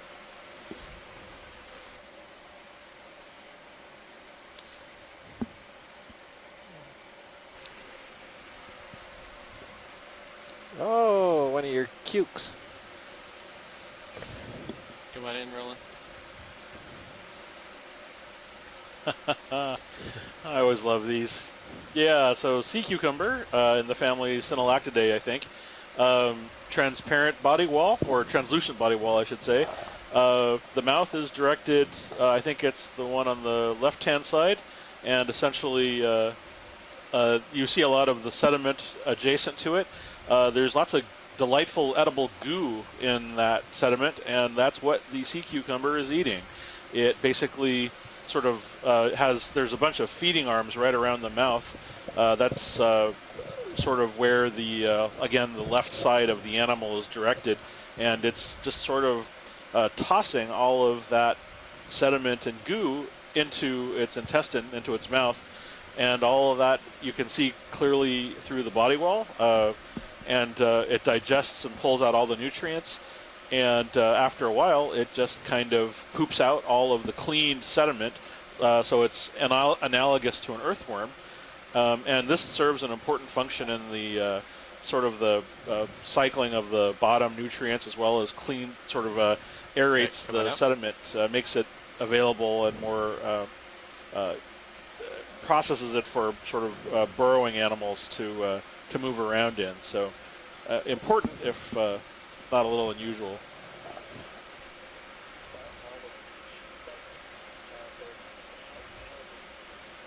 Now, what's this white thing? Let's get this Is it a guy sponge? come on in. Yeah. Little bolosoma. Oh, yeah. Oh, it's a sponge. Okay. Oh, yeah. Come in tight. It's a bolosoma, I think. Backside. Yes, it is. That's good, pilot. Thank you. Come on out.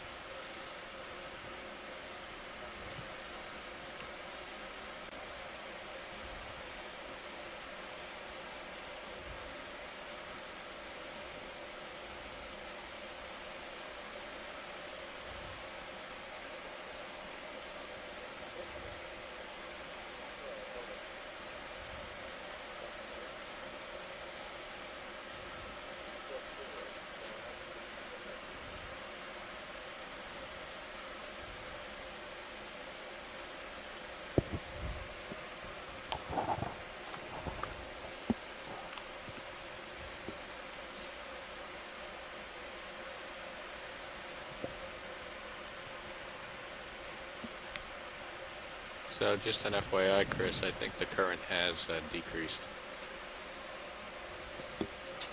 That's not good news, pilot. Oh, there's a big coral out there. There is? Where? Oh! It's funny you should bring that up, and the biggest coral of the day shows up. Let's zoom this real quick. Yeah, what is that? Dead. Oh. And another dead stock. Come in tight.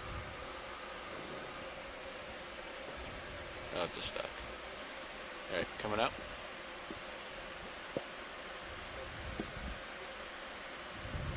Alright, here we go. Pilot, you want me to rotate to keep you in view as you approach that? Sure, if you want to. Yeah, I think that's not a problem. Yeah, you're gonna kind of move past him while he's looking at it. I think Or, it's one of up Scott's even with him, at least. babies here.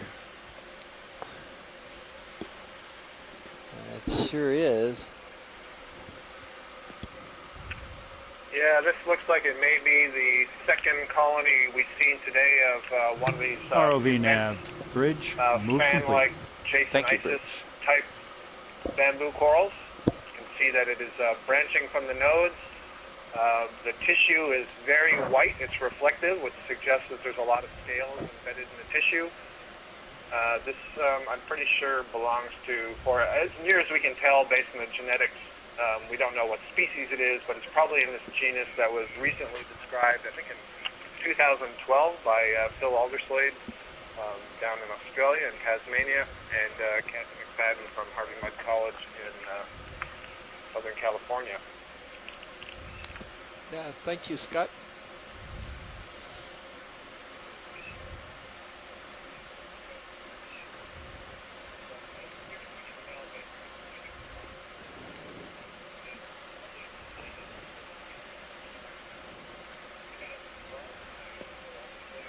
Chris, I can't hear you anymore. I don't know if your mic is off or moved.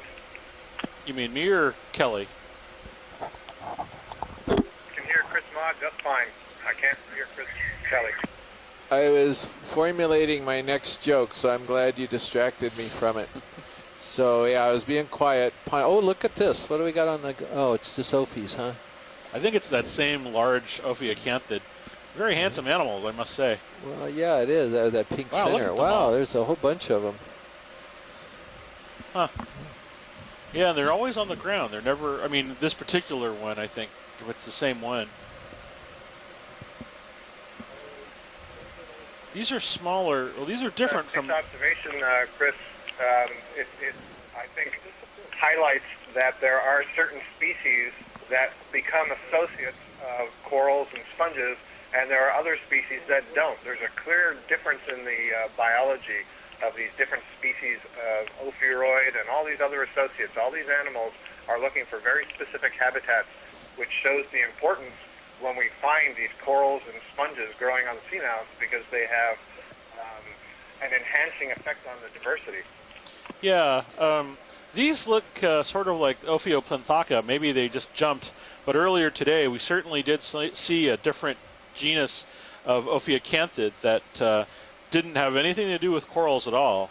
But that said, who knows how many different types of behavioral differences are present amongst all of these different Ophiocanthids associated with these corals. There's a lot of variation simply from morphology. It's a ripe area for study, to be sure.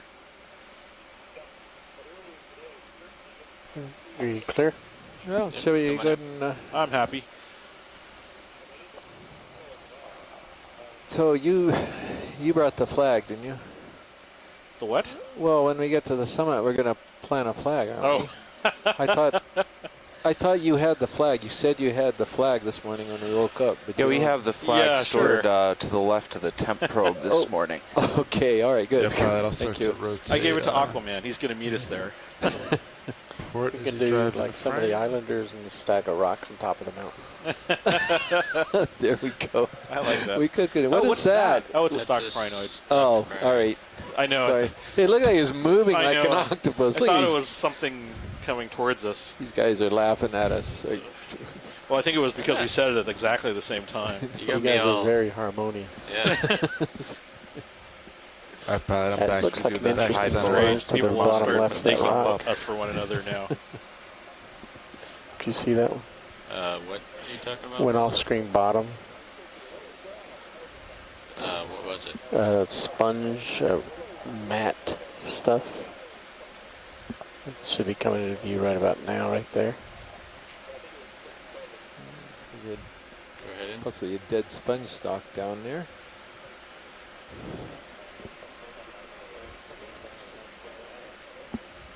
Is that biomat or is that dead sponge? That's fibers from a long dead Polyopagon sponge, I think. Yeah. Yeah. Well, something used to live there.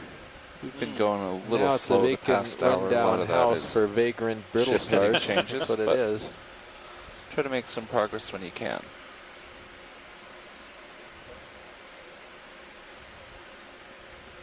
So there's more of these plexaurids showing up. That's one thing that's starting to come more abundant. That is one small Iridogorgia, and not very healthy looking.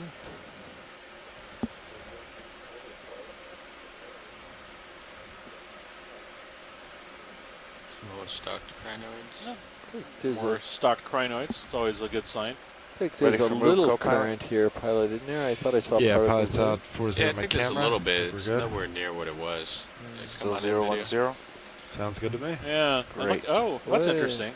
Yeah, let's take a look at Bridge, this. Nav. So this looks like, yeah, it is Proisocrinus. This but, is the bridge. There Go are ahead. hydroids growing on Another the stock. move, please. 30 meters. Bearing Can we zoom in 010. on the, Speed the 0.2 fuzzy knots. Stuff Come on on the in. stock. Huh. Ah, look at that. I'll have to show that. That's like there was a 30 leech or meters. something, Bearing on the, 010, stalk speed above the 0.2. Yeah. Good copy. It was? Well, the thing that's interesting is I think these are supposed to be covered by skin, so maybe there's something on the lower end where the stock has been denuded or something, or perhaps under attack. Kind of a pretty sight with all of these polyps sticking out, isn't it? Reminds me of Christmas or something. I don't know why. See, this is where the perspective is of the critter. I mean, this is, to me, it's sort of like if I woke up and, oh, there's a brittle star. RV Is nav, this the moving live issue. tissue here, Thank you, Chris? I On the think right? so. I'll honestly have to check. This is sort of like if I woke up and found a bunch of big bugs living on my skin. So You don't think it's why the head looks a little stunted, do you? hard to say. It could have just been small before, but yeah, it could easily be that it's stunted, or is that something? Is this something in the current, or is that something actually swimming? That was what Bruce was pointing out. I He thought see. it was a leech, but I think it's just a little bit of junk attached onto it. Yeah. Oh, you can see. Is that the? Oh no, it's not. Okay, it's just one of the pinnules. Yeah, this is good. Thank you. We can move on, I think. Coming up. We frequently see some of the stocked crinoids in other genera, like Bathycrinus with the epizoites growing on the stalk, but I've never seen it on that one. So that's interesting.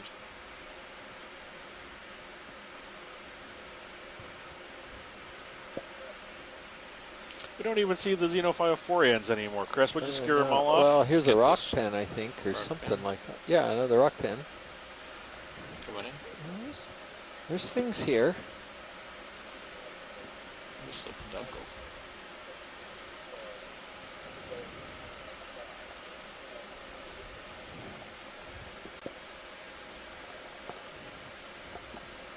Oh, there. Oh. Oh, okay. I was confused.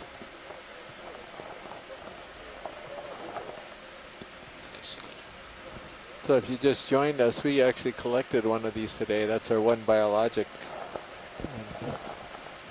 And it was stuck or adhered. I mean, it's sort of like a suction grip, far stronger than we expected to the substrate. So the pilot had a struggle to pull them off.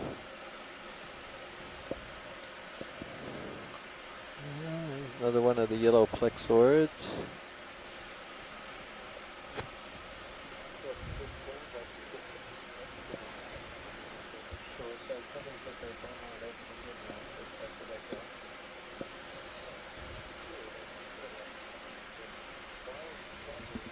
Ooh, another starfish. Yeah, come on in, Roland. He looks hungry.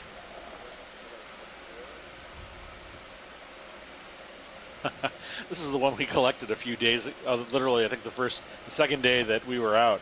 This is a species of Bathy ceramaster. This is a genus I actually described about a couple of years ago. The specimen that I collected before suggested that this is a different species from the one that occurs. The first species that I described is from the the west coast of North America, called Bathy ceramaster elegans, and there's some evidence that this is most likely a separate species, but they're widely occurring, so it's entirely possible it's the same thing across just a different, just a wide range. But I think the characters are enough to warrant that the one that I have is a separate species. But they appear to be detritivores or spongivores or something in that general oeuvre. So great, thank you. All right, coming up. Lasers. They're already on. Lasers, they're on. Do you want them off? I was just waiting for them to sweep across. 10 centimeters across, right? Arm tipped, arm handsome. tipped. Yeah, it's a handsome animal. Yeah. A classic goniasterid.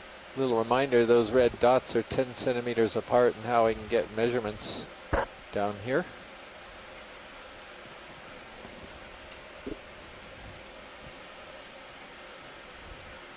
Oh, another big one. And a smaller one, but let's see. It's probably the same bamboo, but let's get up here and take a look. And yellow plexaurid to the right of it, but could at least do a associate check on this coral. This thing in the sediment pool looks kind of, oh well. Yeah, that looks kind of wet, Chris. Well, it was really interesting. Look, it has all these like mucus things coming off of it. Yeah. I bet if we had like a little extra, like ROV to go in there, there'd be all sorts of cool things there. And the D2 would have the Cereos would have the D2, and the D2 would have its own ROV. Okay, associate watch. Oh, we got a different group of associates on this bamboo. That's interesting. Barnacles. Kind of. There's not much. You think that was denuded before the barnacles arrived, or did they cause the denuding of the tissue there? I've never known barnacles to be aggressively sort of not invasive is the wrong word, but to sort of take away tissue like that. So, Scott, I'll bet this is a good question. What came first, the barnacle or the exposed skeleton? I've always assumed that something has caused the skeleton to be exposed to allow the barnacle larva to settle and then grow, but that's not necessarily the case. It could be the other way around. It's interesting because I don't think the barnacles will ever settle on the living tissue. They prefer to settle on a dead skeleton like you have here. These are the paddleborn barnacles. They don't have as many plates on the top part as the scalpelids starboard, 10 to 12 degrees. Copy that, starboard. Squad lobster on the back side. The larva, the cryptid larva, Possible crinoid on the bottom. I noted that the tissue on the lower end of that branch was still present, so whatever happened to it, perhaps it was more incidental. But for example, not a sea star that did it, but some other reason or possible way that the middle part of the tissue could have just been removed on its own. There's a crinoid on it too.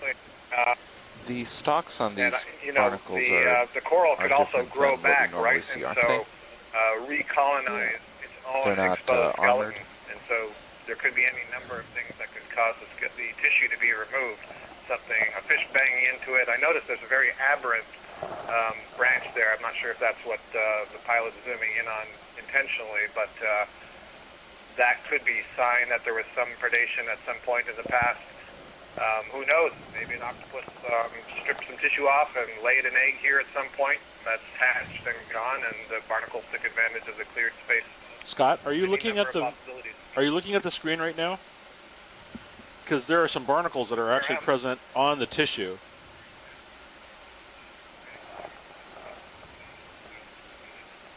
They may be on the tissue or they may be on each other. It's hard to tell. Notice that they're feeding like crazy. Look at those feeding tentacles extended there. Yeah, it's a beautiful view of their clear stalks, Mary. So I guess they don't have any hard covering around those stalks. It's only further up on the barnacle they start making these plates. You're right, and that's another way you tell the scalpelids from this group. The scalpelids do have little hard plates. Just look at the top.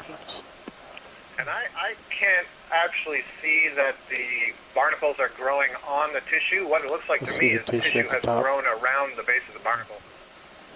But, I can't be certain. That has been reported for some of the barnacles that live on black corals. Yeah, there's a very good view of what you were just talking about, Scott, I think, right in view now in the fork of that branch.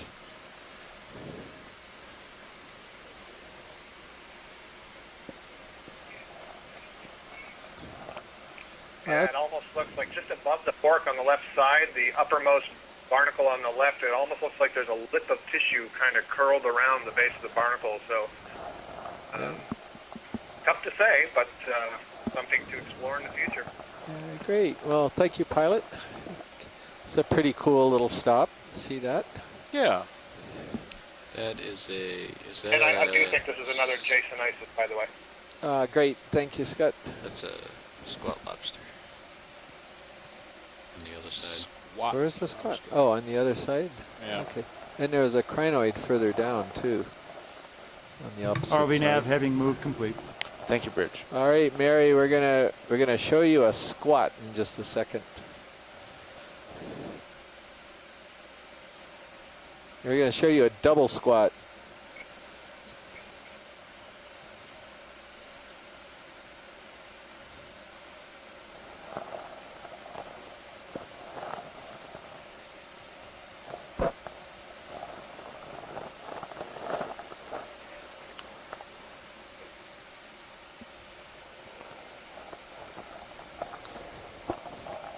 So, Mary, is this CFI aspis, the Europtychus, or you think it could be something different? Well, that's what it most closely resembles, but right now there's an argument as to whether there really is any distinction between the genera Gastrotychus and Chirostylus, and I know that there's some ongoing work on that matter right now. So I would go with Gastrotychus for the time being, but you may have to change the name next year. Okay, thanks.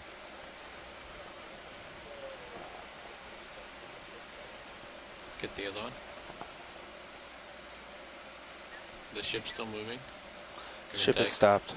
We can. We don't want to waste too much time, right? A little bit lighter colored one. And then I think the crinoid is further down. Keep going right there. And another one of these. So there's 3 of these squat lobsters on this colony. Hey, Mary, what are these things eating? It seems like their arms are always extended, but I've never seen them catch anything. Actually, I think he's reacting to some pressure wave from the vehicle. Oh, really? Because they pick with those claws.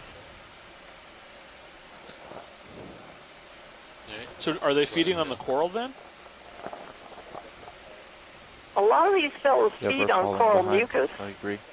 Keep pushing. Oh, Have you at okay. 8-0 pilot.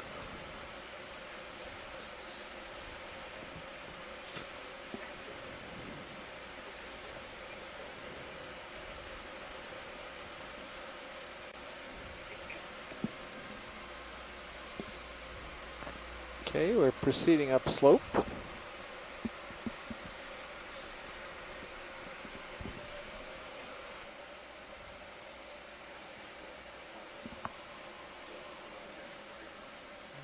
I'll just note that now that we've got into a very higher gradient and very rocky slope, we're not seeing fishes anymore. No, we aren't, Bruce. Sorry. But do you have any ideas about that, Bruce? Is it just the fish are finding more feeding in lower terrain, or is it currents and they're trying to stay away from higher currents, or what do you think the reason for that is? Well, it's probably a combination, but Ken Sulak has suggested that this type of terrain just doesn't have much food for a lot of these fish, particularly things like the halosaurs that would be feeding on animals that would be living in the sediments and maybe emerge from them, like amphipods or polychaetes, things like that. So, we don't know a whole lot about the habitat factors that influence fish abundance here, and hope that this expedition gives some data to help figure some of those things out. But now the availability of food probably has a lot to do with it. I don't know. I haven't checked the oxygen levels lately to see if we're in decreasing oxygen in water that has a decreased oxygen content, but food availability would be the main hypothesis. Well, I'm going to give you the oxygen right now if my fingers will work right on this. Let's see. Our current oxygen is all over the place. Let me check the Sirius CTD. Sirius is the better O2 right now. Okay, thank you.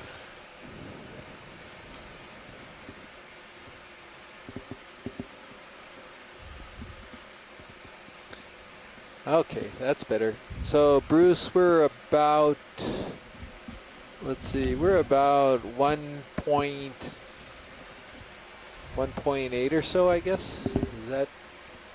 Yeah, it's about 1.8, 1.7 milliliters per liter. And down at the bottom, when we were at the bottom of this hill, we might have been around. Actually, excuse me, we're about the window on the sonar screen. 5, and at the bottom of the hill we might have been around 1.75 or so. So it's dropped by 0.25 maybe milliliters per liter. Not a huge difference in oxygen. That's a nice aerotic Yeah, so that's relatively small, and so I'd suggest that food is the limiting factor for fishes here. Thank you, and that's the voice of Bruce Mundy calling in from the NOAA Regional Center on Ford Island. It's Inouye, NOAA Inouye Regional Center on Ford Island. They've got a ECC, an Exploration Command Center out there. Just continuing to go. Okay. So I'm just doing. Oh, you're out ahead. All right, great. Co-pilot, are you ready for a move? Yes, sir. We've been moving at 010. Does that sound good? It looks good. Yep. Great. Bridge, Nav. This is the bridge. Go ahead. Ship move, please. Range 30 Well, meters. I was bearing hoping that, 010 according degrees. to Chris Kelly's speed law 0.2 of knots. negativity, that talking about a limiting factor Range of 30 fishes would meters. make a fish appear, bearing but 010, doesn't seem to be speed working. 0.2. Good count. Coming The up. problem is, Bruce, that you're not truly negative enough. You are always taking this positive outlook, and I think you're sabotaging yourself there. You need to be really negative. Like, there's no way you're going to see a fish. South, yes. While we're talking on the subject of food, if indeed those squat lobsters are stealing mucus that is part of the feeding of the gorgonian, there's a term for things that steal food, although they don't actually damage the tissue, and it's called kleptoparasitism. Klepto? Like stealing food? Kleptomania? Kleptoparasitism. That's Yeah. interesting. Yeah. We're doing a little bit of a chair change out here right now.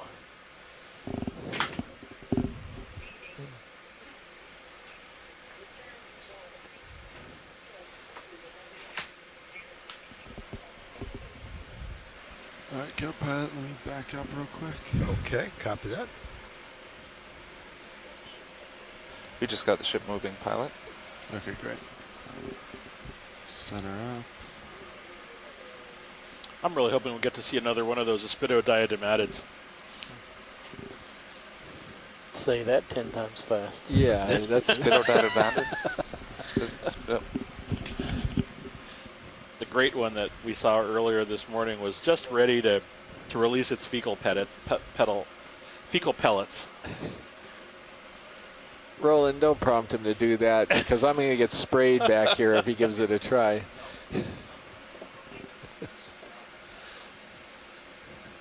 Something We're on the still edge doing of a that little bit rock of the at the change top out, so stand by with us. It's a minor break. Say that again. Video. Top left edge of the near Top the left edge. yeah of the rock. Well, I'm afraid I'll have to take a major break and join you for the following day's dive. Go ahead and send me an email if you need anything, and I'll talk to you later. Bye. Yeah. Mary, thank you so much for joining us. We really appreciate it. Yes, thanks, Mary. Glad you could join us. So. Is that still attached? What? No, it's not. Oh.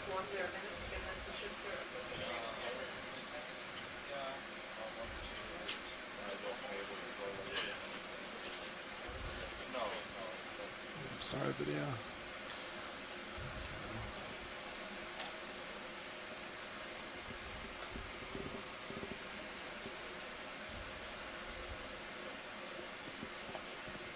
No, it looks like something's damaged the arms on this one. Don't know if there's anything that would feed on crinoids. Most fish don't feed on echinoderms, at least at these depths.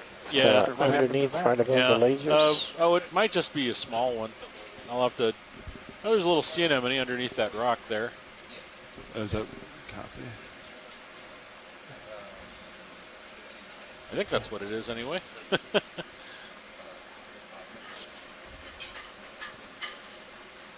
Huh. And it's also worth noting that if we close in on some of the sort of the flocculent material on the rock, that we see more of those little frond-like things that we've been seeing ever since the expedition started. There's life all over this place. It's, but some of it is just very cryptic.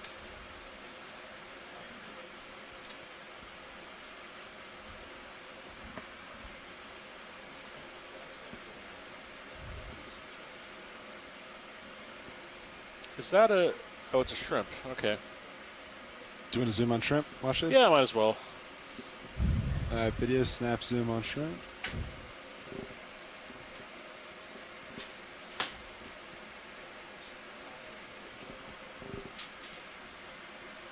Yeah, it looks like this is Nematocarcinus. This is a frequently encountered shrimp that we see.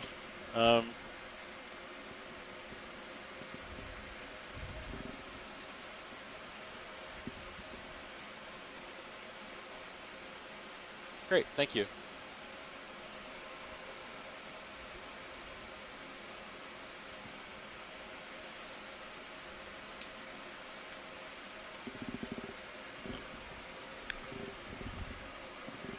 See, we're still seeing that motor insulation resistance. I saw it once. It went down to 86 here. Now it's back up. For motors, 86. Yeah, 8600, yeah. 8600, okay, copy. I noted it. I saw it go down once when I was on launch. Okay. Yeah, and I saw a fault come up on it too. So. Yeah. We checked the oil yesterday and it looked fine. Just on that one thruster? No, we did all of them. Oh, you did? Okay. But it looked good. Yeah. In all of them. Copy that. Oh, there we go. Fault. Yeah. I'll look back at tickets because that's happened before. Okay. Watch, is any interest on this? No, we've seen these all day today, so it's not Copy that. necessary. We can just proceed up the slope. Watch for this, that thing there on the left.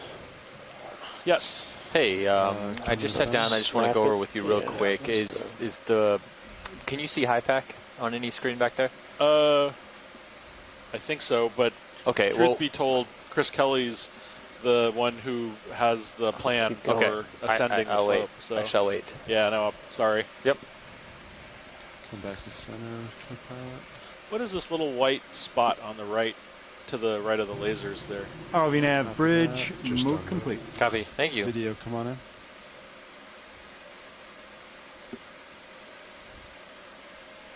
Oh, okay. I don't know what it is, but it doesn't look like it's an animal. Thank you. Yeah, we can just proceed to go up. Copy that, Washley. Thank you.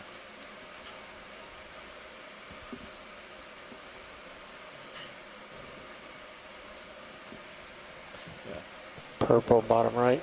Copy. Nav, here's your choice. Sure. Watch the nav. Yeah. Hi, Nav. Go ahead. Sorry, Hey. I was out getting my Starburst at the ship store. No, it's no problem at all. I just we switched over here, and I want to make sure I'm on the same page as you. Do you have HiPAC back there by any chance? Yes, I'm looking right at it. Okay. I see that we have waypoint 2 up here, but we have a target down here. Is our point? Are we trying to get to the center of it? So or are we trying to here's get a to nice waypoint purple 2? Victor Gorgia with. Or try to go along a ridge. Yeah, could we go ahead and get right to the tippy top there? We don't Like have right to go up in to. here? Yeah, right there. Okay, Perfect. great. And what? Can you tell me what that distance is? Yes. It appears to be about 270 meters, right to the middle there. Great. Thank you very much. Appreciate it. All good, pilot. Thank you. Copy that. Victor Gorgia. Victor Gorgia.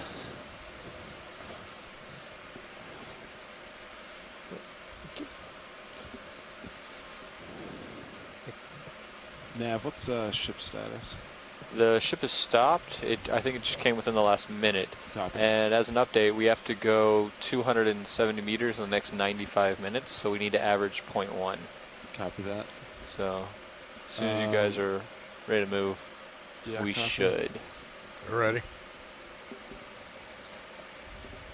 So rather than stop and look, we might want to... Yeah, I'm at 45. Yeah. Hey, Scott, are you still on the line? Well, they've been doing 30-meter moves, and the Yes, last Chris, I'm here. move was at So, 010. I don't know. I'm starting to get over cones. What about you? The overall direction getting is over about cones, yeah. between 15 and 20 Odd, degrees. isn't it? So Can't really explain why How do you we don't feel? see more than we do. Maybe your explanation Anything or your between hypothesis north at and the I'd say beginning 25 about degrees the is fine. Okay, let's being put in more a So if you need to swirling go let's do 15. around the base Yeah, and that's up fine. on 15 the degrees. slope and near the top is Perfect. Yeah, I don't think a it's gonna good make much of a possibility. difference. But Primo. our experience so far seems like we seem to strike out more with the cones than we do with the ridges. Yeah, I would agree. So Bridge, RV Nav. I don't know. Sure. We'll have to see what we. Well, we're actually going on a ridge tomorrow. And pilot, could we zoom at This is that the bridge, go sponge right there? We'd like to put in a ship move Thank of you. 30 meters we're- at 015, I 0 think we're decimal going to 2 get in knots. the dive tomorrow, and that is a ridge. Alright, Hopefully, video, we'll come on find out in a bit. Range 30 meters, Okay, bearing so 015. this is speed 0.2. a Okay, vase copy. sponge. Coming up. You're looking right down the mouth of a vase, and maybe more appropriately called a funnel sponge because it's sort of like a funnel. It's a glass sponge in the family Euplectellidae. It's called Atlanticella. We don't see it this that often, so it's kind of interesting. It's on this site. You don't see that many other glass sponges, but I don't know what else to say about it except I collected one of these back in 2002, and that's why it's just, I know what it is. Harvey Nav, move initiator. And, thank you. You can see a beautiful mesh work if you were to dissolve away that tissue and look at all of the spicules on it. This is a soft sponge, by the way, so it has a very soft texture like a kitchen sponge. You can dissolve the tissue away in bleach and you find this beautiful arrangement of microscopic parts called spicules that make up the whole skeletal and the framework and so forth of the sponge. And I'm going to leave it at that, and thank you very much, Pilot. Great. Video, come on when you're ready. Awesome.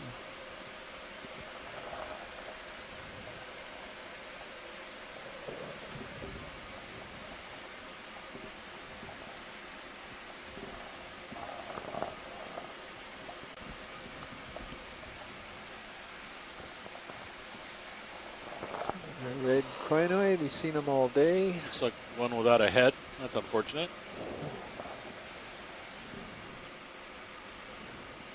There's another one. There's no interest in zooms on these, right now, Washleads? Not really, no. We've Copy. been seeing them pretty regularly, so. Unless there's something weird about one. Hollow dive? What was that, Scott? Sorry? I said, wasn't yesterday the Sleepy Hollow dive? Yeah, so These headless crinoids? There will be an operations meeting held in the forward lounge in 5 minutes. Or a deep operations meeting in the forward lounge in 5 minutes. yeah, so we can't go Sleepy Hollow seamount. We could go Ichabod seamount. It's sort of a, and then we could, if we see some more headless creatures here, we could call it Crane seamount and just keep working that theme. Horseman seamount. Guillotine seamount? Good, yeah, there you go, Guillotine seamount. It got Chris Ma to shake his head, so that was good. That was worth it. All right, we have a unbranched bamboo and a little plexaurid, both of which we've imaged, but we could take a look at the unbranched bamboo. It's probably the same that we've seen all day. This is a nice size one. And what's on the top of it? It's just a curl, yeah. I guess. Okay. Get over to it.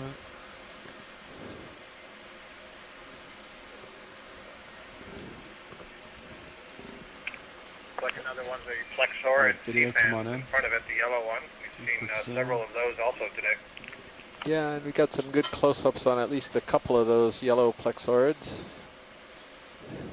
Yeah, I agree, and I think that's not unexpected. The plexaurids are more common as we get shallower, so we are at a slightly shallower depth today than we have been.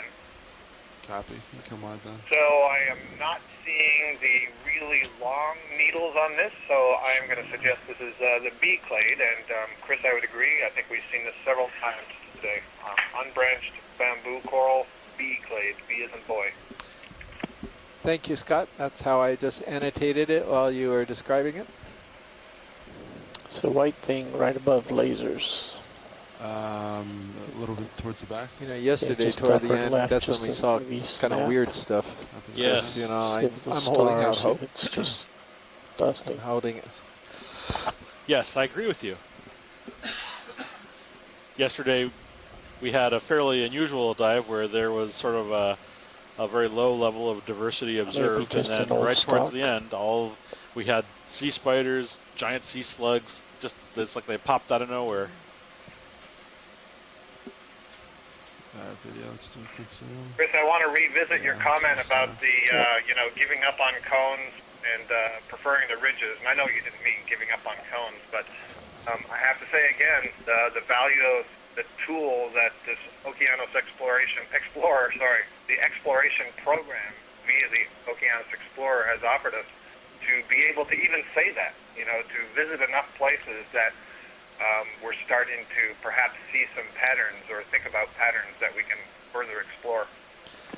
Yeah, I agree, and well put, Scott. And one of the original fascinations with the the cones was we would see fields of these cones, and if they all had some type of a really nice community growing on them, then you'd have actually a large-scale, high-density community, but kind of split up into little sectors for each cone, and that's why we were so fascinated initially and very eager to find a lot of animals on them, and then we kind of were a little bit disappointed. They weren't very high density after all, and you weren't going to see these incredible spaced out high density communities in these cone fields.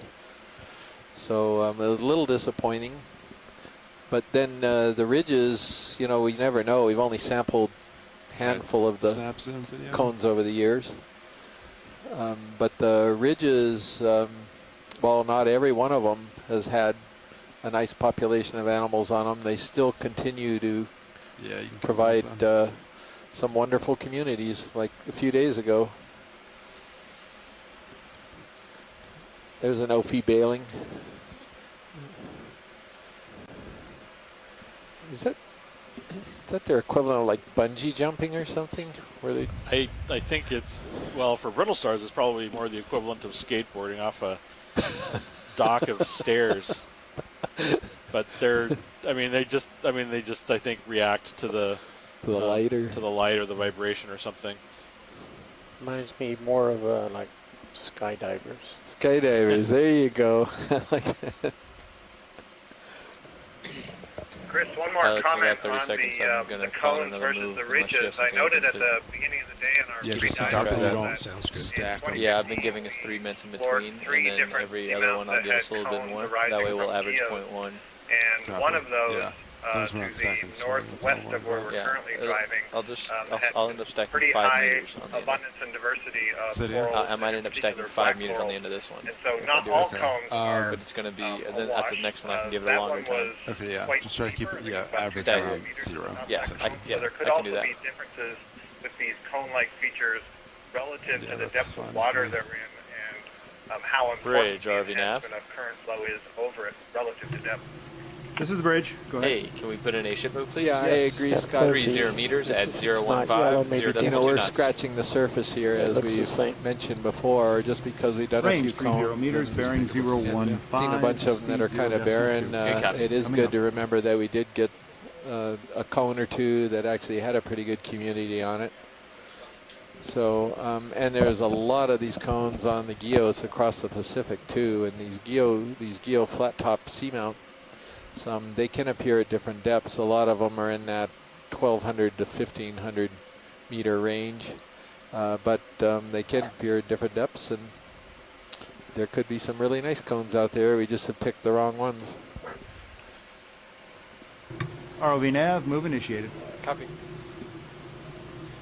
All right, winds, low 20s. We'll sweep across the top of that sponge. Copy that bridge. Hey, Chris. Yeah. Did you get a second rock? Yeah. Which one? Okay. Right? Yeah, the middle. Right where you're Got a nice angular one a little while ago. Oh, that's right. That looks like a rock pen, another rock pen like we sampled. Oh, could we look at the vase sponge, please? This, Mary had noted that there were some very unusual shrimp that were in one of these that we imaged earlier. Just wanted to take a peek to see if do what you anyone can, was look home straight in this down one. the top. And there's a Victor Gorgia up there. Those are always pretty. But so we had actually seen these white sort of blobs inside this vase sponge earlier. I don't see them now in this one.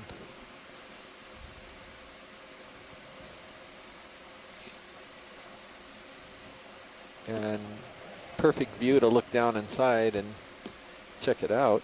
Video for zoom. Keep scooting forward if you can. Yeah, I think my toes actually. I think they've in front got. of the rock, but I'll do what I can. Well, I think they really got only one opportunity to. I don't know. I mean, how do these things get inside? The shrimp, you mean? Yeah, I mean, if they're larvae and they come in through the sidewalls, potentially the sponge could consume them or stop them. Not necessarily. They could be just bigger, or they could just be suspended, or they'd just be too big. They're not carnivorous after all. They're talking single-celled phagocytism. So, right. but somehow they get into the sponge, and then they can't get out. They grow too big to make it out any of these openings, and then you've got a sieve plate over the covering. This is Regadrella probably, and it's a Vase euplectellid sponge, and then they're in there for life. That's it. There's no way to get out. That's it. But this sponge is empty, and there's nothing wrong with it. It's a good sponge, but no shrimps decided to choose it to set up residence. Yeah. You happy with that science? Very much so. Thank you. And I'm wondering, is it that they can't get out, or more their point that something else can't get in? I think it's their point, Roland. I think they're very happy to be inside.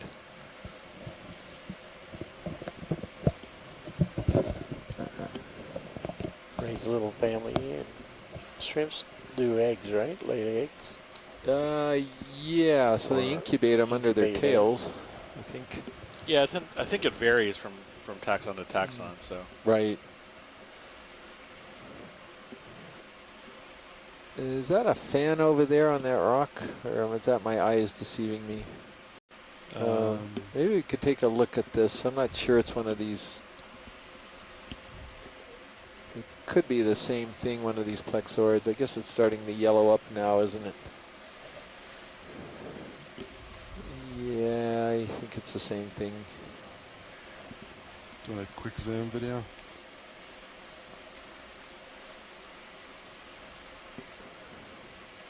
Yeah, it's the same one. Get a there's snap zoom. Looks like his polyps are closed.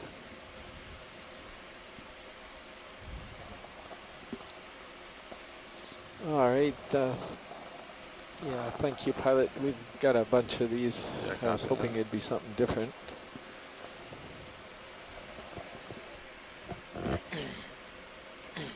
Let's take a quick look at the sea star. Oh yeah, right below the laser. We have about 240 meters. Sort of popped out of nowhere. Yeah. That's a good sign. Okay. Yep. Popping sea stars. Yeah, I never really thought of them doing that. So you try to blow it up with air or something. You put your mouth under the disc, and then it might pop. But You ever tried doing that, Chris? It's not. It's not a pretty sight. It would be an alien thing, right? Attached to your face. Yeah, it's another one of these Bathy Ceramaster things. Looks like it's probably. I'm wondering if they're just feeding off of all of this detritus. Huh. You're a maximum. Copy. Yeah, forams, all sorts of good, yummy goo. Cool. I'll have to make a note of that. There's a big pile of the sediment right underneath the disc, so perhaps sediment, the forams or the organic stuff. Great. Okay. Yeah. Thanks, pilot. Copy.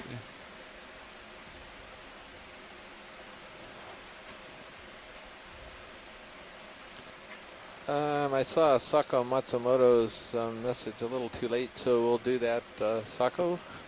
If we. The white thing on the top almost looks like a cup One coral. of these would be good if we got a little bit better orientation, but. Top left. So yeah, top left. Yeah, there's also a white. Laser. Is it a coral or is that like a little cup, or is that just a another sediment illusion? Yeah, it's a sediment illusion. Oh well. Yeah. Pilot. Oh no, it is a cup. Where? There on the left laser. Yeah, there it is. It's a dead cup coral. Yeah, it's a dead cup coral, but better than nothing. Well, alas. Pilot, after this, is there any chance you could swing right and you're kind of in broadside to that yellow fan? We had a request from the event log if we could. This is from Asako Matsumoto who works on these. Yeah, that's it. Video swapping out. I don't know if we can get a broadside on it. Yeah, just. Chris, I apologize. I don't know if you noted it already, but it does seem like the frequency and abundance of these yellow fans is increasing as we go up the slope here. I didn't note it verbally, Scott, but I did note it mentally because I can see 1, 2, 3, 4 colonies in view right now, so I do think they are increasing. And since I know Annie's interested in the associates will note that each of them and all the ones we've seen, I think, has a single ophiuroid in the branches. Video coming in. You can often see from a distance, you get these sort of yellow paddle-shaped fans, and they're kind of pinkish red in the center, and that's an indication that there's going to be one of these brittle stars clinging to the branches.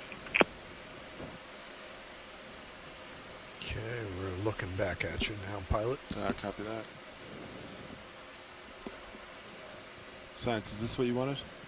Yes, it is. Masako wanted to get a better look. She works on this group of corals, and it's also nice for Tim Shank to get a look at the commensal there. Copy that. I can only hold this for a few more seconds before I need to push ahead. I think that's good. I appreciate it. Thank you. All right, video come on, please. And then copod, I'll push out. Okay.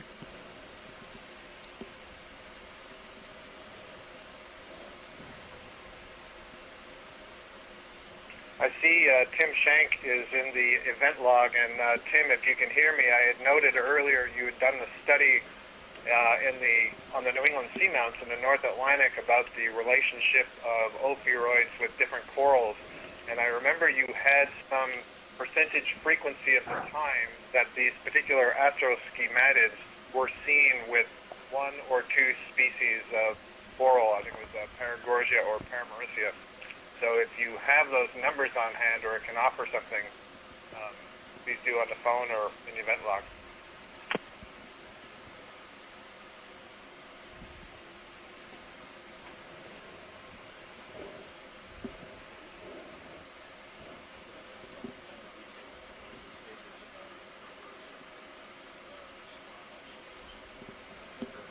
Pilot, you're going to be nearly through with that swing here in a second. You should only have about one and a half more minutes. Copy that. Copy that, Nav. Thank you. Ship is not moving currently.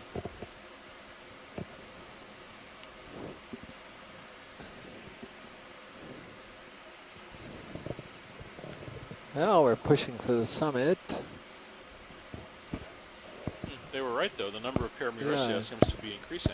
Yeah, and I see 1, 2, 3, 4, 5, 6 of them at least in view. I'm not getting my hopes up, but this is better. Is that no, rock? Sorry.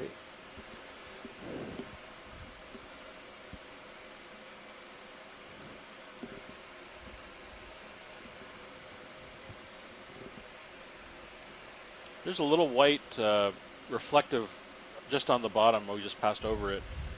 If we could just take a quick zoom on that. Yeah. Yeah. Might have been just a rock. Yeah, that's it. We're both starting to see rock zoom or rock features. Yeah, might as well just quick zoom to make sure it's a rock. Quick zoom. Yeah, that's a good. That's a base. Excuse me. Yeah, yeah, that's plenty. Thank you. Copy that. All right, video, come on.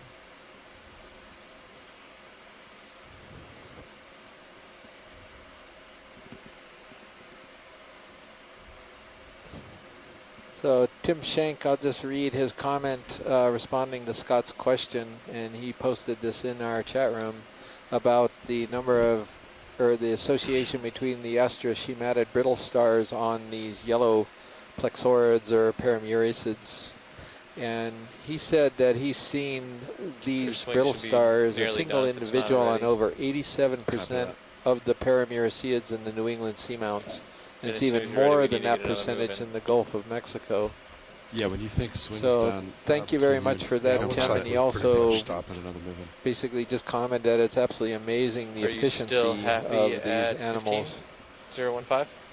To be on what we believe is a single species of Paramuricea. It's the same species. Seems fine. So pretty cool. These associations, these very tight associations between one species and another species in a totally different phylum are one of the amazing things that we see in the deep sea. 015. Oh, a little kick decimal now. 2 knots. Nice. Oh, what's this brown thing down here? Range 30 meters, bearing 015, speed 0.2. Yeah, and Succo, we did collect one of those yellow plexoroids with the ophiuroid on a previous dive. What is that? Oh, okay. Video, come on in. Oh, it's one of these crabs with the Well, anemones. that's a first for today. So it is a homolid carrying the sea anemone. This could be Lamoha longirostrus. I default to that, and fortunately, Mary had to jump off the line. We're good. Thank you. Copy that. All right, video, come on. If we could just get just a quick one of it in the Chris, frame. follow up on the discussion about the interest move, how interesting it is that one Let's take a quick look at that snail also. may be associated Just with to the right? coral Okay, species. Ah, thank you. It makes me think of things like gall wasps and other insects, moths, and some butterflies that are very specific to one species of tree or very specific to one species of plant, and it suggests that they have co-evolved over time. And there's a lot to be learned about those relationships with these taxa and species. Some kind of whelk. Interesting. Yeah, thank you, Scott. And before we leave here, there's a Chrysogorgia below the snail that I think is different.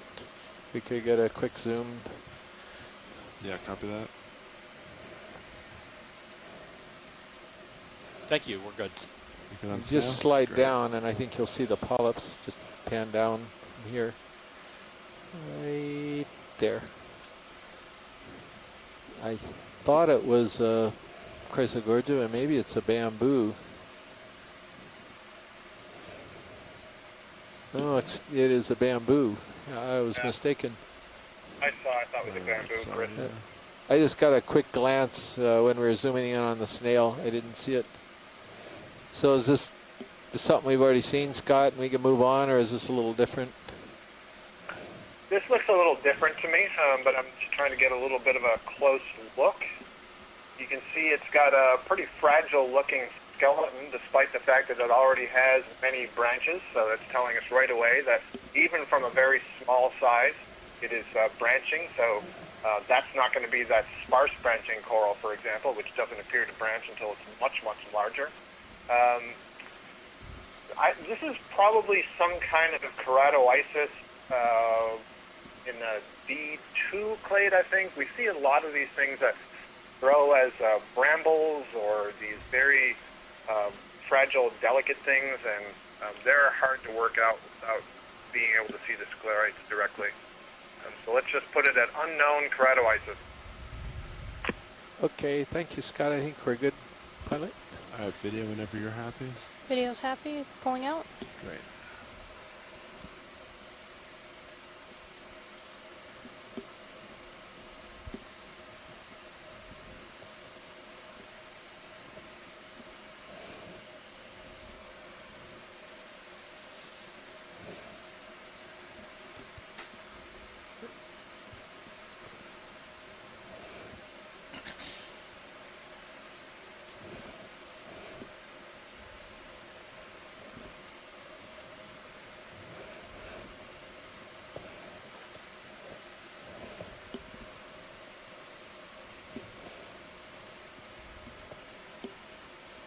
Set up with the pilot.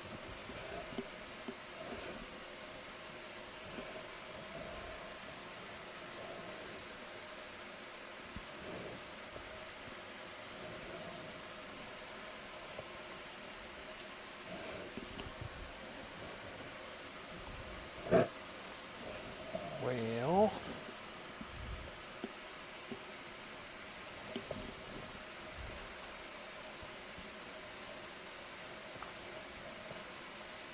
Another rock pen. Another rock pen, thank you. Something brown on the rock on the left. Brown on the rock on the left. All right, video. Let's do a quick zoom. Science, any interest? We've got one in our box, actually. Oh, that's right. Okay, thank you. All right, video, come on. Yeah, but thank you anyway for snap zoom to confirm it. What's that? Oh, it's a polychelid, I think. That pink thing behind the rock, the upper left. Oh, big old lobster thing. Yeah. Okay, well that's different. We saw one yesterday, wasn't it? Yeah, yeah. It's not doing a lot. Well, sometimes you catch them swimming. We have documented that. Ah, that's right.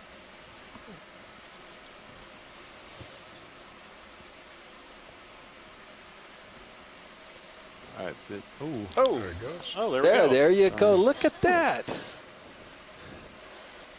Yeah, sorry, he's. Wow. Whoa. Book. Huh. All right.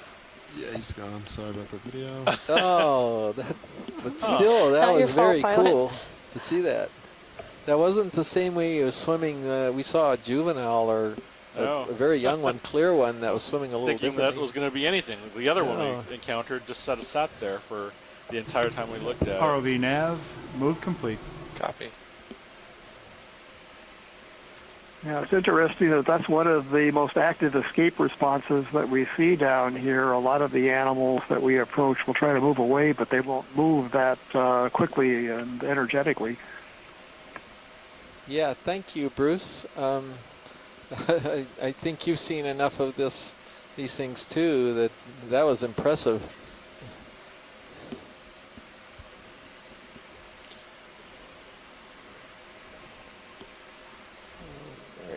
Okay, I'm just going to go to Homerian spa here. I think it could be in the genus Homerium, but we didn't get a very good look at it. But it's definitely a polychelid lobster. Those are considered the living fossils of the lobster world. Huh. Well, there's lots of... It's a good day for those things then. Stocked crinoids nearby. Very interesting. Yeah, it's sort of... Oh, well, living fossil pinnacle. That's what we could call this place. Jurassic Pinnacle? No? I don't know. No, maybe not. Especially if it's a Cretaceous pinnacle. Excuse me, Pilot, to the upper left, this yellow sponge. These are pretty cool because the sponge is actually alive, but all the spicules around it are dead. And if you look down in the hole, you'll see the live part of the sponge. So, and I guessed wrong in our guide photos, and then I got corrected by Konstantin Tabachnik at the Shirshov Institute in Moscow. I sent him the pictures before we posted it, and I always like to guess what I think it is, and I guessed wrong. And he gave me a better ID for it. Video, come on that's in. one way to learn. Yes, it is. So this is Acanthascus and the family Rosellidae. And if you look inside the hole, it's all white, the living sponge, but it's got all of these dead skeletal parts covering its surface like it's a shell or a protective barrier. Rotating. Well, certainly provides a little home for all sorts of little critters. Yeah.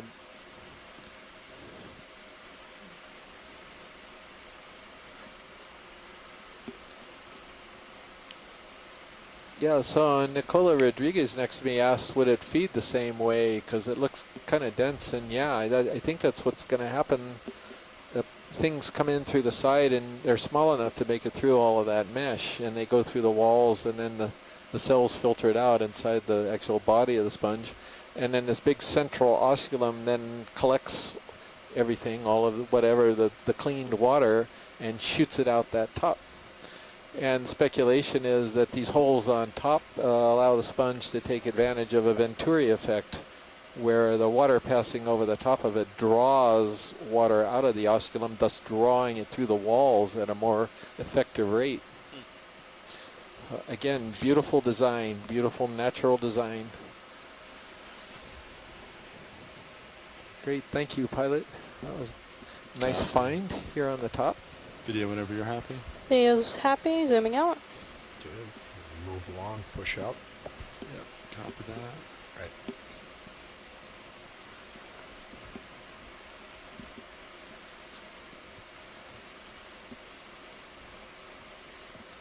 Let's look at this sea star on the right.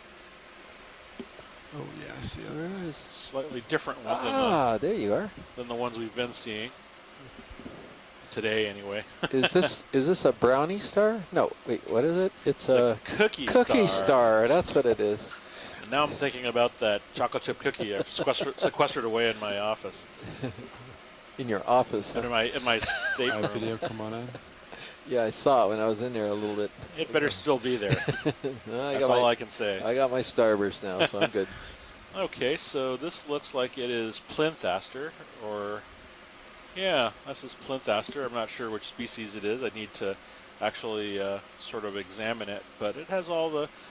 One of the great things about the video is how closely you can look at the details, and one of the things that's missing here are the granules that are actually on the surface. The surface here is essentially smooth. You can even see the granules that are widely separated on each marginal plate, and this I'd have to double check a couple of things, but this is definitely sort of one of the more commonly encountered cookie stars for this area.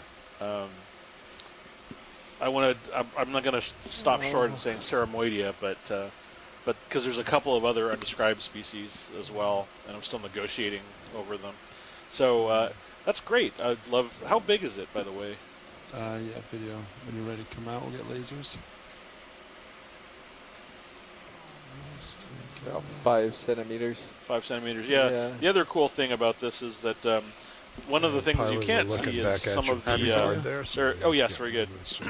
Video's happy? There are actually glassy nodules on the plates that we've looked at. We've looked at them, and they might be lenses. They might somehow be micro lenses. So we're not sure quite what those are for. I'll tell you, that imagery is so great. That's going to make it in the gallery when we get to this year's stills. That is the Okeanos online guide, because that was beautiful. Look at that. Oh, they're very photogenic animals, to be sure. The name itself means, like plinth, aster means star, and plinth refers to plinthos, or stone, or sort of a walking stone. So it refers to the sort of very organized appearance of the plate, the fact that they're just polygonal and they're all sort of stacked. The calcium carbonate structure has a really great structure to it. Have we seen this purple coral? Science. Have we seen purple coral? Yeah, we can pass. That's Victor Gorgia. Thank you. And we got a Metallo, which we've already imaged. And the Chrysogorgia on the left, about to leave the screen. Seeing if we can see anything new as we make the push for the summit. Watch, is anything in screen? Well, maybe the Metallo Gorgia, because I think Tim's on. I think he means the left one. Oh, the sort of bushy. Oh, sorry, one. The bushy. Yeah, right where the lasers are right now. I got the ID wrong. Seen a number of these today already. It's got kind of a weird shape to the top of it. You still want zoom on this, right, Science? Yeah, sure. If we're waiting for the ship, that would be fine. We can do a quick zoom. We're actually not waiting for the ship. We need to move as soon as they're ready. If they want to Is make that a cephalopod egg? I can talk to them. I don't know. Aren't those what those are? Those know. two things? We need to keep moving rather than. Oh. Yeah, they look like something, like some kind of egg. What's that? I asked for the zoom. Yeah, I'll talk to them. No. I don't know. Do we have anyone on who they kind of look like it? What? Sorry, video. Hey. Yeah, thank you, pilot. Oh, okay.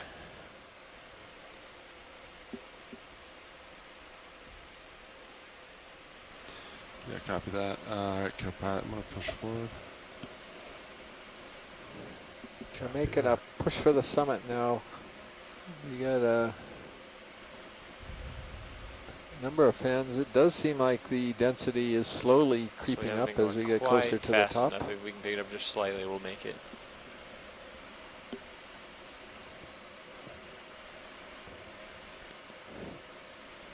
We have about an hour left in the dive.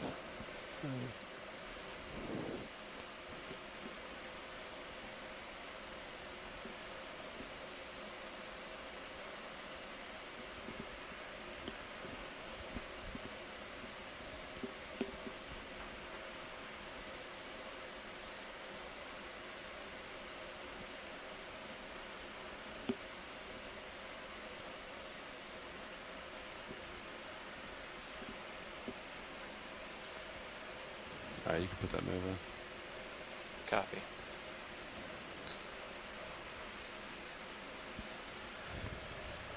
You can see that Ken Sulek has joined us along with Kevin Kokot. Bridge, RV Nav. Mike Ford has come on the line now, so it's typical with every dive. We have a few people who jump off and do the early part, or jump on and do the early part and jump off, and then we get other people who come on towards the latter part of the dive. So it's good to see all of you who Range 30 meters, bearing There's 015, a white speed spot 0 on the dark side of that rock on the right Coming up. side, on the far right side. Copy that. I'll make my way there.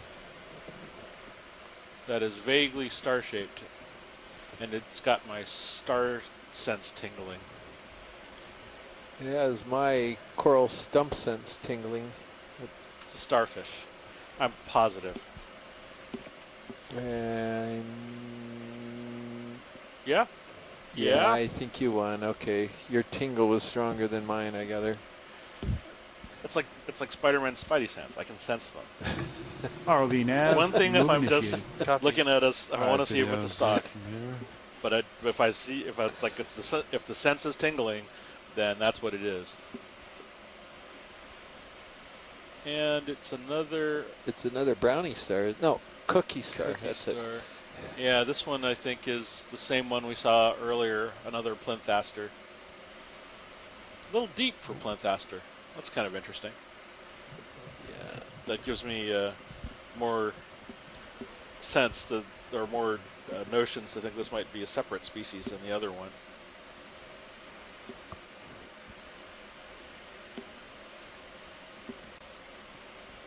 Yeah, rats. Just occurred to me. Chasing happy after that another size? small cookie star, that would really. That would kill the final approach to the summit. That's for sure. No, I'm not going to do that. I think we might actually have some of those at the Bishop Museum. So.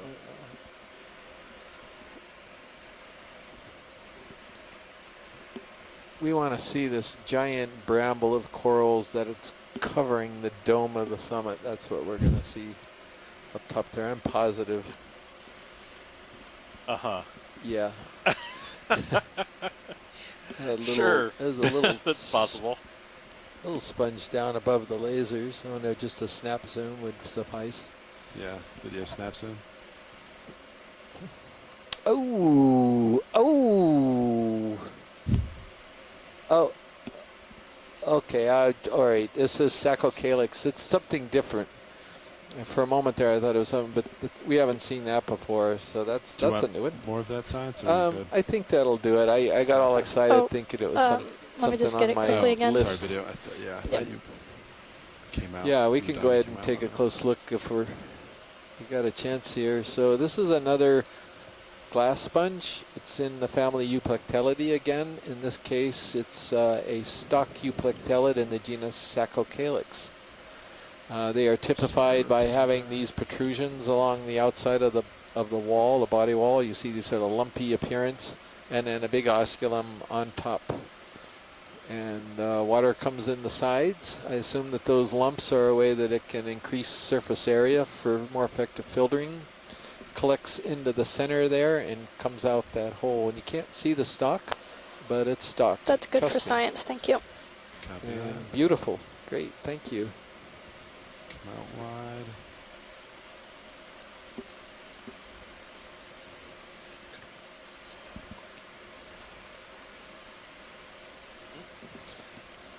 Oh, okay.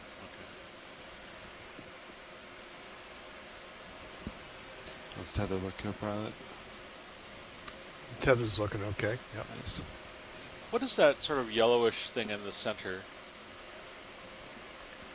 Not the see, it coral, looks but like the one it that is right wants to to the make a upper loop. left of the laser on the left side. That thing. No, that's Sort my of- stump sense tingling.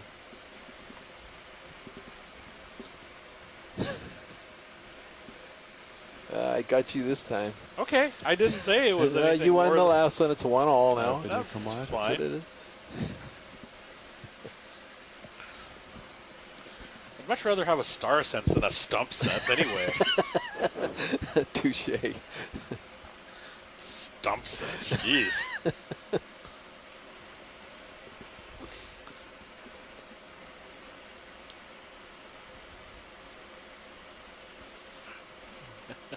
Ooh. That went quick.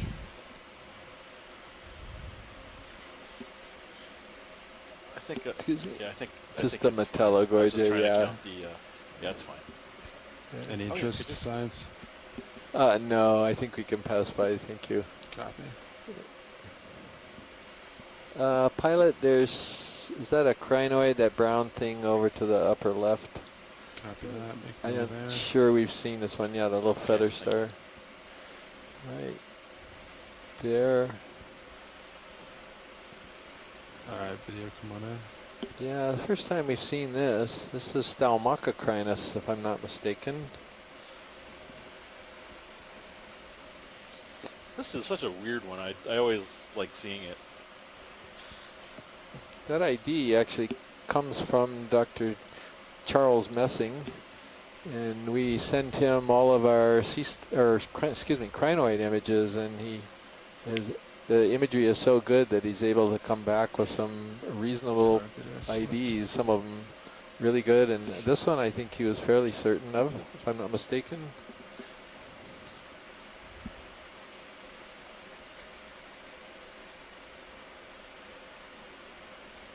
See if I'm spelling this right.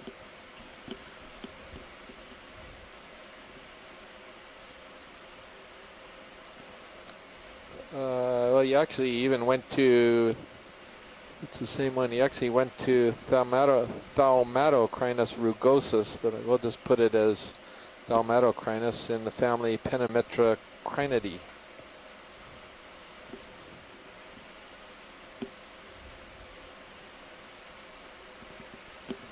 Video's happy. I might just get a specimen view. Yeah, go for it. Cobra, you want to kill lasers? If they show, I guess. They're really pretty. They're almost sort of golden, translucent, the color. So they're really beautiful.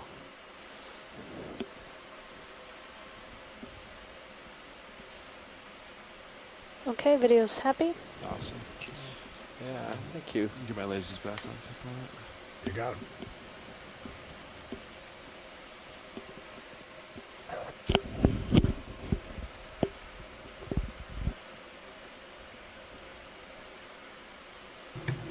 ROV nav. You know, it move senses complete. tingling in me Copy. now, Chris. I almost don't want to know. I'm Please looking tell at me. HiPAC, and my summit sense is tingling right now. We're not that far away. It's right up ahead. So you're thinking it's going to be like some big sponge wonderland like the other day? Yeah. I think I just jinxed it. But wouldn't that be something? Sure. I'd love to see that. Nav, when did move end? Now. Oh, just then. Okay. Copy. They're red to stop. I think it would be kind of funny though if we went up there expecting sponges and discovered it was all pro-isocrinus though. Well, I would actually love that. I'd love to Yeah. see a stock crinoid field. It'd That's be true. very Cretaceous-like or Yeah. Paleos. It would be kind of funny to see something so amazing at the end of the dive though. I mean, proper denouement and all that, but still. So, Pilot, there's a coral up ahead that we did image earlier. It's standing up kind of candelabra. It's off screen right now, but it's up above to the upper left. I think it'd be worth just one more sort of quick zoom on this one because copy that. it's a cool coral. It's bamboo.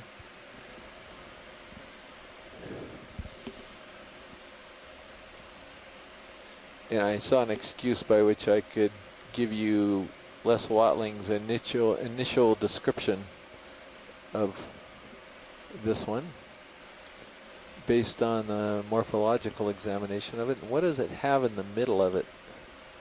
Things Alright, going video, on. Come on in.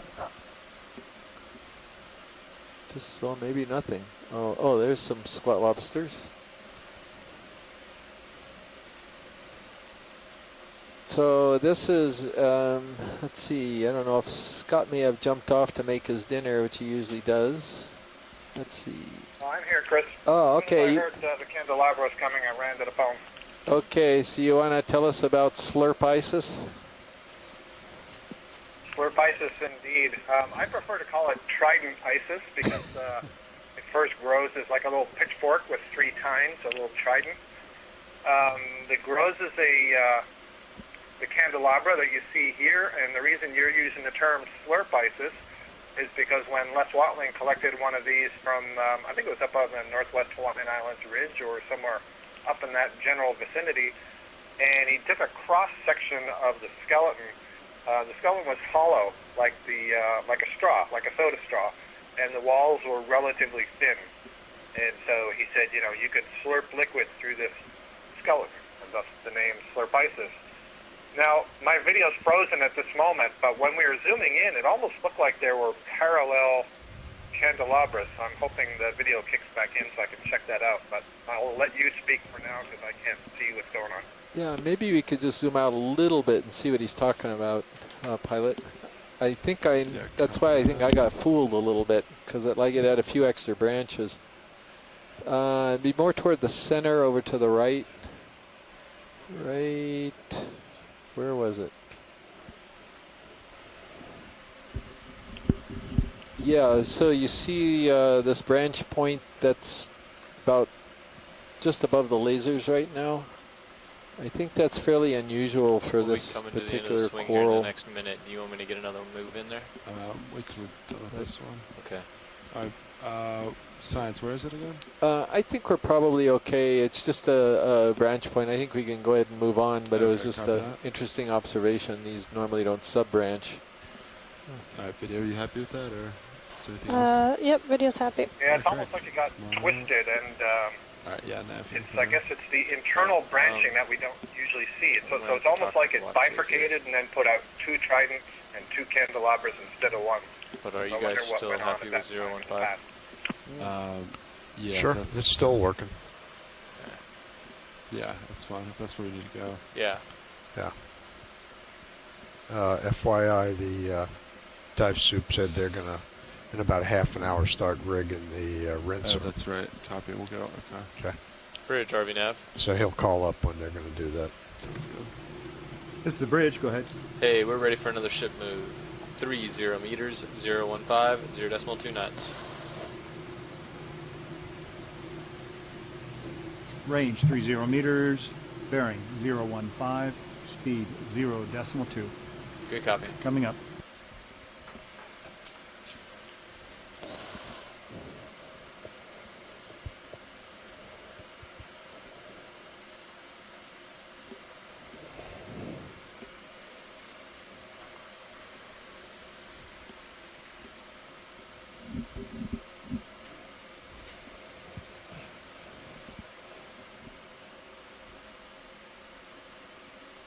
Some nice little pillow formations that are sort of oozing down slope. These are lava rock formations that are covered with move manganese. initiated. But you can, a couple places there, you can see how it sort of oozes down and drips down, sort of like a melted candle.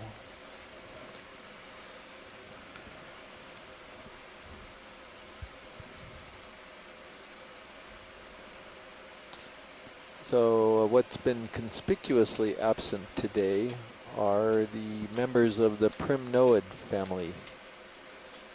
And that's kind of odd because we're not out of Crinoid depth range, but I don't think we've seen a single member of that deep sea coral or Octa Coral group today.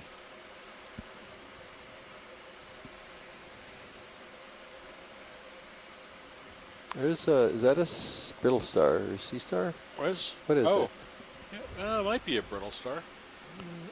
There's a couple of them. Yeah. Oh, I see them up there. What is this guy doing? He's doing the tumbling routine. Yeah. Well, they're in conjunction Several with the corals. They might be just... Do you want zooms at all, watch leads? Yeah, let's zoom in. Sure. All right, video, come on in.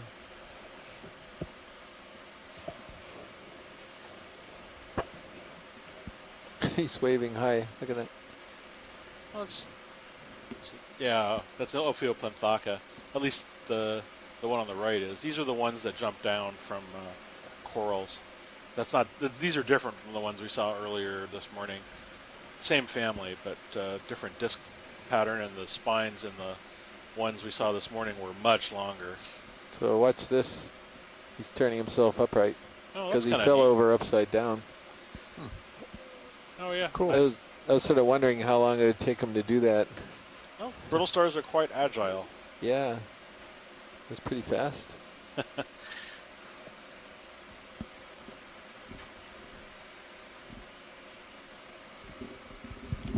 kind of cool, isn't it? Right, science, are you happy with that? Yeah, we are. Particularly with him doing that. That was kind of fun. That's very cool, yeah. All right, video whenever you're ready. All right, video's ready. All right, come on out. Would you like me to bump you in on your sonar? Probably you're at 50 meters. 50? Yeah, 50. Yeah, go ahead and put me at 30? Yeah, at least.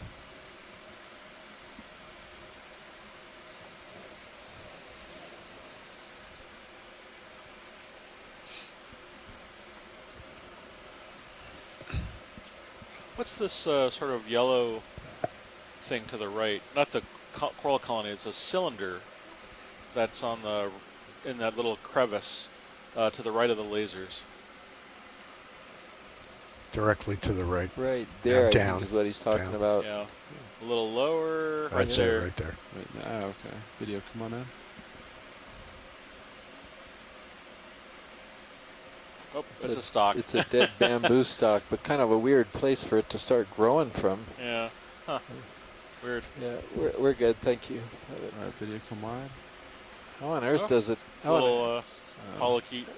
How on earth does it settle out in a little Now, cave? we do have a ship move underway, correct? That's a good question. It should be just about done, actually. Okay. 10 seconds or so. All right, thanks. Oh, this is one of those squid worms. Oh, look at him. Swimmer. Took off. Yeah. So this is, I think, from what Jeff Reed told me on Twitter, this is swimmer. This is one of those little All right, video, we'll let him go. worms that can... actually stopped. Sorry, back in real quick. Yeah. Presumably, if we could turn the lights off, we could see it drop glowing bombs. So, I don't know. Interesting. Pretty. Wow, it does shimmer quite a bit. Drop glowing bombs. Huh? Yeah, swimma bomba viridis. Yeah, we'll let I him know go. you've mentioned that before. Just Is that a... And I didn't mean to chafe at the suggestion. Oh, no, that's fine. Did you get that? You didn't even get that, did you? But, oh, sometimes I just totally space. Thank you. Nicola appreciated it at least. And that's why Nicola is a treasure. Bruce is saying these polychaetes look pre-Cambrian to me. Yeah, they're pretty strange. Those huge scale worms that we've seen from time to time are really something else. Yeah, I would like to see one of those again. I would too. Maybe we'll get one tomorrow. Maybe even taking down a fish, if that's what they do. You know, it wouldn't surprise me if they could do that. Yeah. I bet they could. Look like serious worms. Pilot, this colony looks different to me that's coming up ahead. On left? Yeah, the very lightly yellowed one, not the strongly yellowed one. Copy that. Yeah, that's definitely different. And it's got a bunch of brittles on it, brittle stars. What are we looking at here? I don't know what. It's a sponge. All right, video. Is it a sponge? Looks like a sponge to me. And is it? It's a dead sponge. It's a sponge, but is that the one we collected? It could be this branching hexactinellid.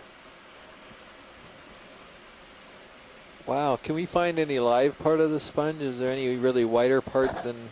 Video, come wide slightly. See. Just anything that's. I don't think ROV so. nav bridge. I don't think so either. Copy. It's a Tritodictium is what Is we it think it fighting is. pretty hard up there? I see it was going kind of a zigzag pathway. Yeah, do you want any specific It's zoom on actually this? fighting kind of hard just to stop. How about just toward the left branches that are most part, sticking everything out, else is lined up. right thrusters above are the left behaving, laser? so Okay. I think we're okay. I don't know if we Great, can find thanks. any live tissue at all there. Video, come on in. It's not looking very healthy at all, is it, Chris? Well, it's kind of dead, isn't it? Yeah, but it's such a distinctive Yeah. colony for a sponge that I'm pretty certain it's the same thing we collected. And if it had commensal anemones on it or zoanthids, those are long gone. Oh yeah, yeah. It's still a habitat for, at least there was the brittle stars and I saw a snail up there earlier. Yeah, so we have agreement. I sent some information or some pictures of this to several of the world's authorities, Dr. Henry Reiswig, Dr. Konstantin Tabachnik, and Dr. Rob Van Soest. And I think there's a reasonable agreement that it's in the family Tritodictyidae. And Dr. Henry Reiswig thought what we collected could definitely be a new species as well. So that's always music to our ears. I think, yeah, we're fine. We can Thank move you. on. Thank you. Video, if you're happy, come on out. Video zooming out. Very cool. Maybe we'll see a live one. Pop out ahead there, take a look. It would be fascinating to see if Give it us had the another commensal movement. anemones in it. Copy that. Pushing forward.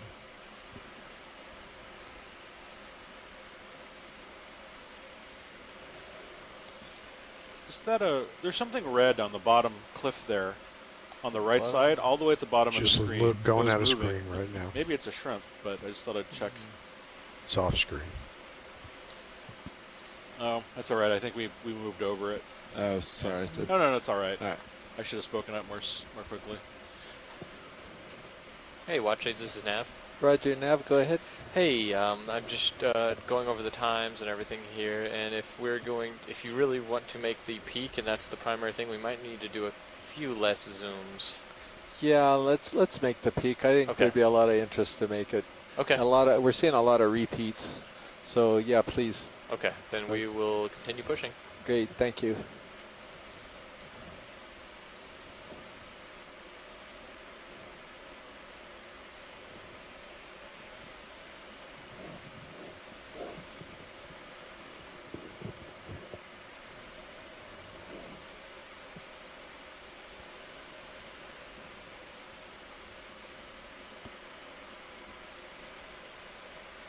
Yeah, we've definitely seen a higher density in this community as we got closer to the peak.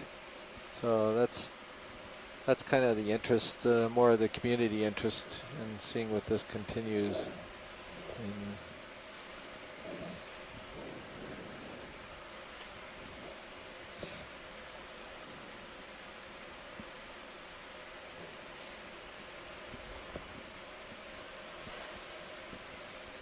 All right, Nav, when did last move end? Or are we moving right now? About 4 minutes ago. Okay. Yeah, you should be near the end. Let's get one in. Great.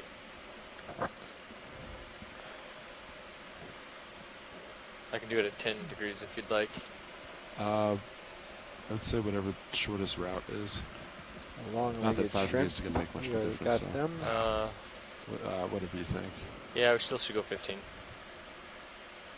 Copy.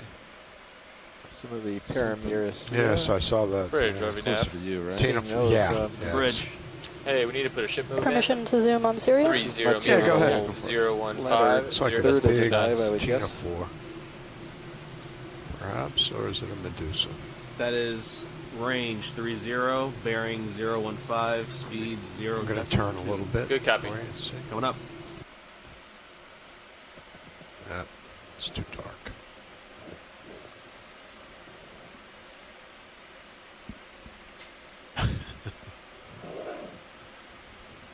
It's gone. Oh, there it is, still there. It's leaving the light. Yeah. Okay, going back on my heading. RV nav bridge, move is initiated. Copy that. Hey, Copilot, that move is going to be at 015. 015, copy that, thanks.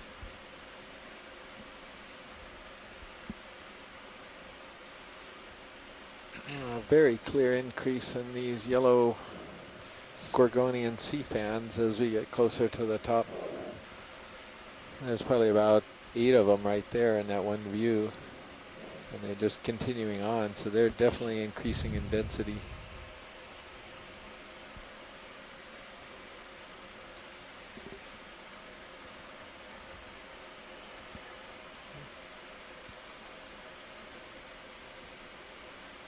You notice how steep it's become too right here at the end. Yeah.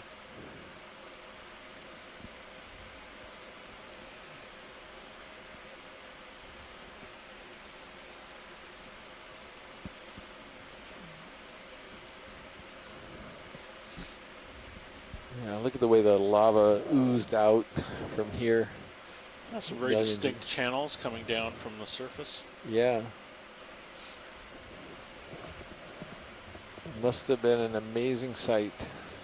No one was around to see it. There's a really large base on the left side there. Yeah, but we're going to forego some of the close-ups. Yeah, no, that's fine. I'm just saying, at one point there was probably quite a bit more coral here, or sponges or something. Yeah, or some bigger ones than just these plexaurids. Yeah.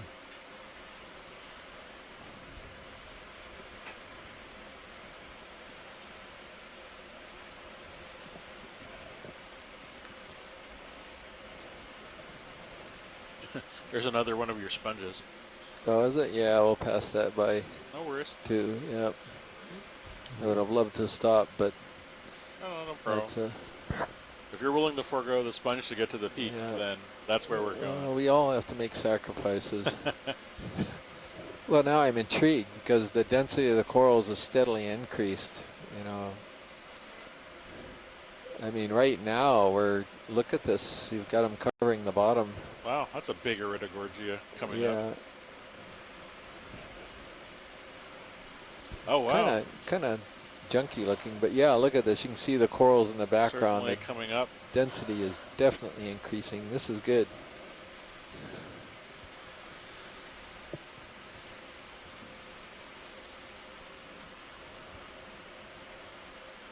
What's that? Is that a sponge?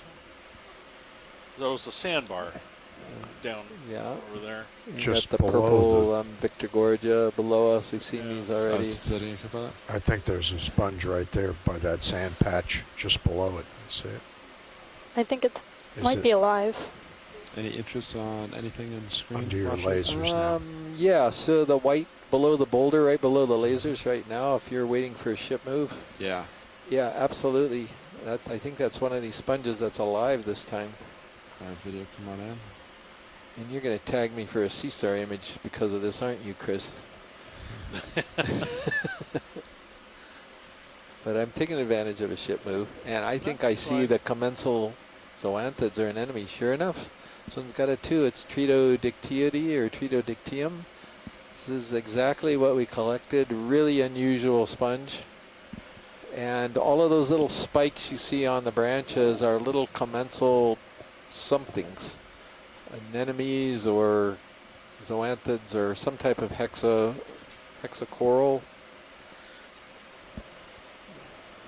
So it's an amazing sponge. As you notice, it doesn't look anything like other sponges with this anastomosing branching network everywhere, but it's a glass sponge.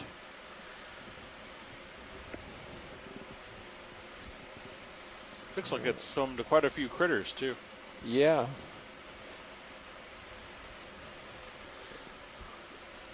Look at that.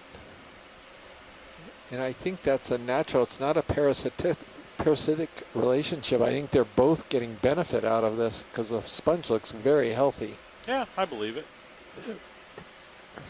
If anything, I'm surprised it hasn't happened more often. Right. Thank you, pilot. We're good here. I have video whenever you're That happy. was great. Let me just get a full specimen.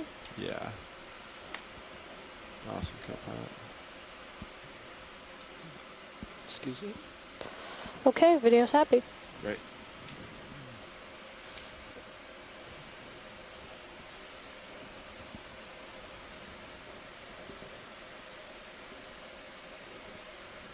Yeah, look at this.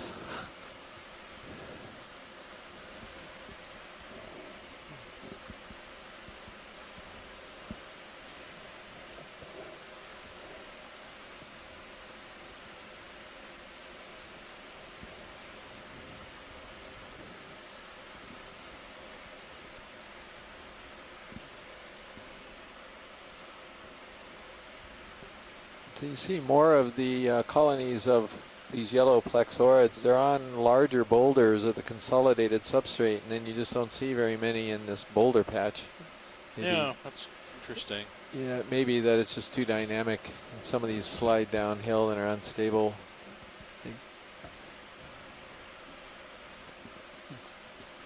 Probably what, about a 30-degree slope, maybe? Something like that.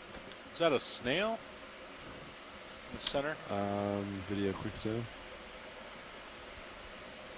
Nope, it's another stock. Okay, thank you. Come on, video.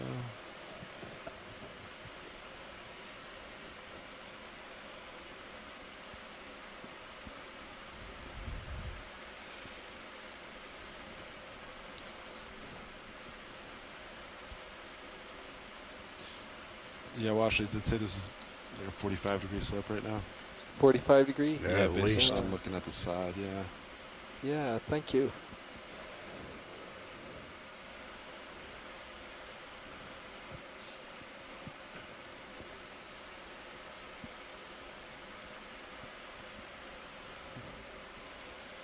Just gonna come right up to the top of a perfect little volcano, which is what it used to be. And we may actually see some interesting texture. We might even see a vent on the top of this thing that we couldn't pick up from the multi-beam mapping. I think we're working with 60-meter resolution data right now, and could be all types of interesting features on the summit.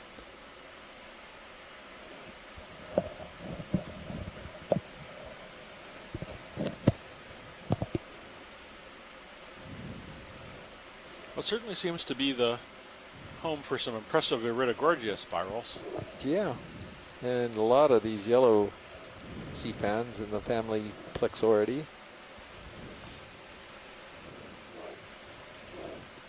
There's a fish. Yeah, there's a nice Iridogorgia. That must have been what you're talking about, huh? Yeah. Yeah.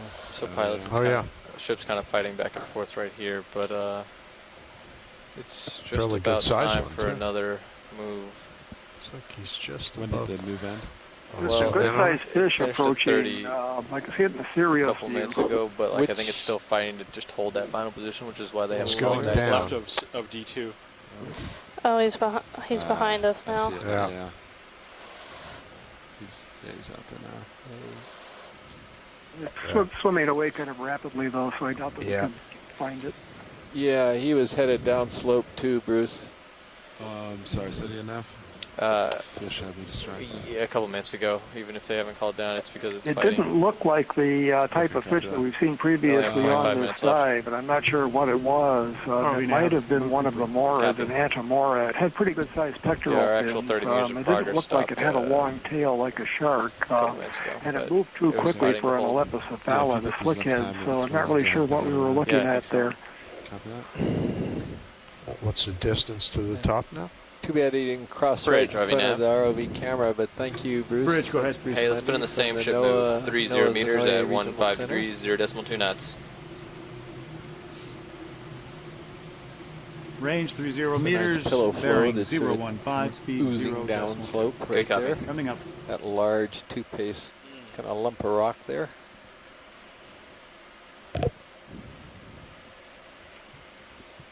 Nab, what was the distance to the summit?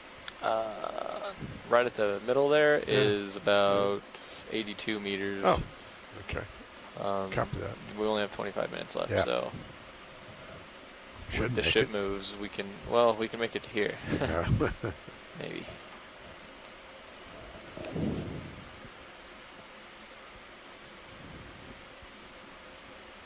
ROV nav, move initiated. Copy.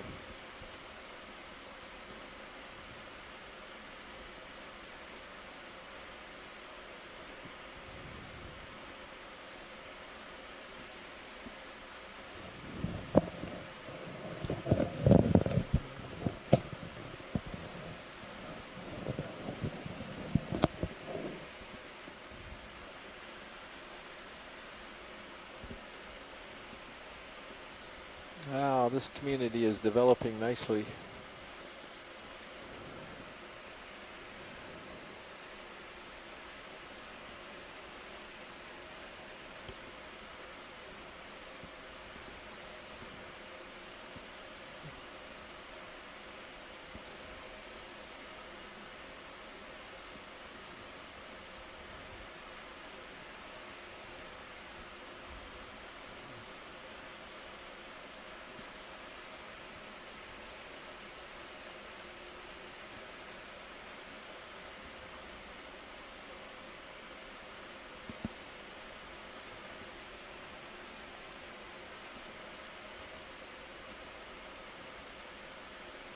It's kind of. That's a nice boulder. Look at this coming up. I mean, do you see the concavity? It's sort of like, we're entering into some kind of crater, maybe? Yeah, well, we're not at the summit yet, but I mean, there could be a little side thing coming down, a little crater. Yeah. There's a white thing on the rock. Oh, look at Starfish coming to that. Yeah. Starfish on the rock. I bet it's one of those other Vase Ceramaster things. You could do a snap zoom on this. We just got to get to the summit. This is really Snap turning into zoom. be an amazing community. Yeah, same thing. Happy with that science? Perfect. Thank you. Come on. Crab in the background too, in the crack there. It's a kind of big one too. It's 10 centimeters. Yeah, we can do little lasers on it. Yep. Thank you.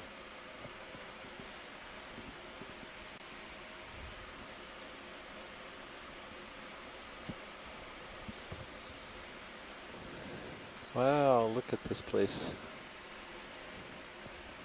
Brittle star bailing from a dead sponge.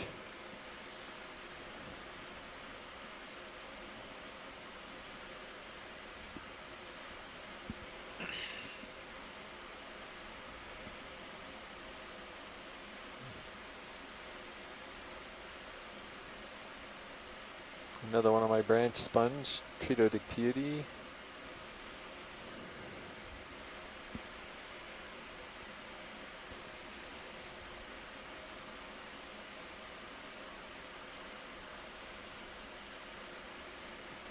Let's see, prop wash there.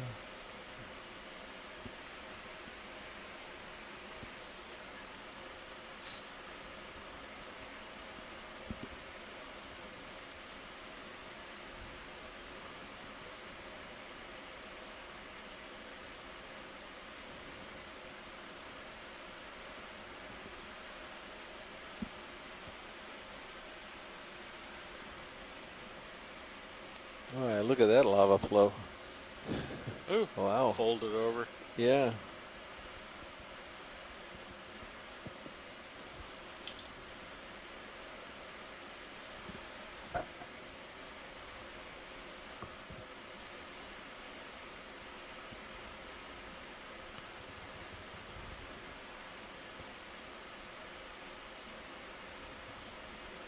So are these sponge stocks? These the Yeah. bases? Yeah, probably.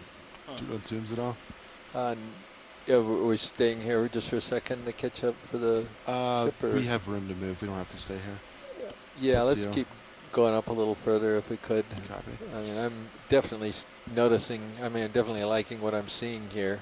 This is where negativity is really important because I had given up hope on this summit. Well, mainly I was just wondering if the sponges colonized first, and then they seem to all be gone now. So Maybe they're where they could be old bamboo stalks or something too. The white. See over there that whole little cluster of gorgonians on that one boulder. Sure. No, this entire area is a bowl. Right. Of these. So not so bad. Something white is sticking up amongst the little cluster of Harvey Nav corals Bridge, over to the move upper complete. right. Copy. Thank you. It's another one of his sponges, just at the bottom of the screen center. Oh yeah, the one we saw. Dead stalks it's again, or just could going they off be- the screen bottom. I think there. they're wanna dead see bamboo this stalks, up maybe. here. That's a pretty scene right there. It might look real pretty if we just kind of fly over this rock. Copy. Pilots, I think the next move is going to need to be at like 2.5 to take us to the high pack top. But, Copy that. Copy. What do you Well, guys if we could do a think snap zoom on that whatever you want. spidery looking white coral that's almost coming in the center here from the right. I'm Copy just that. wondering whether this could be our first Is it prim this Noah one, of the day. actually? It's above the lasers. Copy. Right. It could be a bamboo, but keep going up and that'll... Oh, yeah, okay. Yeah, that's it. Alright, video snap zoom on this. It's a bamboo. Do you want more? Are you happy with that? I think we're pretty happy with it. I think it's something we've seen today, so thank you very much. So maybe it's the bases of these cresses that we were Oh, seeing. yeah, maybe. Video coming out.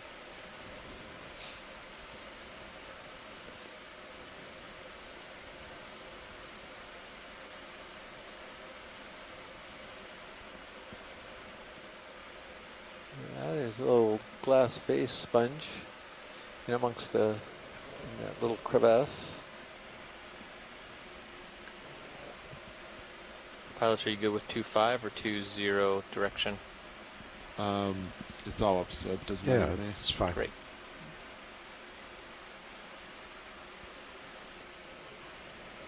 Bridge, RV nav. This is the bridge. Go ahead. We'd like to put in another ship move, please. 30 meters at 0.25, 0.2 knots. Well, there's a pretty stand up ahead. Oh, wow. That's Look at 30 meters, bearing 0.25, this is really pretty. speed 0.2. Good copy. Coming up. Sorry, Washley, did you want zooms on anything? I just want to get a little closer to this There's a boulder and look fish at this under the rock. community. Oh, yeah. Copy that. Oh, yeah. Nice community shots here. It's really Good catch. pretty. Do you want zoom on fish coming in the center? And there's a Oh, fish, yeah, there's a fish. Okay. Just to the top of center. Yeah, video, come on in. We got him, Bruce. 2 of them. 2 fish. Where's the other one? Right to the left. ROV now. No, I just said one Bridge fish. move initiated. I think this is a live-bearing cusk eel in the genus Diplocanthopoma from the flaps that I see above the gill cover. We've seen others of these on other expeditions. Pilot, where you after can really this see the fish, lateral line, Nicola and they saw a have fish to dual the lateral left, line. right It's in the directly same to order the left of as this fish, the so when we finish. Ophidian Copy cusk that, eel. Whenever you think there's enough for proper ID, I can move to you the can next also see fish. that the vent, the area Washley. before the anal fin is a little bit enlarged, which is characteristic of these live-bearing cusk eels. We see these pale ones, these sort of silvery gray ones, very rarely, and we're not sure what they are. But I mentioned before that there were 2 species recorded in the Hawaiian Islands from specimens that floated to the sea surface off of a lava flow at Mauna Loa volcano, from Mauna Loa volcano. One species was tentatively identified as a species described initially from the Indian Ocean, and the other one was left unidentified. And we haven't been able to figure out how the pale species that we're looking at now and how the darker brown species that we see more often relate to those 2 species, because the characters given were internal and not the color. But this genus is definitely in need of revision. We don't have any idea of how many species are in the Central Pacific and how they relate to the species described from other areas. So I think this is a live-bearing cusk eel in the family Ptheididae in the genus Diplocanthopoma. Thank you very much, Bruce. And Pilot, if we can zoom out a little bit and see if we can spot that other fish that Nicola had seen. Yeah, copy that. Come wide. Slightly, well, not wide, partial. Where was it, Nicola? Oh, there he is. He's facing us right here to the left corner there in the shadow, underneath the snail. Did Bruce say these were live-bearing? Yeah. So yeah, that's characteristic of the Bathydids. Does that mean there's 2 of them because they're their parents? Could be. Huh. He's coming out.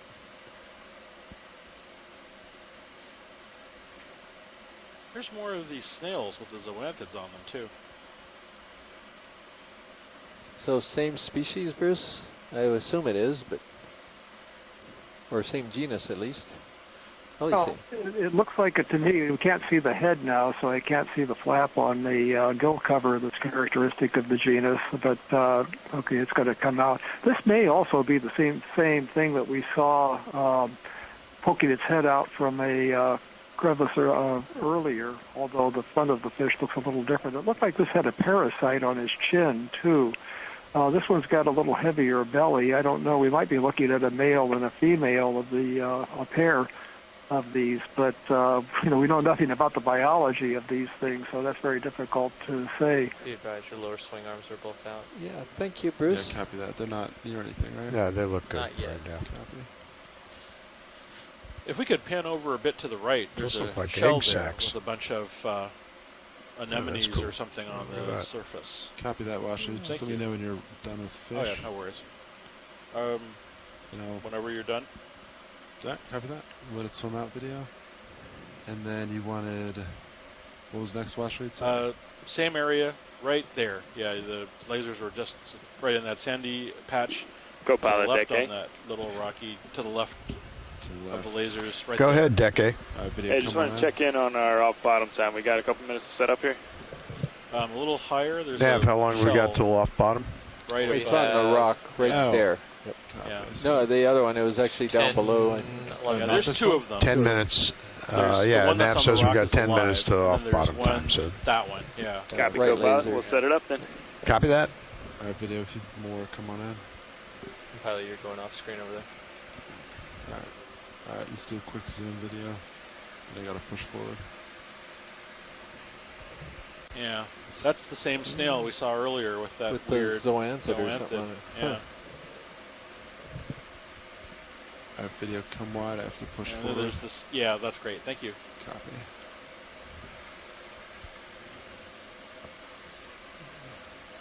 Yeah, look at this scene. Wow. Coral City. All right, coming Well, forward. Coral Boulder at least. Sure.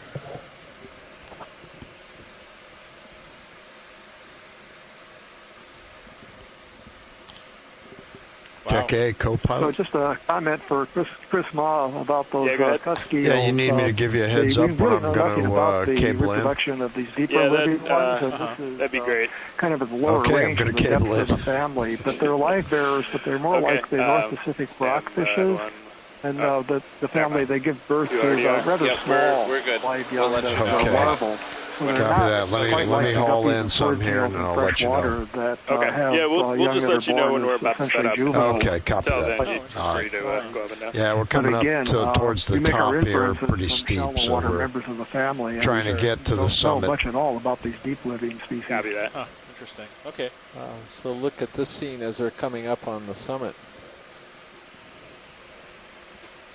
All right, Nav. When did it move in? Looks like we got. It should be ending now. Ending now. Slowly rounding out toward the top. If you want to put another one in, I see sonar's pretty much died off. Okay. Yeah, we need to. Yeah, go for Right it. at the end of this one. Yeah, if we could get a nice shot running over this community. that's Okay, on the Deck A pillow should lava be to good the for right, a that would be minute or terrific. two there. Just a little long shot Copy. showing how dense the community is. And maybe up toward the left as we proceed. I think there are a lot of corals that were perched on these rocks, and big anemone down there. More of my sponges. I'm going to put you in at 3-0, co-pilot. Copy. Say that again, Nav. I'd like to put you in at 3-0. 3-0. Copy that.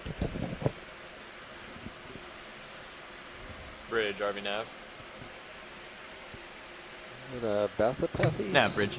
Hey, looks like we're coming to the end of our move here. Is that correct? Yeah, that's correct. Apologies, we just switched watches here. We are at the end of the move. No, that's okay. We just need to put in another one. Set it. 30 meters at 30 degrees, 0.2 knots. 30 meters, bearing 030 degrees at decimal 2. Good copy. Yep. This is why we like to actually make the summits and get to the end here. It This'll just shows probably be you our how last it can move just there, utterly perhaps. change. Nav bridge moving to shape. Copy that, Nav. Copy bridge. And you don't think it is, and then bam, there it is. And we find ourselves, some of the comments in the event log, I'm just taking a look at it from Tim Shank. Wow, the landscape and distribution of yellow fans could be identical. Beautiful terrain and coral distributions appears to be like the New England seamounts. We have 8 minutes left before you guys need to start setting up. Copy. 13 minutes till winch needs to be Scott hauled in. also is reminded Copy of the that, upper Nav. slopes of the New England seamounts as well. Deck A, co-pilot. Beautiful. Watch Go leads, ahead. Nav. Yeah, Roger, you Nav, clear. go I ahead. need to Hey, haul in. Yes, according to we're high pack, we're going to be here any second, so it could be anywhere right around here. It's The peak. still kind of Deck going A, I up to the didn't copy, left. sorry. Yep. Yes, co-pilot, As we are far clear. as That's the high one pack that's shows us, though, so now we'll just have Copy to go that. based on what we see on the bottom here. That's basic. Sorry, Washington. Did you the say? one on the right. Oh, I didn't Yeah. see it. Here's an orange one. Sorry, get back to it. Do you want to zoom on it? is to the there. Oh, the little one to the Yeah. right. There it is. Did you request zoom, pilot? Stand by 1 sec. I was asking Science, do you want to zoom on this? Yeah, he wants to zoom, Yeah. please. All right. Okay, video deck A should be good for a minute or two there.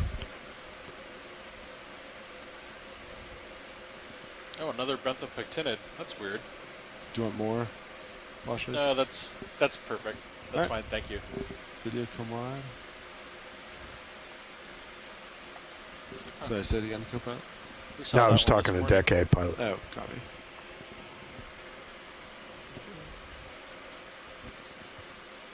As long as it keeps going up, let's keep following Okay, it up. co-pilot, if you're going to be good for a minute, we will get it set up. Let me just haul in a What do bit we and hold got off here? Is on that a your fish? That involvement is. there. Hold on. What type of fish is that? Hauling in. Okay. All right, video zoom. Darn. I took off. We missed him. Just a brief Okay, view, deck, Bruce. go ahead. Okay, we're going to set it up.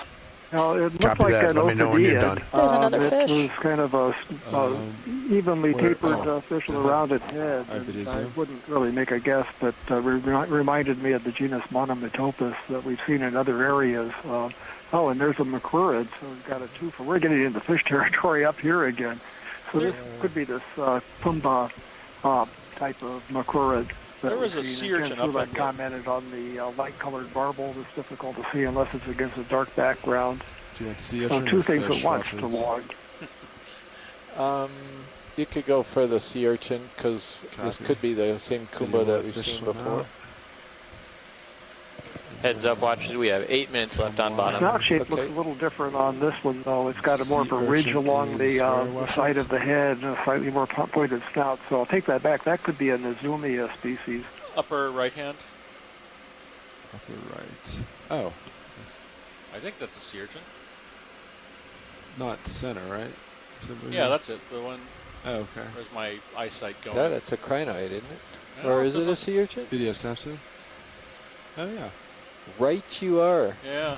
It's almost looks like a pedinid. Oh no, it's a Aspidodiadema, I think. Watch that the lower wait, swing no, on it there. is a pedinid. It's pedinid, I think, yeah. Oh, that's a Copy. weird looking one. I'll stay here. What's that thing coming out of the... That's bizarre. That's definitely worth having at least I'm seen going to it. tuck those in a little bit. I've never seen the spines sure. with all the flat... Pilot, I'm going to tuck ends your like that. lowers in a little bit. Copy. Curious. Okay. Thank you, pilot. Appreciate it. All right, video come on. Thank you.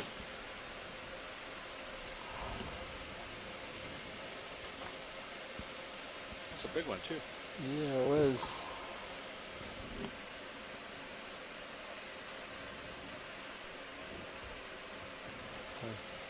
Is that the summit up there? Sirius Slip has died off on sonar, but I mean, we're pretty much putting a high pack on it, right?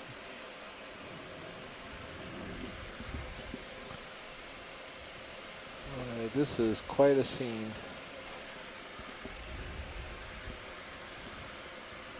Okay, I'm not giving up on cones now. Co-pilot, if you need to move, just let us know and we'll get clear of it. Yeah, well, this is a good Yeah, I was point. just wish we about could to go call you. I do downhill. need to Good haul point. in a little bit here. Go in Okay. circles, you know? You clear? Would that be so bad? We're clear. There's the Copy absolute that. Here tippy we go. top, I guess.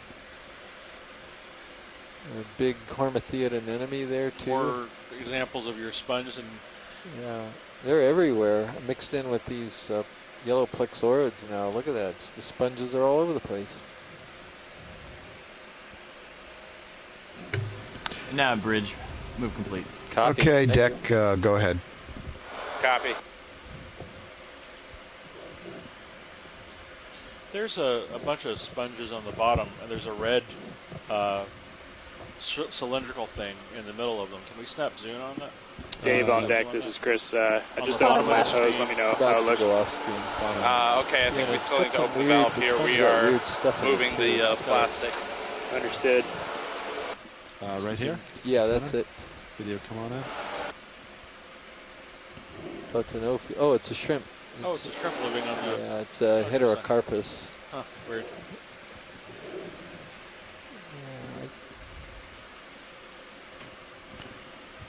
That looks like an And the egg sponges case again above it, have doesn't it? the anemone. Yeah. See that Okay, dark brown thing? I think that's good. Thank you. All right, video, come on out.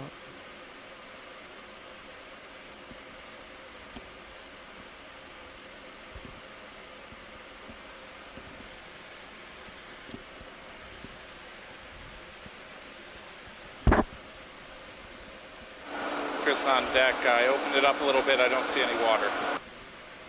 Okay, let me open it more.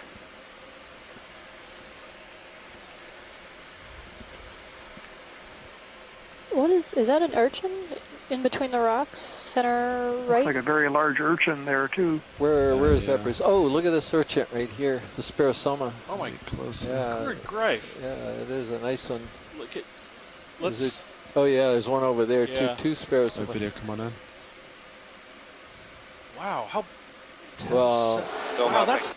that's Okay. That's almost should be 15. a little open. It's that big around or so. It's a pumpkin-sized Let me giant check sea the picture. urchin. Oh, see, denouement. That's what I'm talking about. Okay, that's a great. So this looks to be. This isn't a kind of third urchin, but it's a bigger one than I think I've ever seen. These are, as I had said before, these are the same groups of urchins that have the sort of little walking legs on the spines around the lower edge. But it's a very different kind of urchin that I've seen before, and they're huge. This one is easily 10 to 15 centimeters across, and it has this little polychaete worm living on it. And it looks like it's got lots of fine spines and pedicelaria coming off of the top. We can pull away if we can look at the Dave other on deck. ones. Just as a Stand by. Let me comparison. just open all the Yeah, way let's here. do, because we're finally getting Yeah, a little still urchin nothing bed here, Copy. and we got a minute or two left. Yeah. And are you What turning better the? way to- You're just turning the red. 2 minutes left. Yeah, that's 2 correct. minutes left. Okay. Let's get another urchin. Yeah, it's There over might to be the a left. like a twist nozzle. Nicole's or seen something. them all Yeah, over the I'm not place. quite sure. Oh, there's a bunch of them. But let me try up here first. Yeah, okay. Okay. Oh yeah, see, there's two of them, different All right, colors video, right come there. Yeah. on in. What are they eating? Maybe the. Is that the sponges, maybe? Yeah. But yeah, I mean, I couldn't even begin to guess if this Do is you the have a preference same on which one? Yeah, which? The urchin? dark one to the left. Copy. All right, video, you can Oh. take more. Wow, that's 10, 20 centimeters? Yeah, that one's a little bigger. Wow. It's a basketball size. It just was deflated. Somebody needs to get a pump it up. Yeah, but I'm not even sure you. Okay, I'll have I to can double check try to see that how internal regular nozzle. those little horseshoe Okay, yeah, let's give that a shot. things are on the spines. But wow, that is amazing. I've never seen them that big before. Yeah, let's take a look at the other one as long as we're here. The one on the right, the lighter colored one. So Ken Sulek actually thought he saw Deck some shark co-pilot. egg cases. Go ahead. So there are Yeah, can I squalids make a down move here, here? which would Yes, we're clear. Okay, possibly copy produce that. some egg cases. I guess it'd be squalid or something Yeah. similar. Well, this is good. We can pull away. Maybe we can see some of these other egg cases or something that they're talking about. Well, I saw the egg cases. Oh, I you was did? actually looking do at it, whenever you're and I happy, hadn't come gone there, on. and Ken did. He thought of this. We passed Okay, that, coming but wide. I know what he's talking about. Okay. He says maybe Aprosturus. It's a We are in the final minute here. Watch cat this. shark, actually, not a Whatever necessarily a you'd duck. like to see. Final minute, panning over this beautiful scene. Yeah, Deck, we got about a minute before we That's what I like. Copy. have to Come get the into end of configuration here of for a ascent. long trek, and you find 3 giant sea urchins. Yeah, but we definitely learned something about transition in different communities and about these volcanic cones today. Boy. That we should have started here first. No, but this is amazing to see what we saw on the flats and then climb the walls and Yeah. when Yeah. exactly we started to see everything appearing, because that's really important. Yeah, watch it. This is definitely the peak. You can see the slopes. I can see Yeah. the slopes from 3 sides right here. Fantastic. The whip coral sticking up right on the peak is a flagpole. And Yep. unfortunately, pilots and watch leads, that is time. Beautiful. I was kind what of a hoping there'd be like a giant, even bigger sea urchin. Well, I'll settle for what we saw. Yeah. Geez. Oh no, I'm happy. I'm just saying. It'd be kind of funny if one of these big rocks in the background was like. Okay, I'm going to start stowing. Yeah, go ahead and stow. Copy that. You know, those are just the babies. Starboard. I need to rotate. Yeah, port. This is the nursery ground. Yeah. Yes. For giant don't bring any of those back to land. We know what happens then. Now there it is, folks. You're looking at the very top of this volcanic peak. We made it. And what a treat. You detect any current here, pilot? It's pretty still up top, but making my way up, there was a pretty moderate current. Fighting on my way up, but yeah, it's pretty still up here. Well, there's you can the see I'm giant off urchin. stick completely right now. Right. And just kind of slowly floating. Thank you. There's another one on top of that rock over there. Yeah, I see that. What a finale. Bathypathes, there's a black coral here.